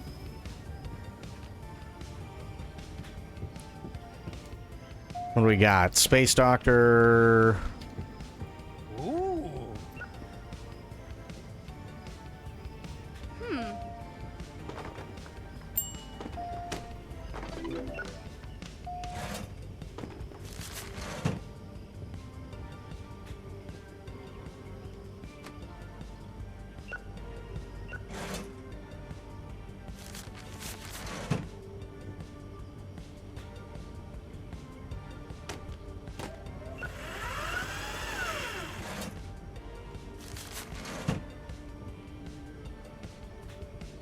Oh, excuse me.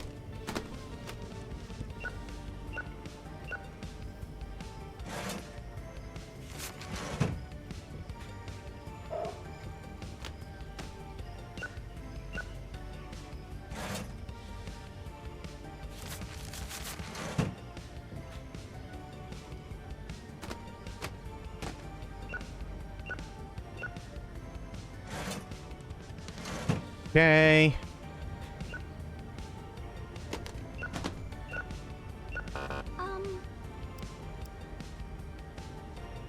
I'm always extra careful with your tapes.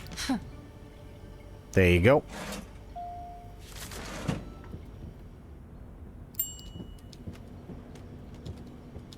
Oh.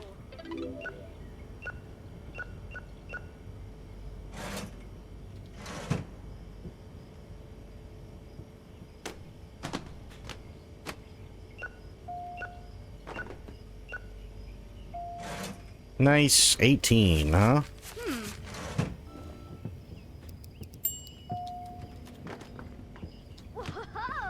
Good. Okay, we're getting up there.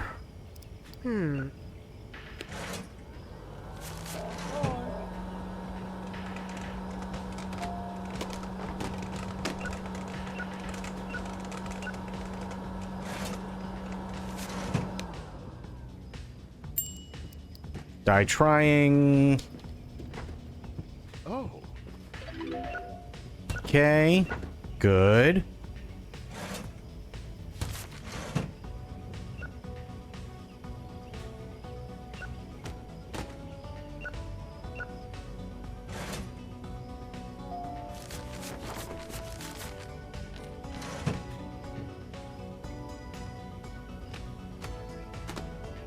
Oh. She wants the purple, pink? I don't know what it is.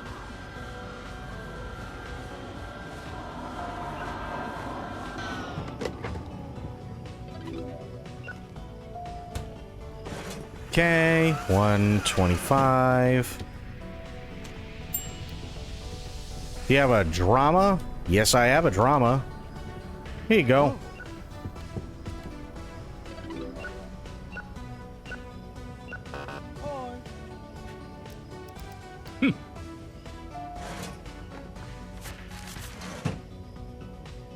Welcome back, Medicine.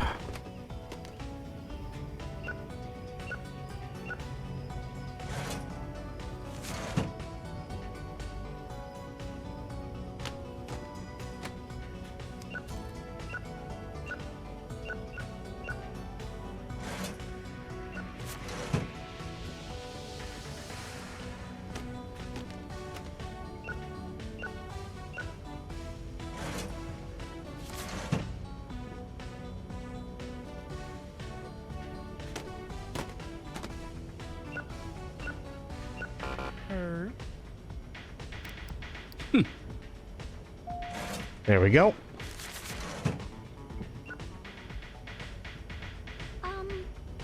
Hang on, Miss Be right with you.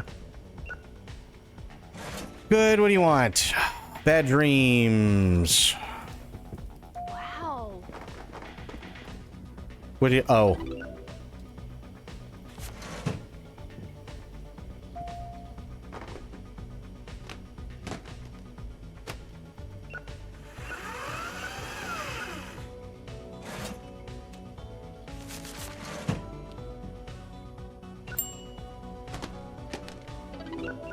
Okay, good. You want a blue raspberry slushie. I haven't had one of those in forever.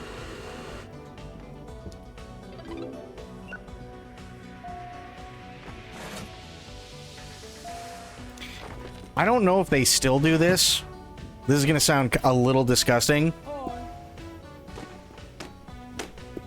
But I remember that there was a thing, especially if you went to, like, does anybody remember Cumberland Farms?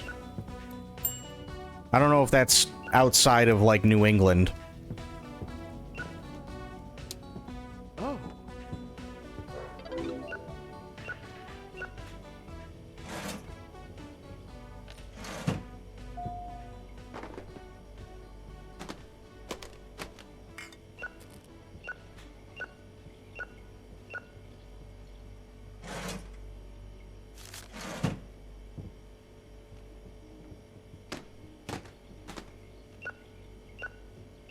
So Cumberland Farms used to sell, I don't remember whether it was ices or slushies, right?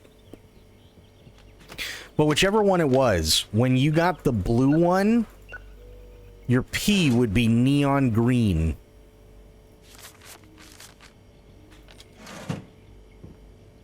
Don't remember them, fair. Remember when Redbox was a thing? You know, honestly, I never cared for Redbox. Like, never. I do remember it, but I never used it. Box is all sticky. Could you give me one that's a bit cleaner? Well, I mean, ma'am, that's kind of the risk you take. Here, you can have the squeeze. You can have squeezing butler. Oh.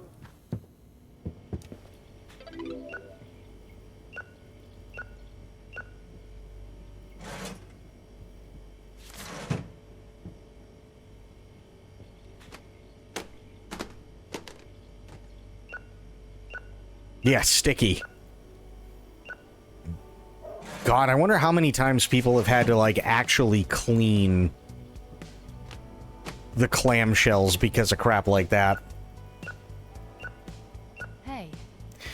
It wasn't even that. It was just like, I always looked at it as, okay, well, I understand what Redbox is doing because they'll put them outside of, like, grocery stores. They'll put them outside of, like, restaurants and, like, everywhere else, and that's fine. But why would I go to the grocery store to get a movie? I could just go to the video store. You know what I mean? Oh, the adult bookstores? Yeah, absolutely. 100% they are.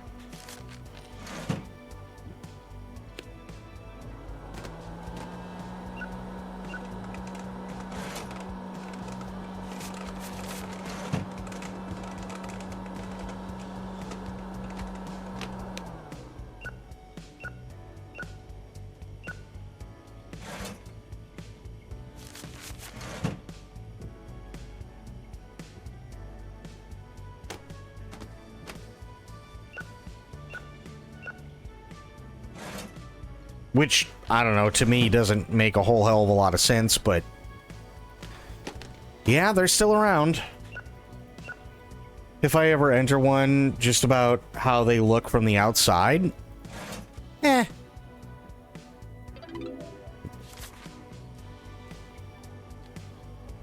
Honestly, I think it really depends on, like, which ones you go into. I used to work for one.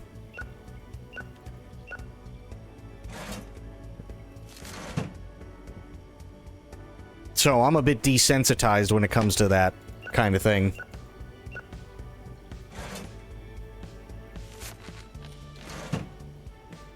Yeah, I used to work for one. Basically what it was It's a lot less glamorous than it sounds, if I'm being completely honest. Basically what it was, and it sounds good on paper, but what it was the guy had Tuesdays and Thursdays, right, were always like the new releases for movies. Okay, fair enough. So let's say Monday night, roughly, when I first started, hand you a box of videos, and he'd be like, okay, you need to look at these, you need to see if they're any good, and then on Tuesday, be here, Tuesday morning, tell me where you think these are going to go and whether they, belong in the back where nobody really goes, or whether they belong up front because they're really good, and so on. And at first you're like, oh, wow, this is holy crap. You know what I mean?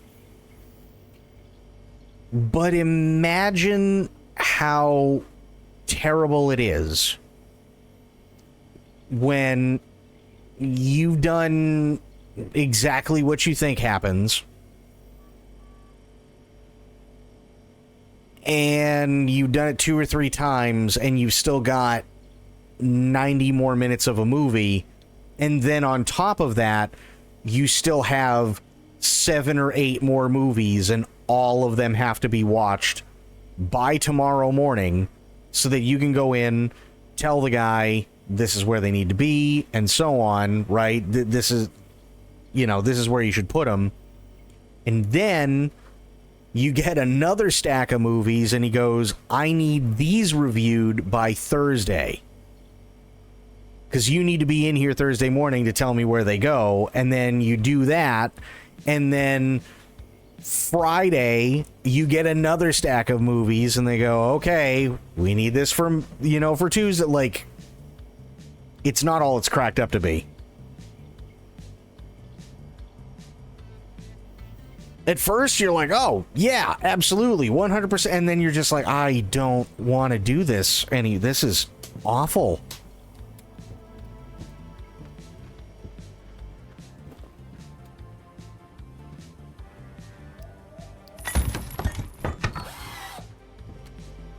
Nice. Okay. Now I gotta move things.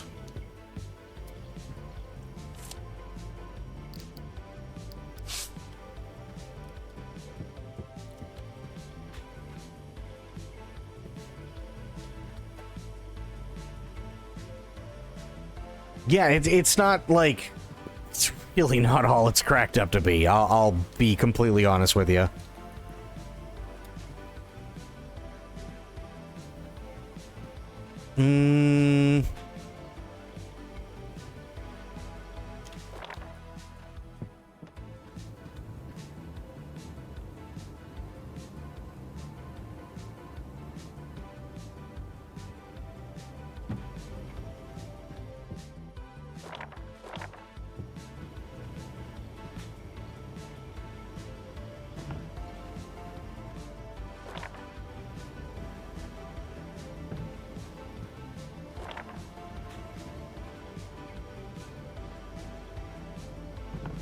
There. Candy machine.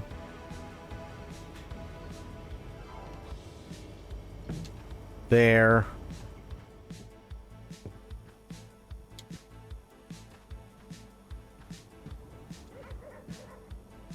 I don't know what I should put in there. At least not yet. I should probably do the sci-fi and fantasy, right? Yeah. Yeah, I'll put sci-fi in there. Yeah, I'll do that. That'll work.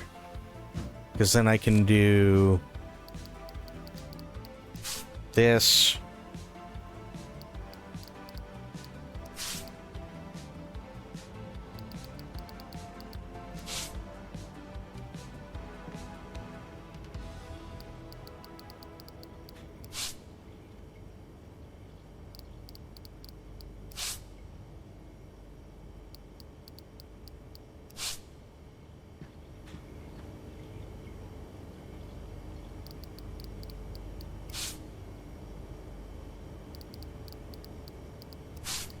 There.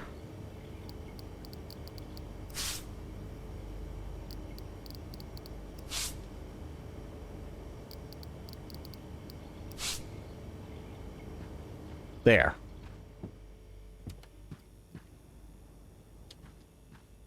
Yeah, that'll work for sci-fi and fantasy. Absolutely it will. Okay. So now I gotta move all of these.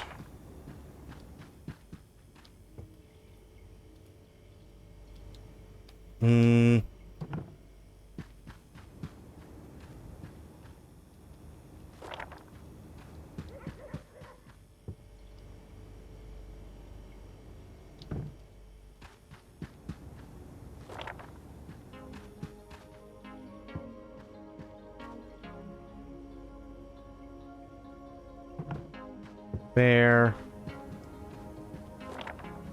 Oops.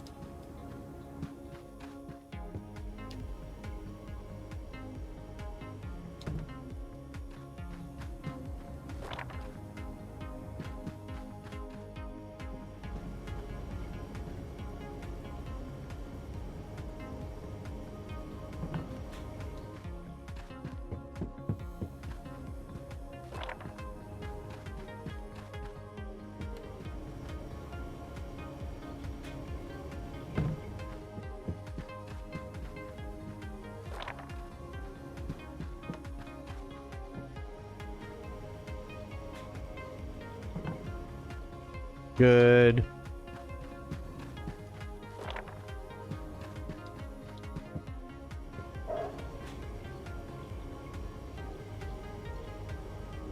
Oh, come on. There.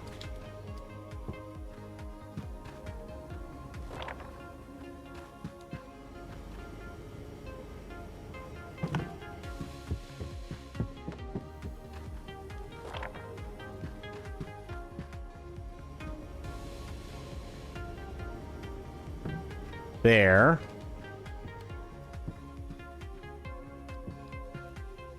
Okay, that actually does look pretty good.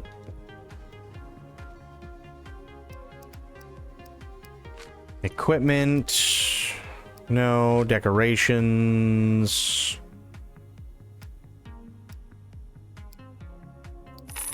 Buy one of those.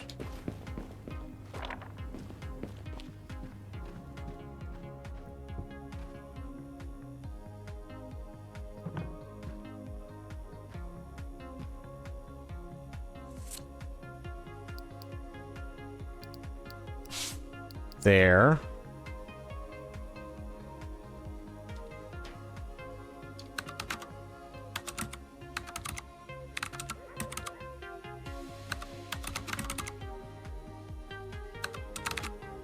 The Sci-Fi Fantasy Zone. There we go. Nice. Yeah, I definitely need some posters.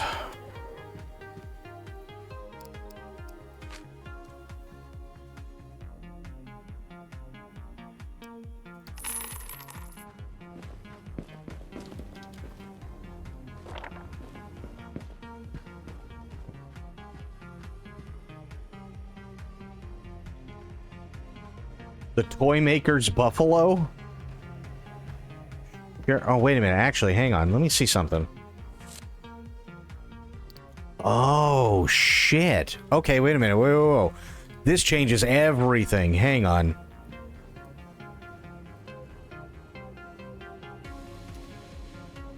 $6641962.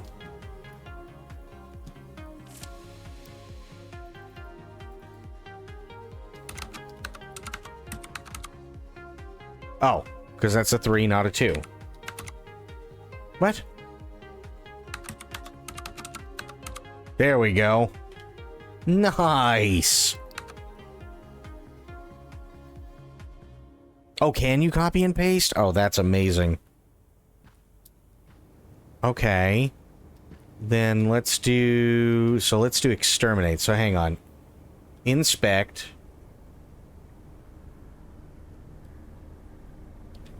Good. Put that back.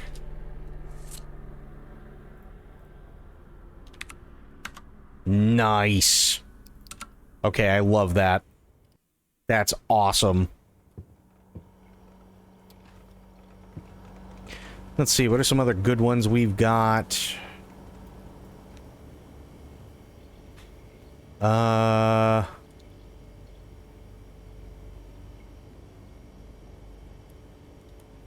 People really do like bun discharge.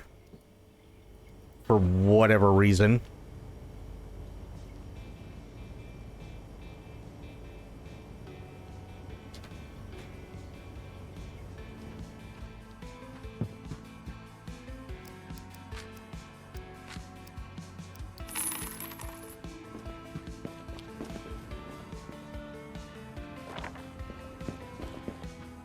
You heard of this game set in 2170 called Angels in Orbit?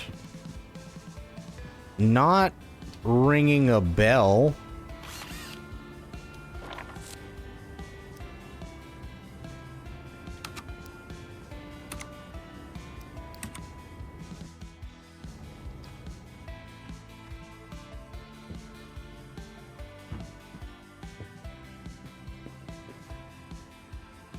Yeah, I haven't heard of it.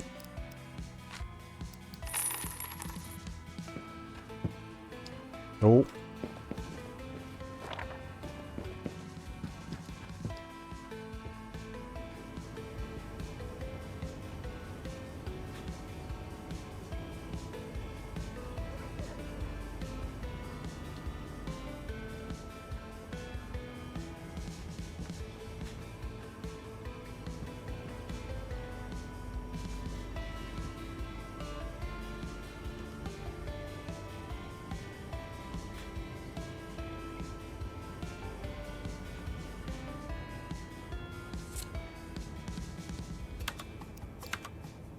Nice.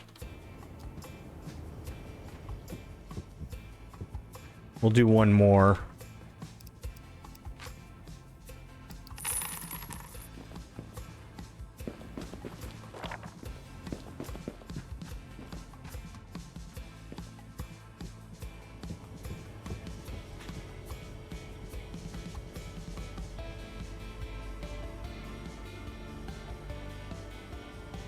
What do I have? Blade of the Holy Dragon. That sounds awesome.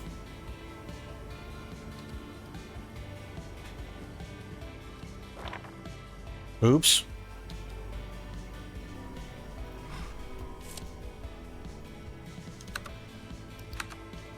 Nice.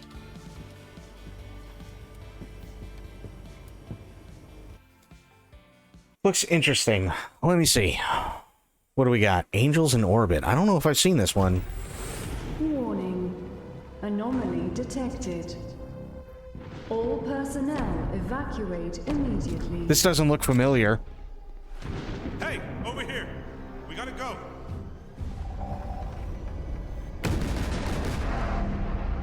Be not afraid.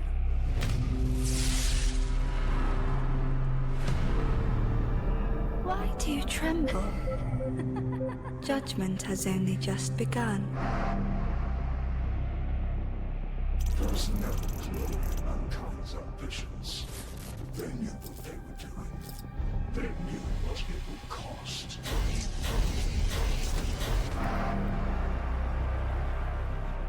Attention. Malachi 3-2 engine online. All staff move to the safe perimeter.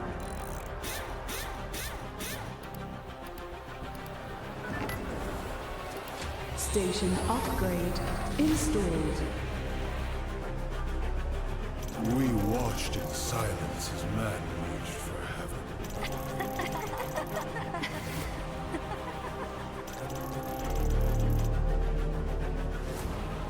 Now, heaven reaches back.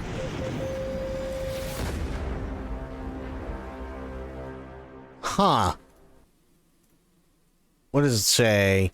It's not about saving the world, it's about answering for it. The year's 2170, an anomaly is ripped through the AIO station, leaving a lone technician fighting to survive. As the silence of deep space closes in, biblical angels descend, beginning trials of morality, judgment, and the price of human ambition.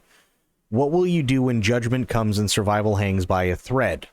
Narrative-driven, the angel encounters are a core component of the experience, branching reactive dialogues where every choice is personal and every consequence is earned. When faced with difficult themes, will you evade the truth to find solace in lies, or will you be a witness after humanity has already committed its sins? Huh. Every decision carries weight. The order and nature of the questions determine Hawkins' fate and humanity's resolution. Multiple endings reflect not victory or defeat, but the truths you choose to face or deny. Navigate a collapsing space station filled with clues, logs, and environmental storytelling. Piece together the hidden purpose of the AIO station, the origins of the anomaly, and the truths buried in the wreckage. Repair broken systems, restore failing machinery, and improvise to survive. Your skills as a technician are both a lifeline and a test. Can you find a way to escape, or is judgment inevitable? Unlock powerful abilities through the Trinity Tree to balance survival with divine intervention. Utilize the procurement system to acquire vital supplies, upgrade the station, and customize your loyal robot companion, Cannibal. Alter stalks the corridors, neither man nor divine. His relentless pursuit is merciless and unpredictable. Is he beyond redemption? Are you? Existential sci-fi horror, stealth survival mechanics, branching dialogue trees, and multiple endings. Huh.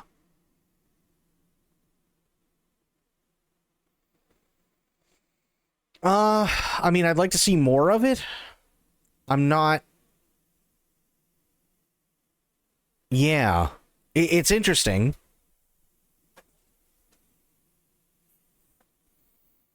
It is an interesting one. I'm just... I don't know.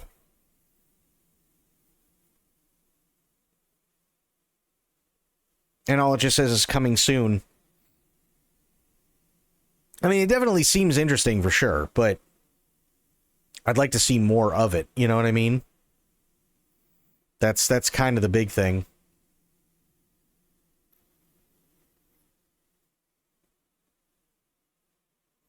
What else has he made? Deathbloom, Chapter 1 and 2. The Swine.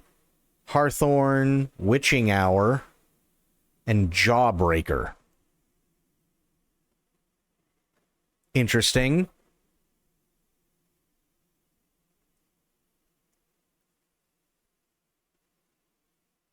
Huh.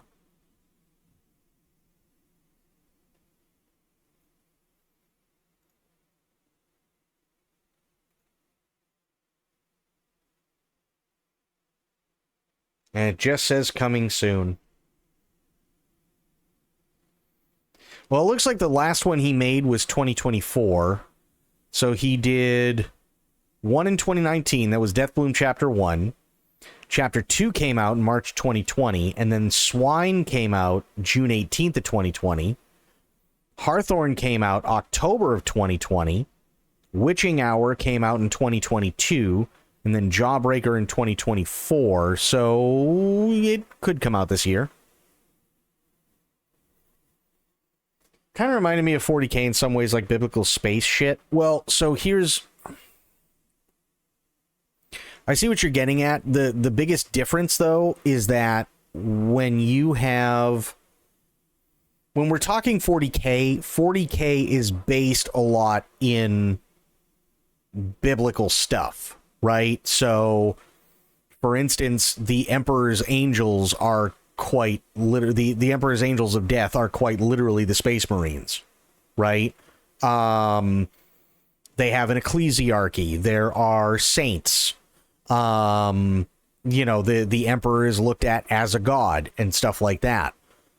These, at least in Angels in Orbit, are supposed to look like basically biblically accurate angels that are testing you, not because they're trying to save the human race, but trying to discern whether or not you deserve to survive after the human race falls.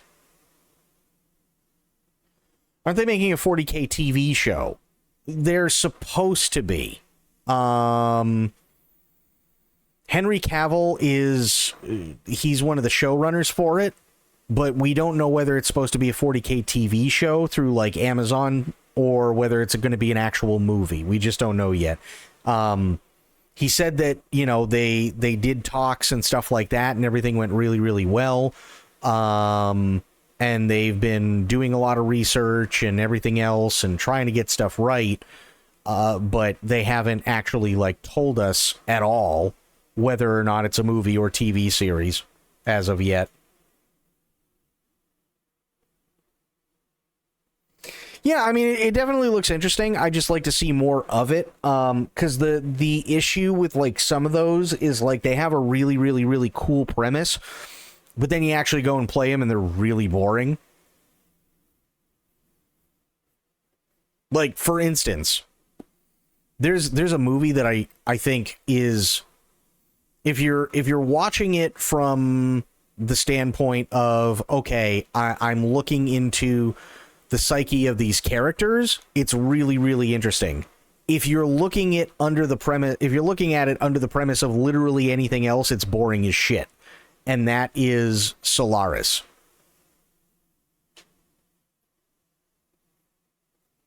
So like, it's a psychological horror, which is great, but quite literally, it's just a bunch of talking heads the entire time.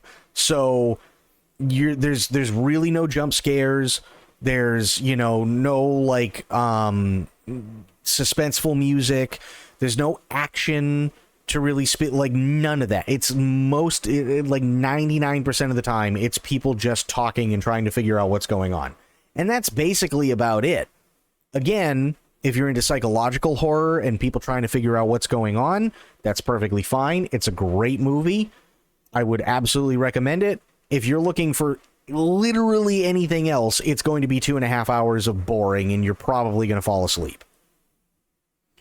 And it's kind of the same way with a lot of existential horror games too, unfortunately, is just great premise, cool thing, gameplay kind of ruins it. So I'm interested in it, but I want to see more. I'm not entirely sold, but that's only because of what I've dealt with when it comes to others.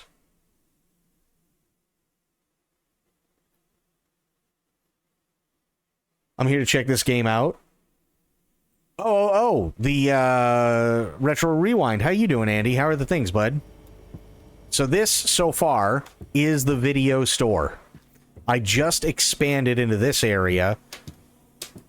So this area is kind of barren right now. The store's closed for the night. And I think she's done. Yeah, she's all done. I might as well put new releases here, I would assume. That would probably be the best thing to do. Well, hang on.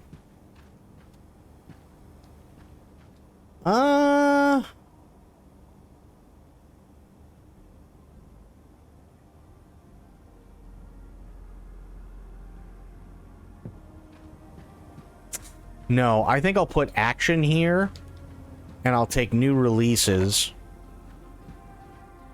and I'll put them here. Kind of front and center kind of deal.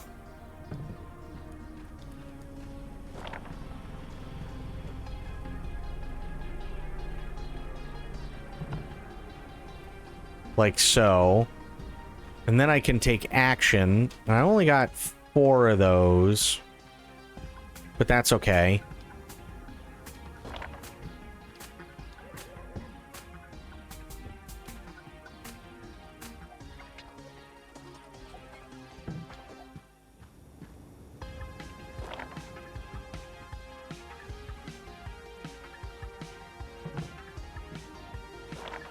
Okay.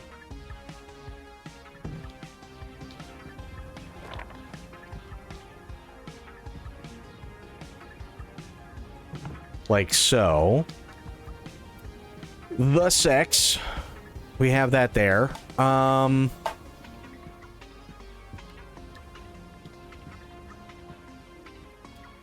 I could probably move romance over to there. Because I need the space anyway over there for the rail.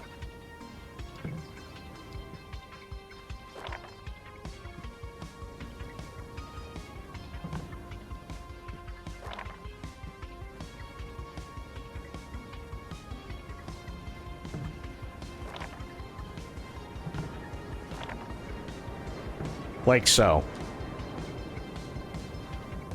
This is off center.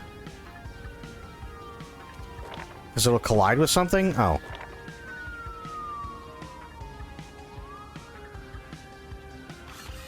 There we go. And then here, inspect. What? There we go. Good.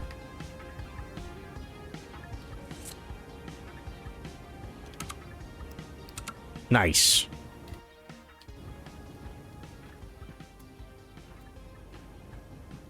Okay, that looks a little bit more full, which is nice. I like that. It's got a day 8 of 9 straight at the news station. Oh boy.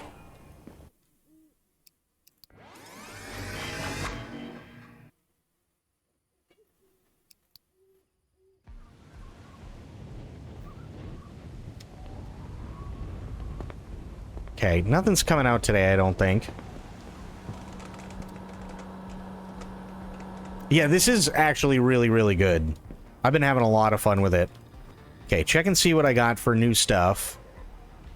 Doesn't look like much. Yeah, doesn't look like much, which is fine. There's nothing going on today. Oh, I can claim stuff. I forgot about that. Here, here. I keep forgetting about these. Claim that. Nice.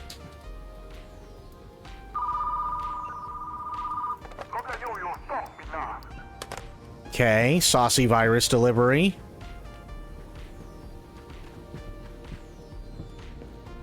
Good. Okay, it's not going bad.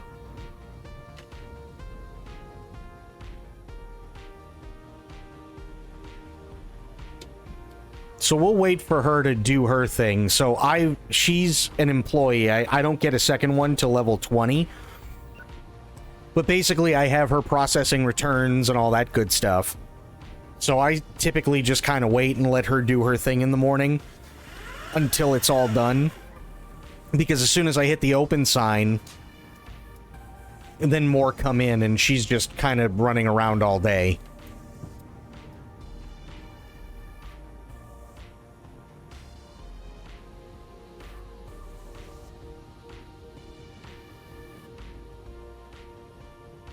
And they are adding some really cool stuff to this too, which is really, really nice. So they're adding video games. They're going to add VHS repair, which is really cool. And then they're also going to be adding VIP memberships for your customers. Which will give them, like, discounts on renting movies and, like, extended rentals and so on. So they're going to be adding all that stuff, too.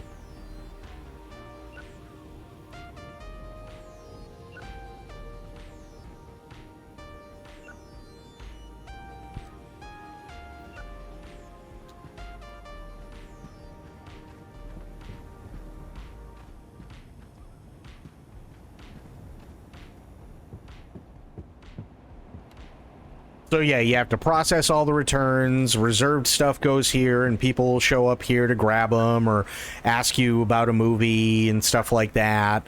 This is the checkout thing, the checkout system. You know, process the purchases and everything back here.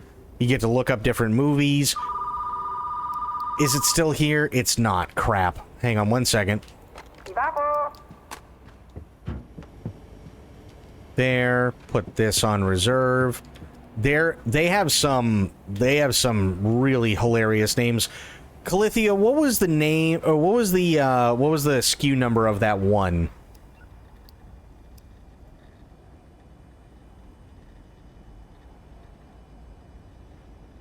Which is just absolutely hilarious.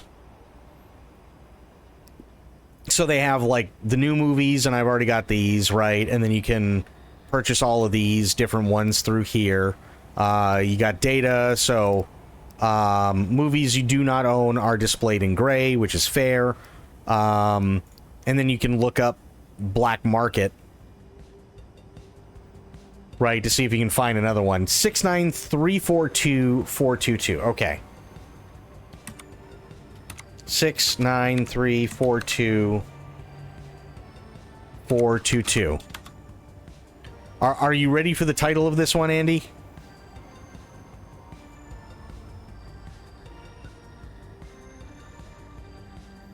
It's an adult movie called Gripping My Stranger.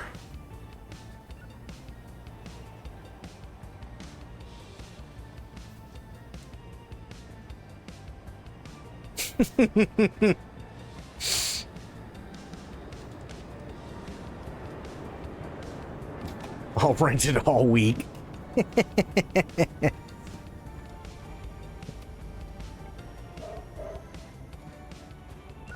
And pay the late fees. We've got some other imaginative titles, like Dripping on the Biscuit, My Pumpkin, a Woman's Fantasy, Monster in My Mouth, Soaking My Minotaur, Convict in My Mouth, His Massive Shipmate Strikes Again, My Sausage, a Woman's Fantasy, My Marine, a Woman's Fantasy, Poor Puppet, You're Mine, Keeping My Casket Oiled Up, Please Fix My Leaky Zombie, The Swimmer's True Desire, My Bathtub, a Woman's Fantasy, The Milk Carton's True Desire, My Sweet and Tasty Beast, My Fiery Bear, The Superstar is in for a treat, Sexy Tape in the Sauna, Two Ladies for One Jester, Gargling Shrooms Bathwater, The Cougar Wants My Ghost, and Naughty Bath. My Sausage Adolphy Adult Story. Oh my god. That would be hilarious.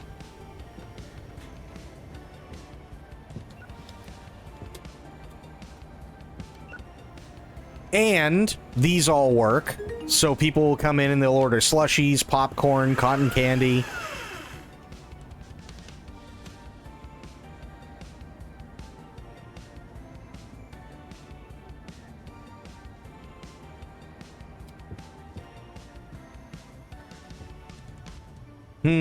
I'm wondering, should I... Ooh, there is one decoration I really, really want for down there. Johnny 5. I'm really thinking I should just do it. Yeah, I'm going for it. Johnny 5.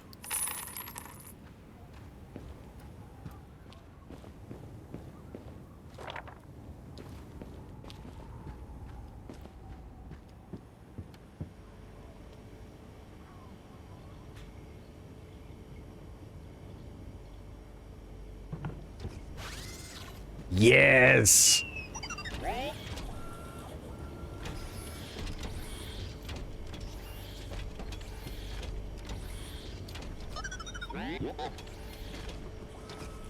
Nice. Can I... Okay, I can't do anything there with him, but that's fine.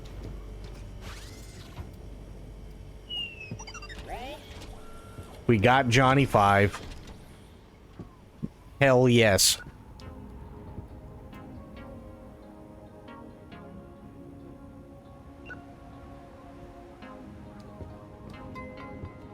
She's still going.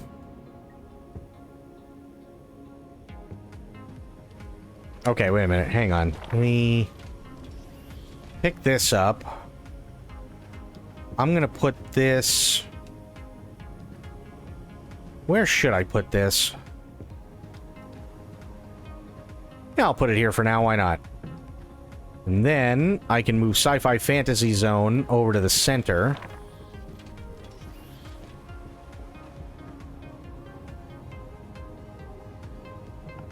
Much better.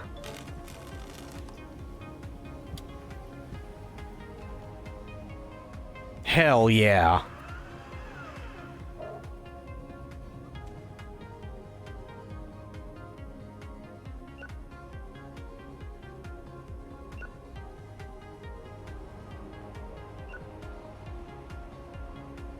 I'm digging it. God, she had a lot of movies to get through, huh? Holy crap. Okay, and there's nothing going on today, right? Yeah, nothing going on today.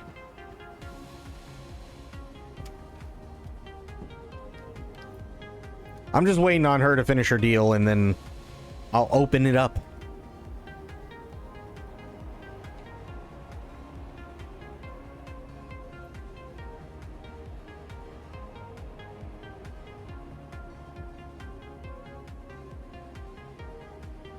Oh, I gotta get rid of this borked one. There we go.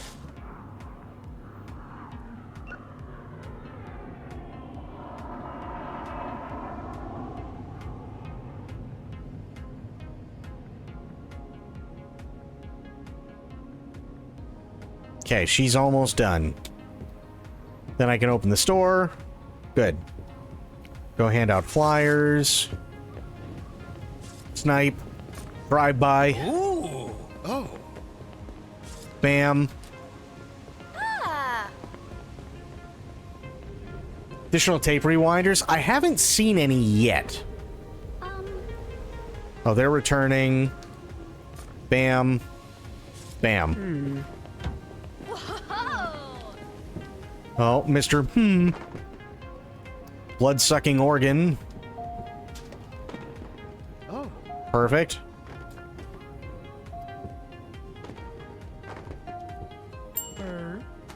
Oh, Mr. Her.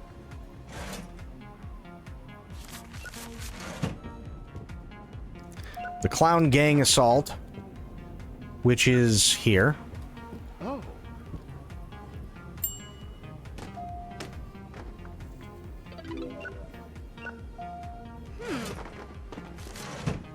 Oh, we got Miss Saucy Virus Delivery.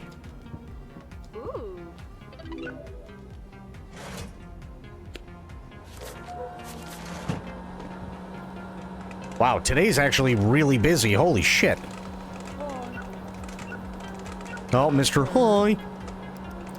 Bus is running. Sorry, buddy. Was a late fee. You have to.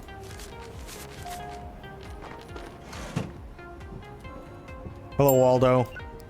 Smoke Archer. Ooh. You got Gargling, Shrooms, Bathwater, and my Sweet and Tasty Beast. Nice. Blue, what's going on? Hey. Certainly, can't you just let this... yeah, sure, I'll let it slide. Alright, Miss What's your go-to adult movie? I haven't even watched any of them. I don't know if that's even possible. Here, you can have Convict in My Mouth.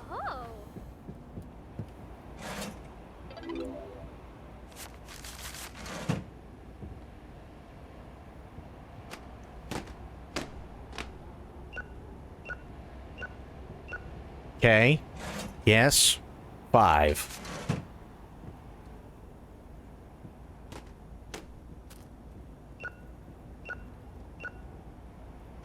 Okay. 560. Nice. Yes, Miss The big toe magic trick.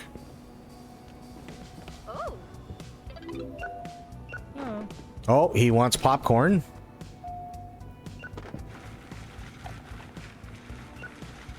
Two guys, one plate. Oh, God.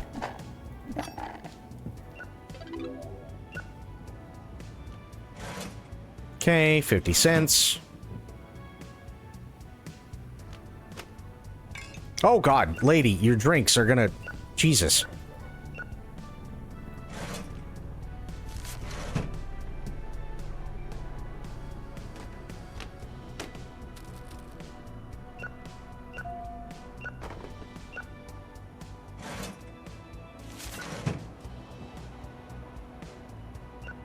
Yeah, so once I get to level 20, I'm at level 16 now, I believe.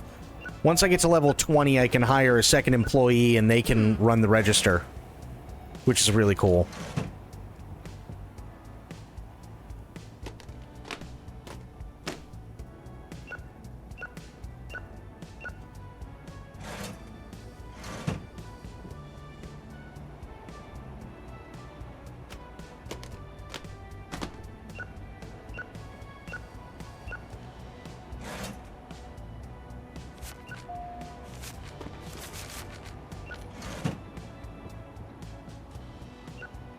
Okay. Hey. Traffic was insane. Well, place is a ripoff. Well, you know what, lady? We'll see you next week.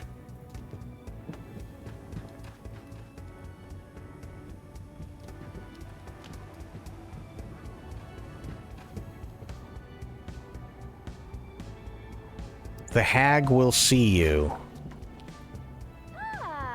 Learning blowing and sucking organ pipes featuring Music Teacher the Musical. Oh, God. Hang on, Miss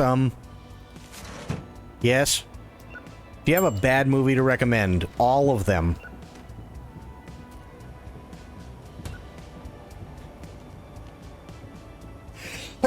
Ooh, excuse me.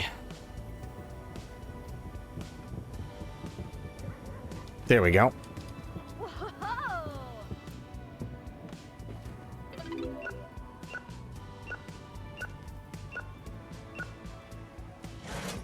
Yeah, Andy, this is something that, like, when I was growing up, I always wanted to work in a video store, and by the time I was old enough to do it, because obviously with the adult movies, you had to be 21. By the time I turned 21, they were all gone. So this is just me, like, living out what I wanted to do for the longest time.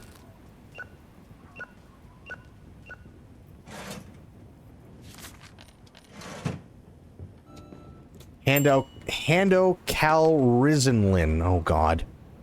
Demented Doctor. Oh. Sir, your soda keeps falling off the counter. I advise you not to open that in the store. But please do so right outside so we can laugh at you.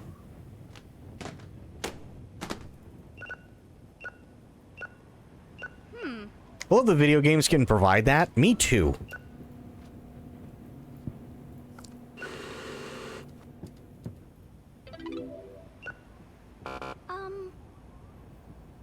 I understand 1,000 movies. You think I care? I'm rich. Good.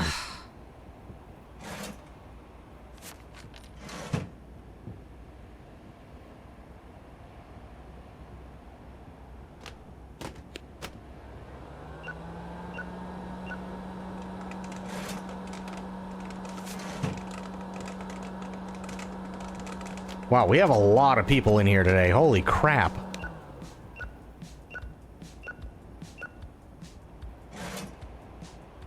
$19.50.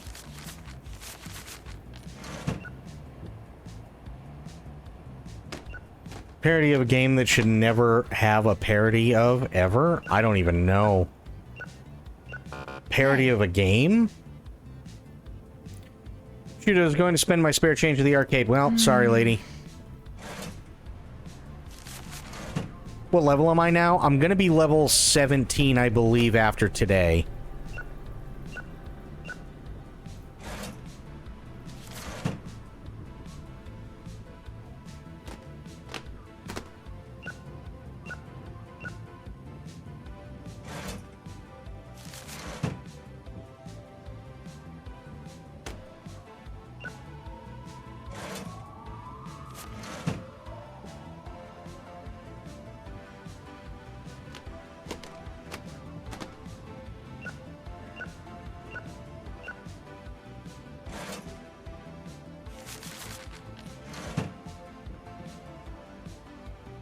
Bubsy 3D. Oh my god.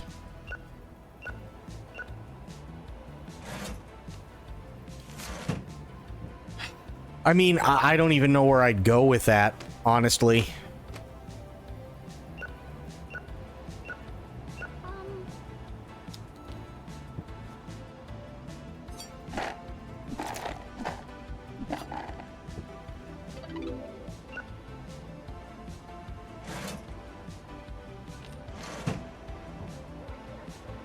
Retro Rewind cart. Oh my god.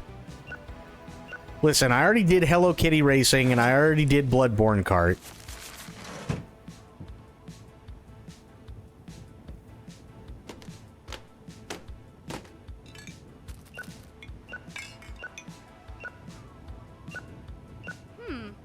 And she wants popcorn. Damn. Okay. Works for me.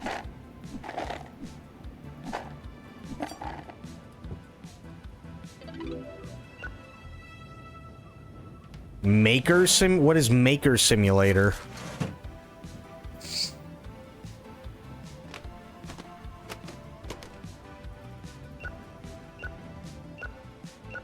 Her.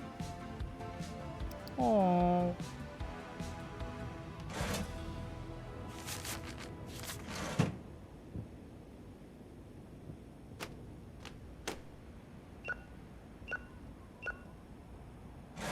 Here, $1. And I think that's it for today. Nice. I actually did pretty damn good. You build your own MMORPG and profit from it as a game. Huh. Well, I remember, like, RPG Maker. I remember that way back in the day, and I think they're still going with RPG Maker.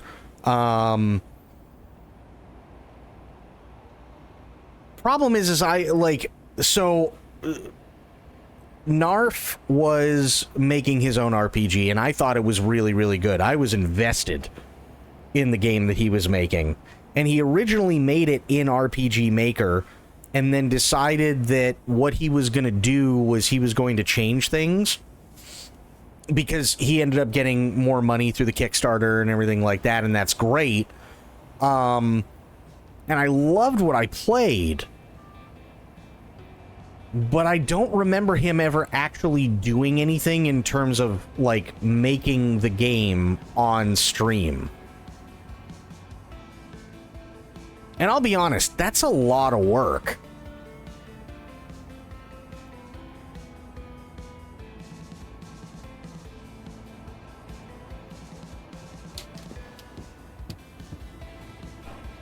Okay, how'd we do? Okay, $500. That's not bad. Okay, so after tomorrow is level 17. Crap.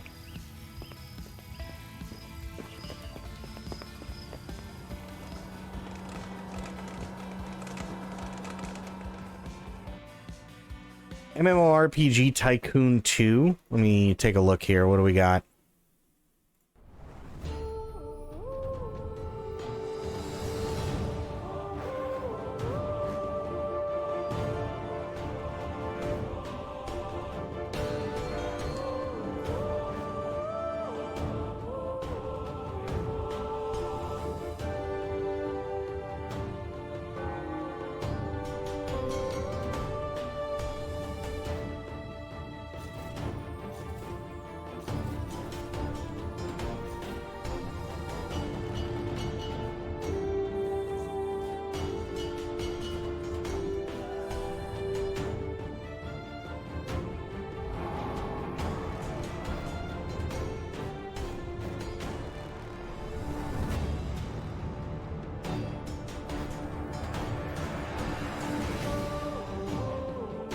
Huh.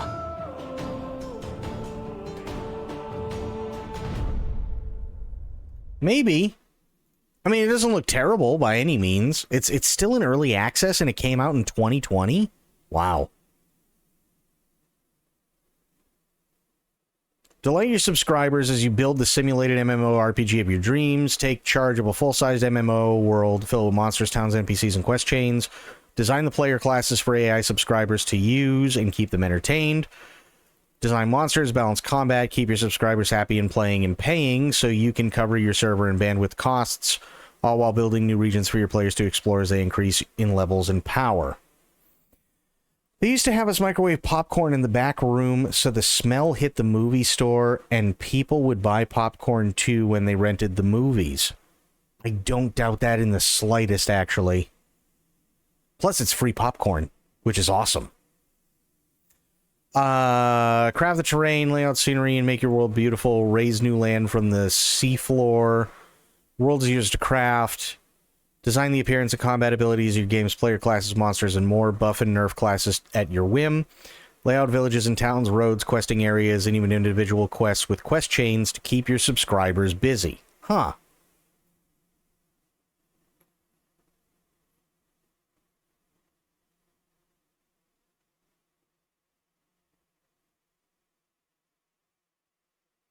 I thought Steam tried cutting people down on that. Cutting people down on what, Bloop?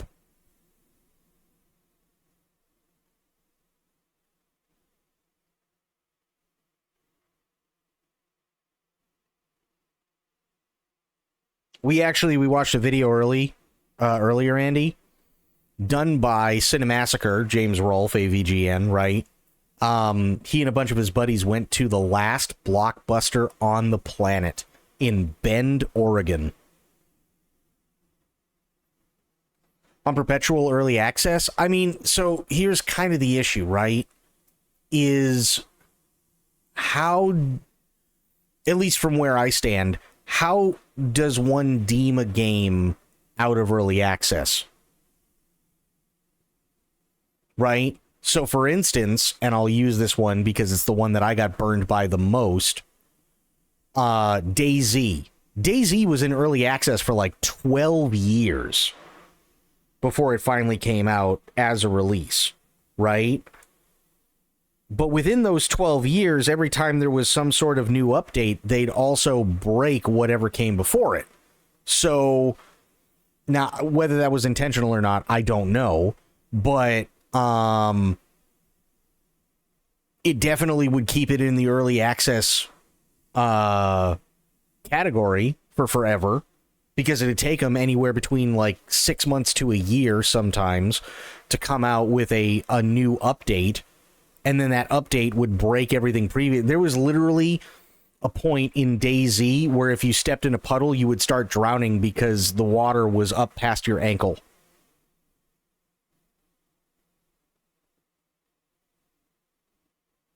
Right? Or there was another update where the map itself was completely barren except for the public bathrooms, which would drop every item and weapon in the game. So what we used to do is we used to do what's called server hopping, because all of them would have to be on the same build, right? For just the vanilla game. So what we do is server hop. So the way that it worked in DayZ is, back then you could switch servers on your character that you had. So we'd go into one server, we'd find a public bathroom, we'd grab anything and everything, all the ammo, all the items, all the guns we wanted, and then we would log out, go to another server, and spawn back in on that exact same spot, and there'd be another public bathroom filled with everything. And we'd just take what we wanted and do that like 8-9 times, then run back to our base, stash everything, then start over again. It was completely broken. 100% it was broken. Right? So, yeah. It was in early access for a while because everything they did just borked it hard. I need people to play DayZ with. You know, funny thing, I found this out quite a while ago, and I haven't spoken to her in a minute, and I hope she's doing okay, because I've always considered her a really, really good friend. Scarlet Rose got started doing DayZ RP.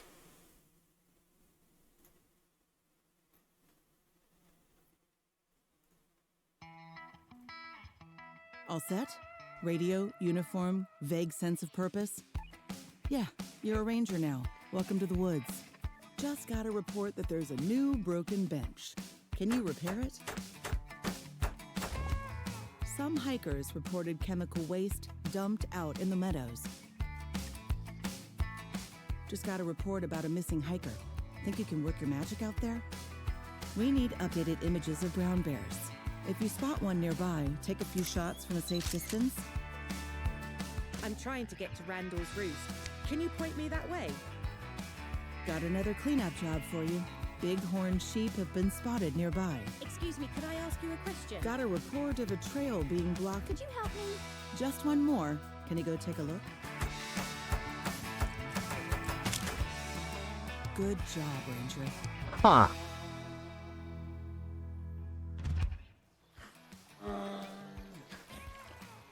I'll be honest, I kind of would like it more, I think, if it was set up more like Long Dark, where there was actual danger of, like, when you interfere with, say, a brown bear, right? You get too close, that brown bear can absolutely attack and kill you. Wolves, or you get too close to a longhorned ram, or, you know, like, there is an actual this just feels like one of those things where it's like, oh, I'm just gonna walk around and do things.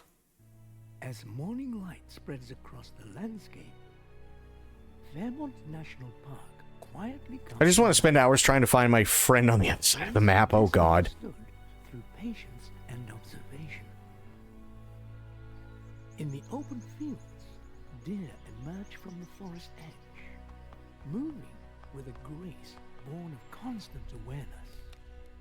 Here, caution is as vital as nourishment. Closer to the ground, rabbits forage quickly through grass, their world defined by vigilance and sudden motion.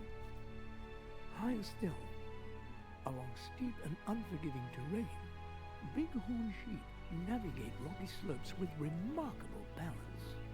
Strength measured not in force, but in control.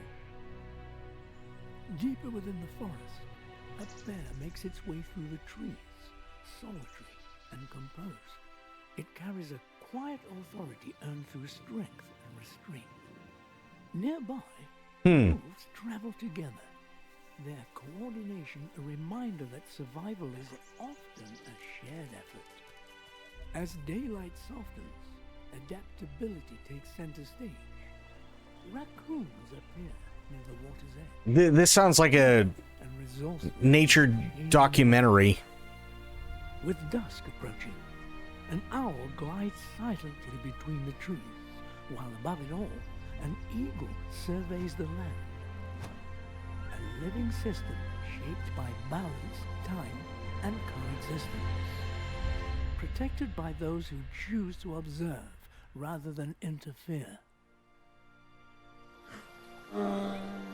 It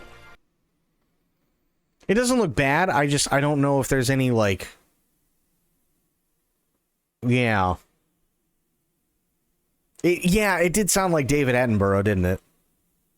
It really, really did. I was like, I mean, it doesn't look terrible, but yeah, I don't know. I don't know about that one. What was it? So I got stuck in a rabbit hole the other day. Watching Markiplier and his buddies playing Lethal Company. And they put some mods on which were really, really, really funny. I could actually see, like, a bunch of people, a bunch of us getting together and actually playing Lethal Company, which I think would be fun. Because I know that there's a mod where you can do up to, like, 20 people or something like that as well. So yeah, there's like a bunch of games and stuff like that where you can do that. But see, I like those games not only because, like, or even Peak, right? Peak is really funny because there is that danger of, oh god, I can't hold on anymore and now I'm gonna fall 17,000 feet.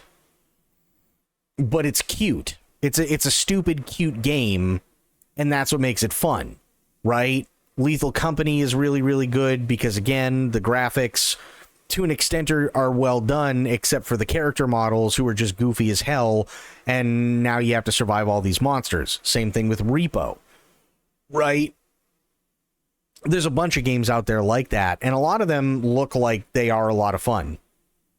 Or even RV There Yet, right? That's another one that looks like a lot of fun. This, on the other hand, just kind of looks like a wasting time simulator, if that makes any sense. Like, what do they have to say for reviews? Hang on, let's see. Really excited for this game. Had high expectations. There's a lot of work that needs to be done. Right now, it plays more like a nature walk with a to-do list than a simulator. Feels repetitive by the first hour. It's a little choppy, and I feel like the park needs to be more live-like, especially toward the visitors. Repeating the same 3 lines like they're stuck in a national park Groundhog Day. Also, there's no effect from running into animals. They just run away from you. Yeah, see, that's a bummer. Cons can be a bit glitchy still, can feel repetitive after a while, same quest given over and over, limited number of tasks to do, quests are repetitive, very vehicle difficult to keep on the road, very difficult to keep on the road, and no preview of quest locations. Huh. Office will continually have you doing tasks, which makes sense, but you only have like 30 seconds to accept it with no preview of where it is located. Oftentimes, the tasks are so far apart, you don't have time to get them before the day ends. When the next day starts, the task is gone. There's no penalty for not sleeping, but to work so hard to get halfway to a task, then not make it and have it disappear just to have them assign another task far away from where you currently are is irritating, and it happens repeatedly. Tasks should be limited to the area you're in. Because you only have until the end of the day, you feel pressured to skip all the tasks you find as you're running around to get to it, such as picking up trash and fixing things, or stopping to look for wildlife or plants or to picture. I find myself turning off the office task requests frequently and just wandering around different trails to take photos and do any tasks I come across. I also frequently check permits and answer the questions. The NPCs only have a few lines and sometimes they just don't make sense. Overall, I do like the game. I'll continue to play it and hope they continue to update it and provide better content. As it is, it's a good game, but does not need to continue to upgrade and improve the content. Huh. Or does need to, sorry. Yeah,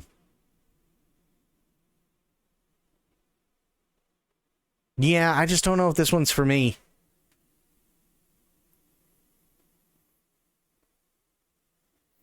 Sadly. Don't know if this one's for me, you know what I mean?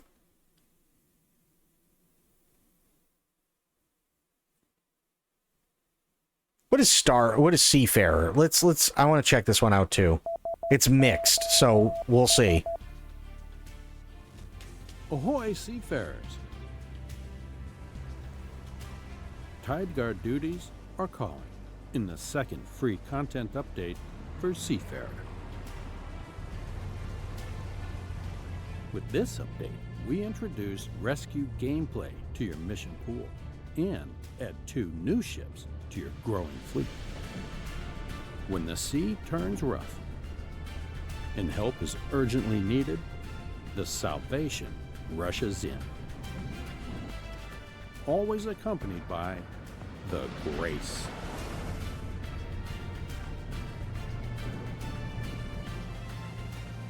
This heroic duo is ready to assist. When there's no door drifting through the waves. Yes, that one. In addition, delivery and investigation gameplay are now available. Huh. You asked for it, and we added it. Thrusters are now available on our larger ships, making harbor navigation easier and more realistic. More than just a small quality of life improvement, right? We're also introducing the first iteration of the Ship Editor. Start customizing your vessels and give them a personal touch, with more options planned for the future. Oh, and one more thing, working wipers have been added to more ships to improve visibility on rainy days. Let us know what you think. You know what I wish they had?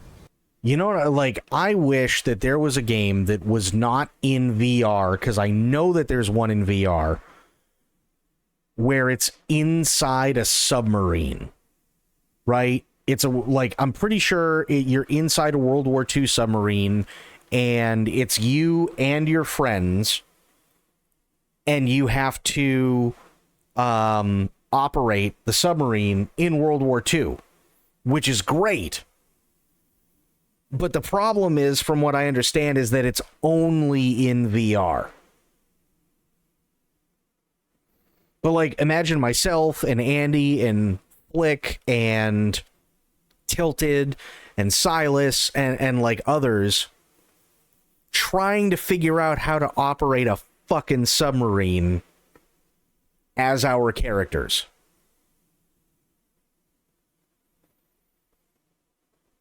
That would be stupid and hilarious at the same time, especially not having any idea what the hell we're doing.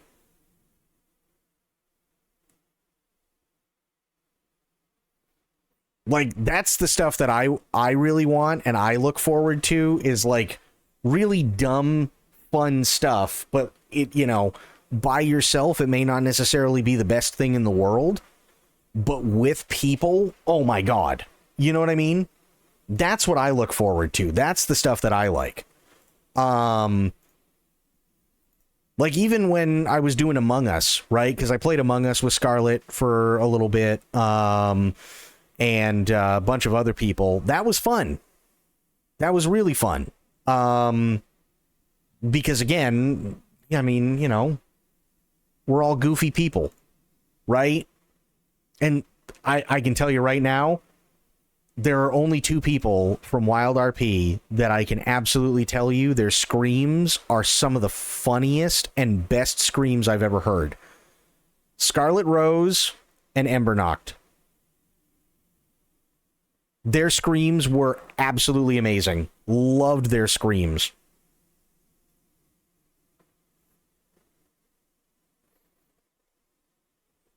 You haven't seen my Dead by Daylight video? I haven't. I have not seen your Dead by Daylight videos.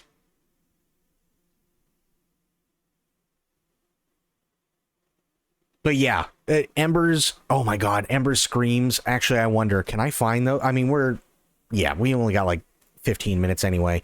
Let me see here. Wild RP. What were they called? What were those videos called, Andy? Best of?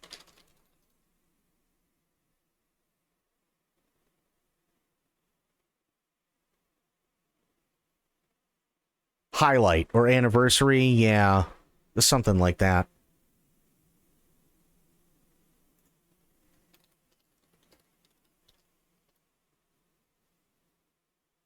Five-year anniversary was 4 months ago. Oh my God.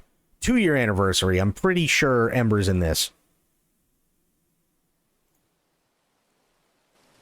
Father Hickey, would you like me to play a little bit of an introductory harmony? Oh, please do. Please do. Everyone, Father Bartholomew will now begin the sermon. That's Classy Packs, by the way. Oh, Jesus!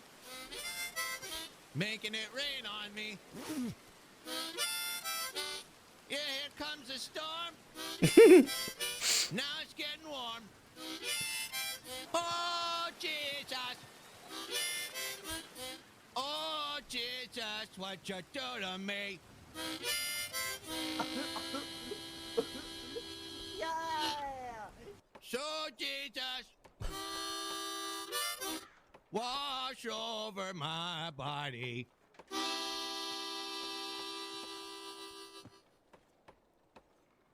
And then I'll break it down. Oh! Oh, wow. Yeah! Yeah! Yeah, Jesus! Yeah! Hell yeah. Go, Oh my God, I remember this. Left, and you're inching for. I remember that. Wait a minute. This was when Tin, and I believe it was Tilly, went up north. And they just ate. I can't even remember what. I think it was just a glitch. And this just went horribly wrong.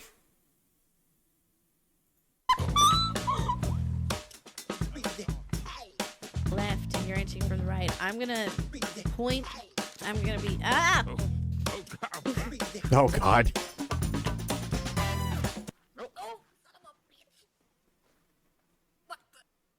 So anyways, go. What the hell? Fuck is...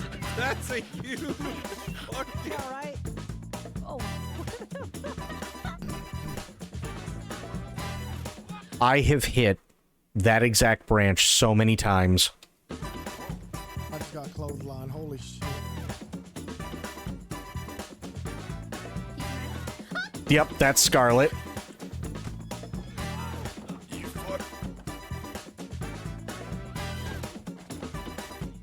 Oh, bad.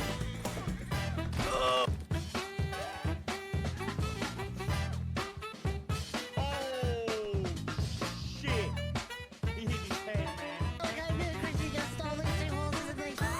Let's fucking go!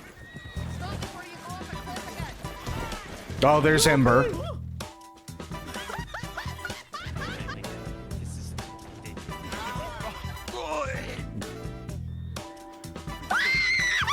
That's Ember. Oh,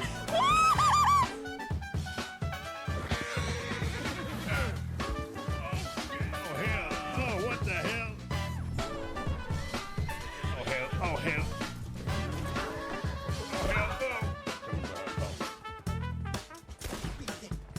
Hey.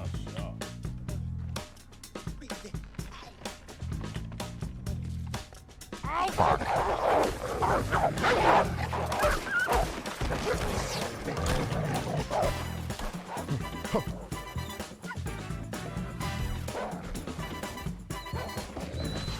So, okay, to be fair, I don't know how it is now.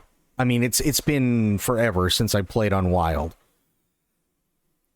But the way that it worked with Wild is it's always been vastly different from GTA RP. People seem to think that content-based RP is like the only way to go. And that's not true. Like, if you want to watch somebody like drive 300 miles an hour in a street race and then run away from the cops because they know that their cars are more powerful and so on, and then you have, you know, your people and their people, like your streamer and another streamer, and both communities are sitting there and pissing and moaning and bitching at one another and so on. Okay, fine, whatever. But Wild RP was always about telling stories. So yes, there would be people talking, absolutely, but it's building up to when the action happens. And it just also kind of goes to show you that you have a younger generation who have never seen a Western in their entire life. Because if you ever sit down, like even the movie Unforgiven, there is a whole lot of nothing that happens action-wise in Unforgiven until a certain few points. But everything up until those points is building to something. So when it happens, you're on the edge of your seat. You're on your own, mister.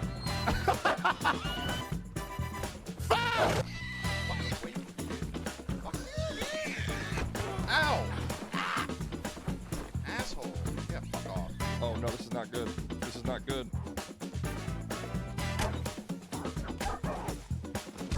Like, what was it? The last time Adam was on the server, he was still part of Law, and literally we were involved in a 3.5 hour shootout. 3.5 hour shootout, but it's totally just people standing around doing nothing, right? Fuck y'all, fellers.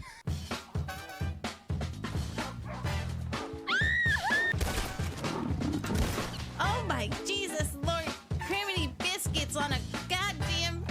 Are you okay? Slowly an armadillo. Ooh, black. Oh, yeah.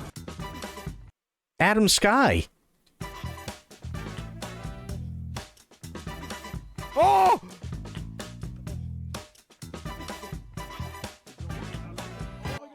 Oh my god!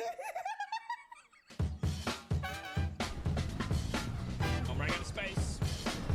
Jump, jump, jump, jump. Oh,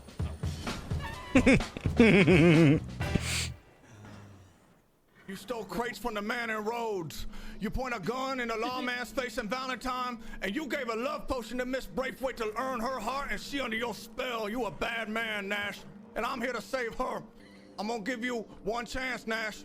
I'm gonna tell you right now. You know what? You heard about me, and you heard what I've done. I've been hearing about you in the back in the. You gotta leave the crossing and never come back. You got 48 hours, and if you don't make the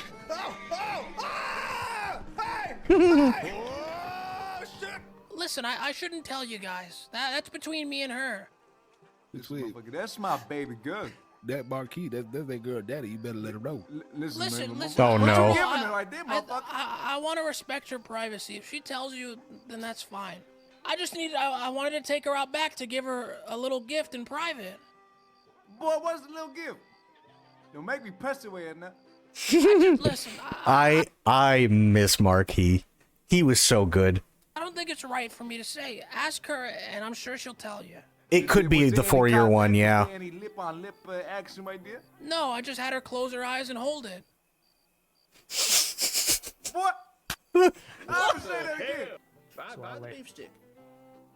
But maybe I don't want to buy the beef stick anymore. I should remind you at this point I'm a deputy. Oh, come on then! Bring it on then! You want some? You get some. Yeah,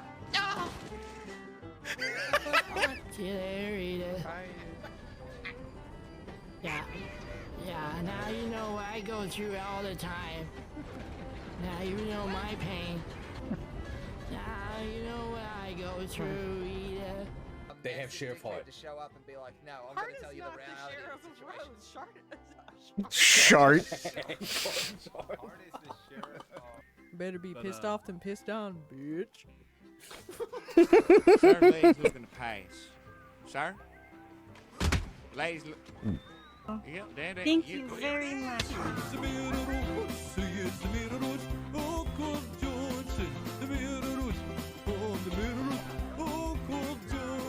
But why?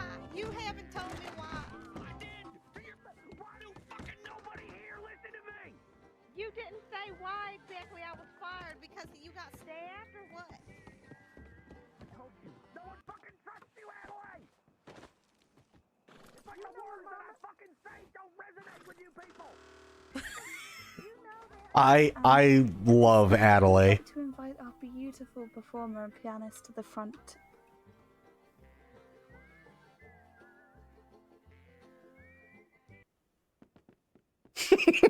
Get back here. Mr. Randall, at this time I am placing you under arrest. What? How come? You are being charged with assault with a deadly. Oh my god, not again. Again? The deep solemnness in my heart that I do pronounce this inmate as missing. We may never find him. He may never turn up, but I can tell you the search will at least last 22 hours or so.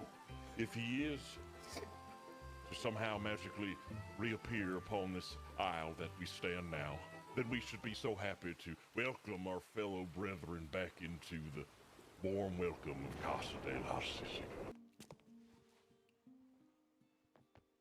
Welcome to Sisica.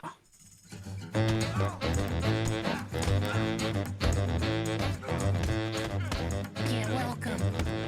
You want to threaten my woman again? Is that your woman, motherfucker? Damn right it is.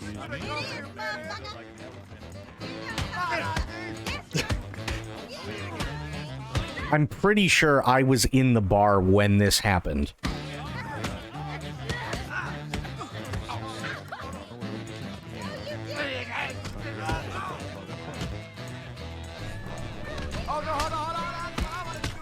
You ain't doing that. Stay it in. Get off her. What you doing here, huh? You want some too?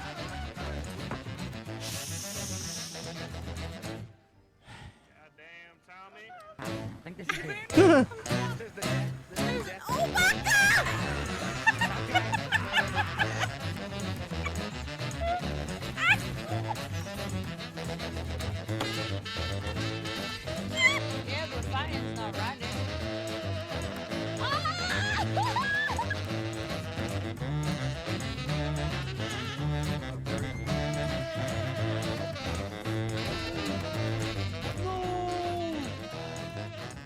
Okay, what's going on? This prick's trying to rub me. You little fucker! Come here, little fucking bastard! You can't have that here, fucker. God, I miss him.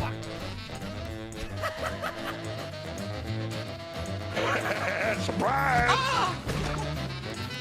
I feel pretty. Oh, that's 60 more.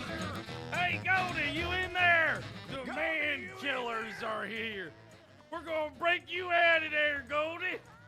All right, I'll add 30 days on a prison break when she has 10 left, you jackasses.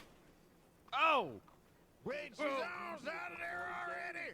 We was just playing a game, that's all. That was a prick. Nobody can get to. It's just a joke. It's just a joke there. Oh shit!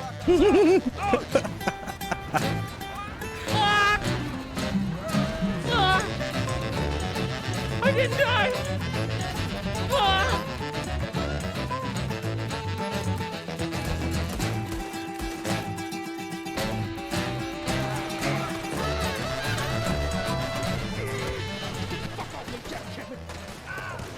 Why the fuck did y'all go this way?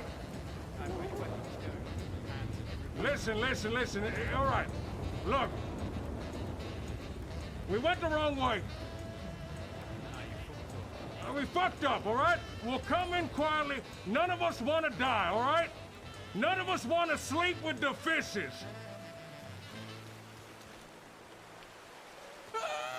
Ah!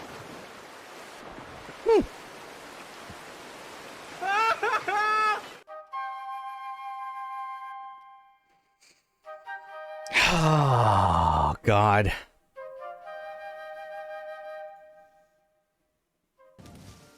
Oglethorpe saved your marriage? How? What happened?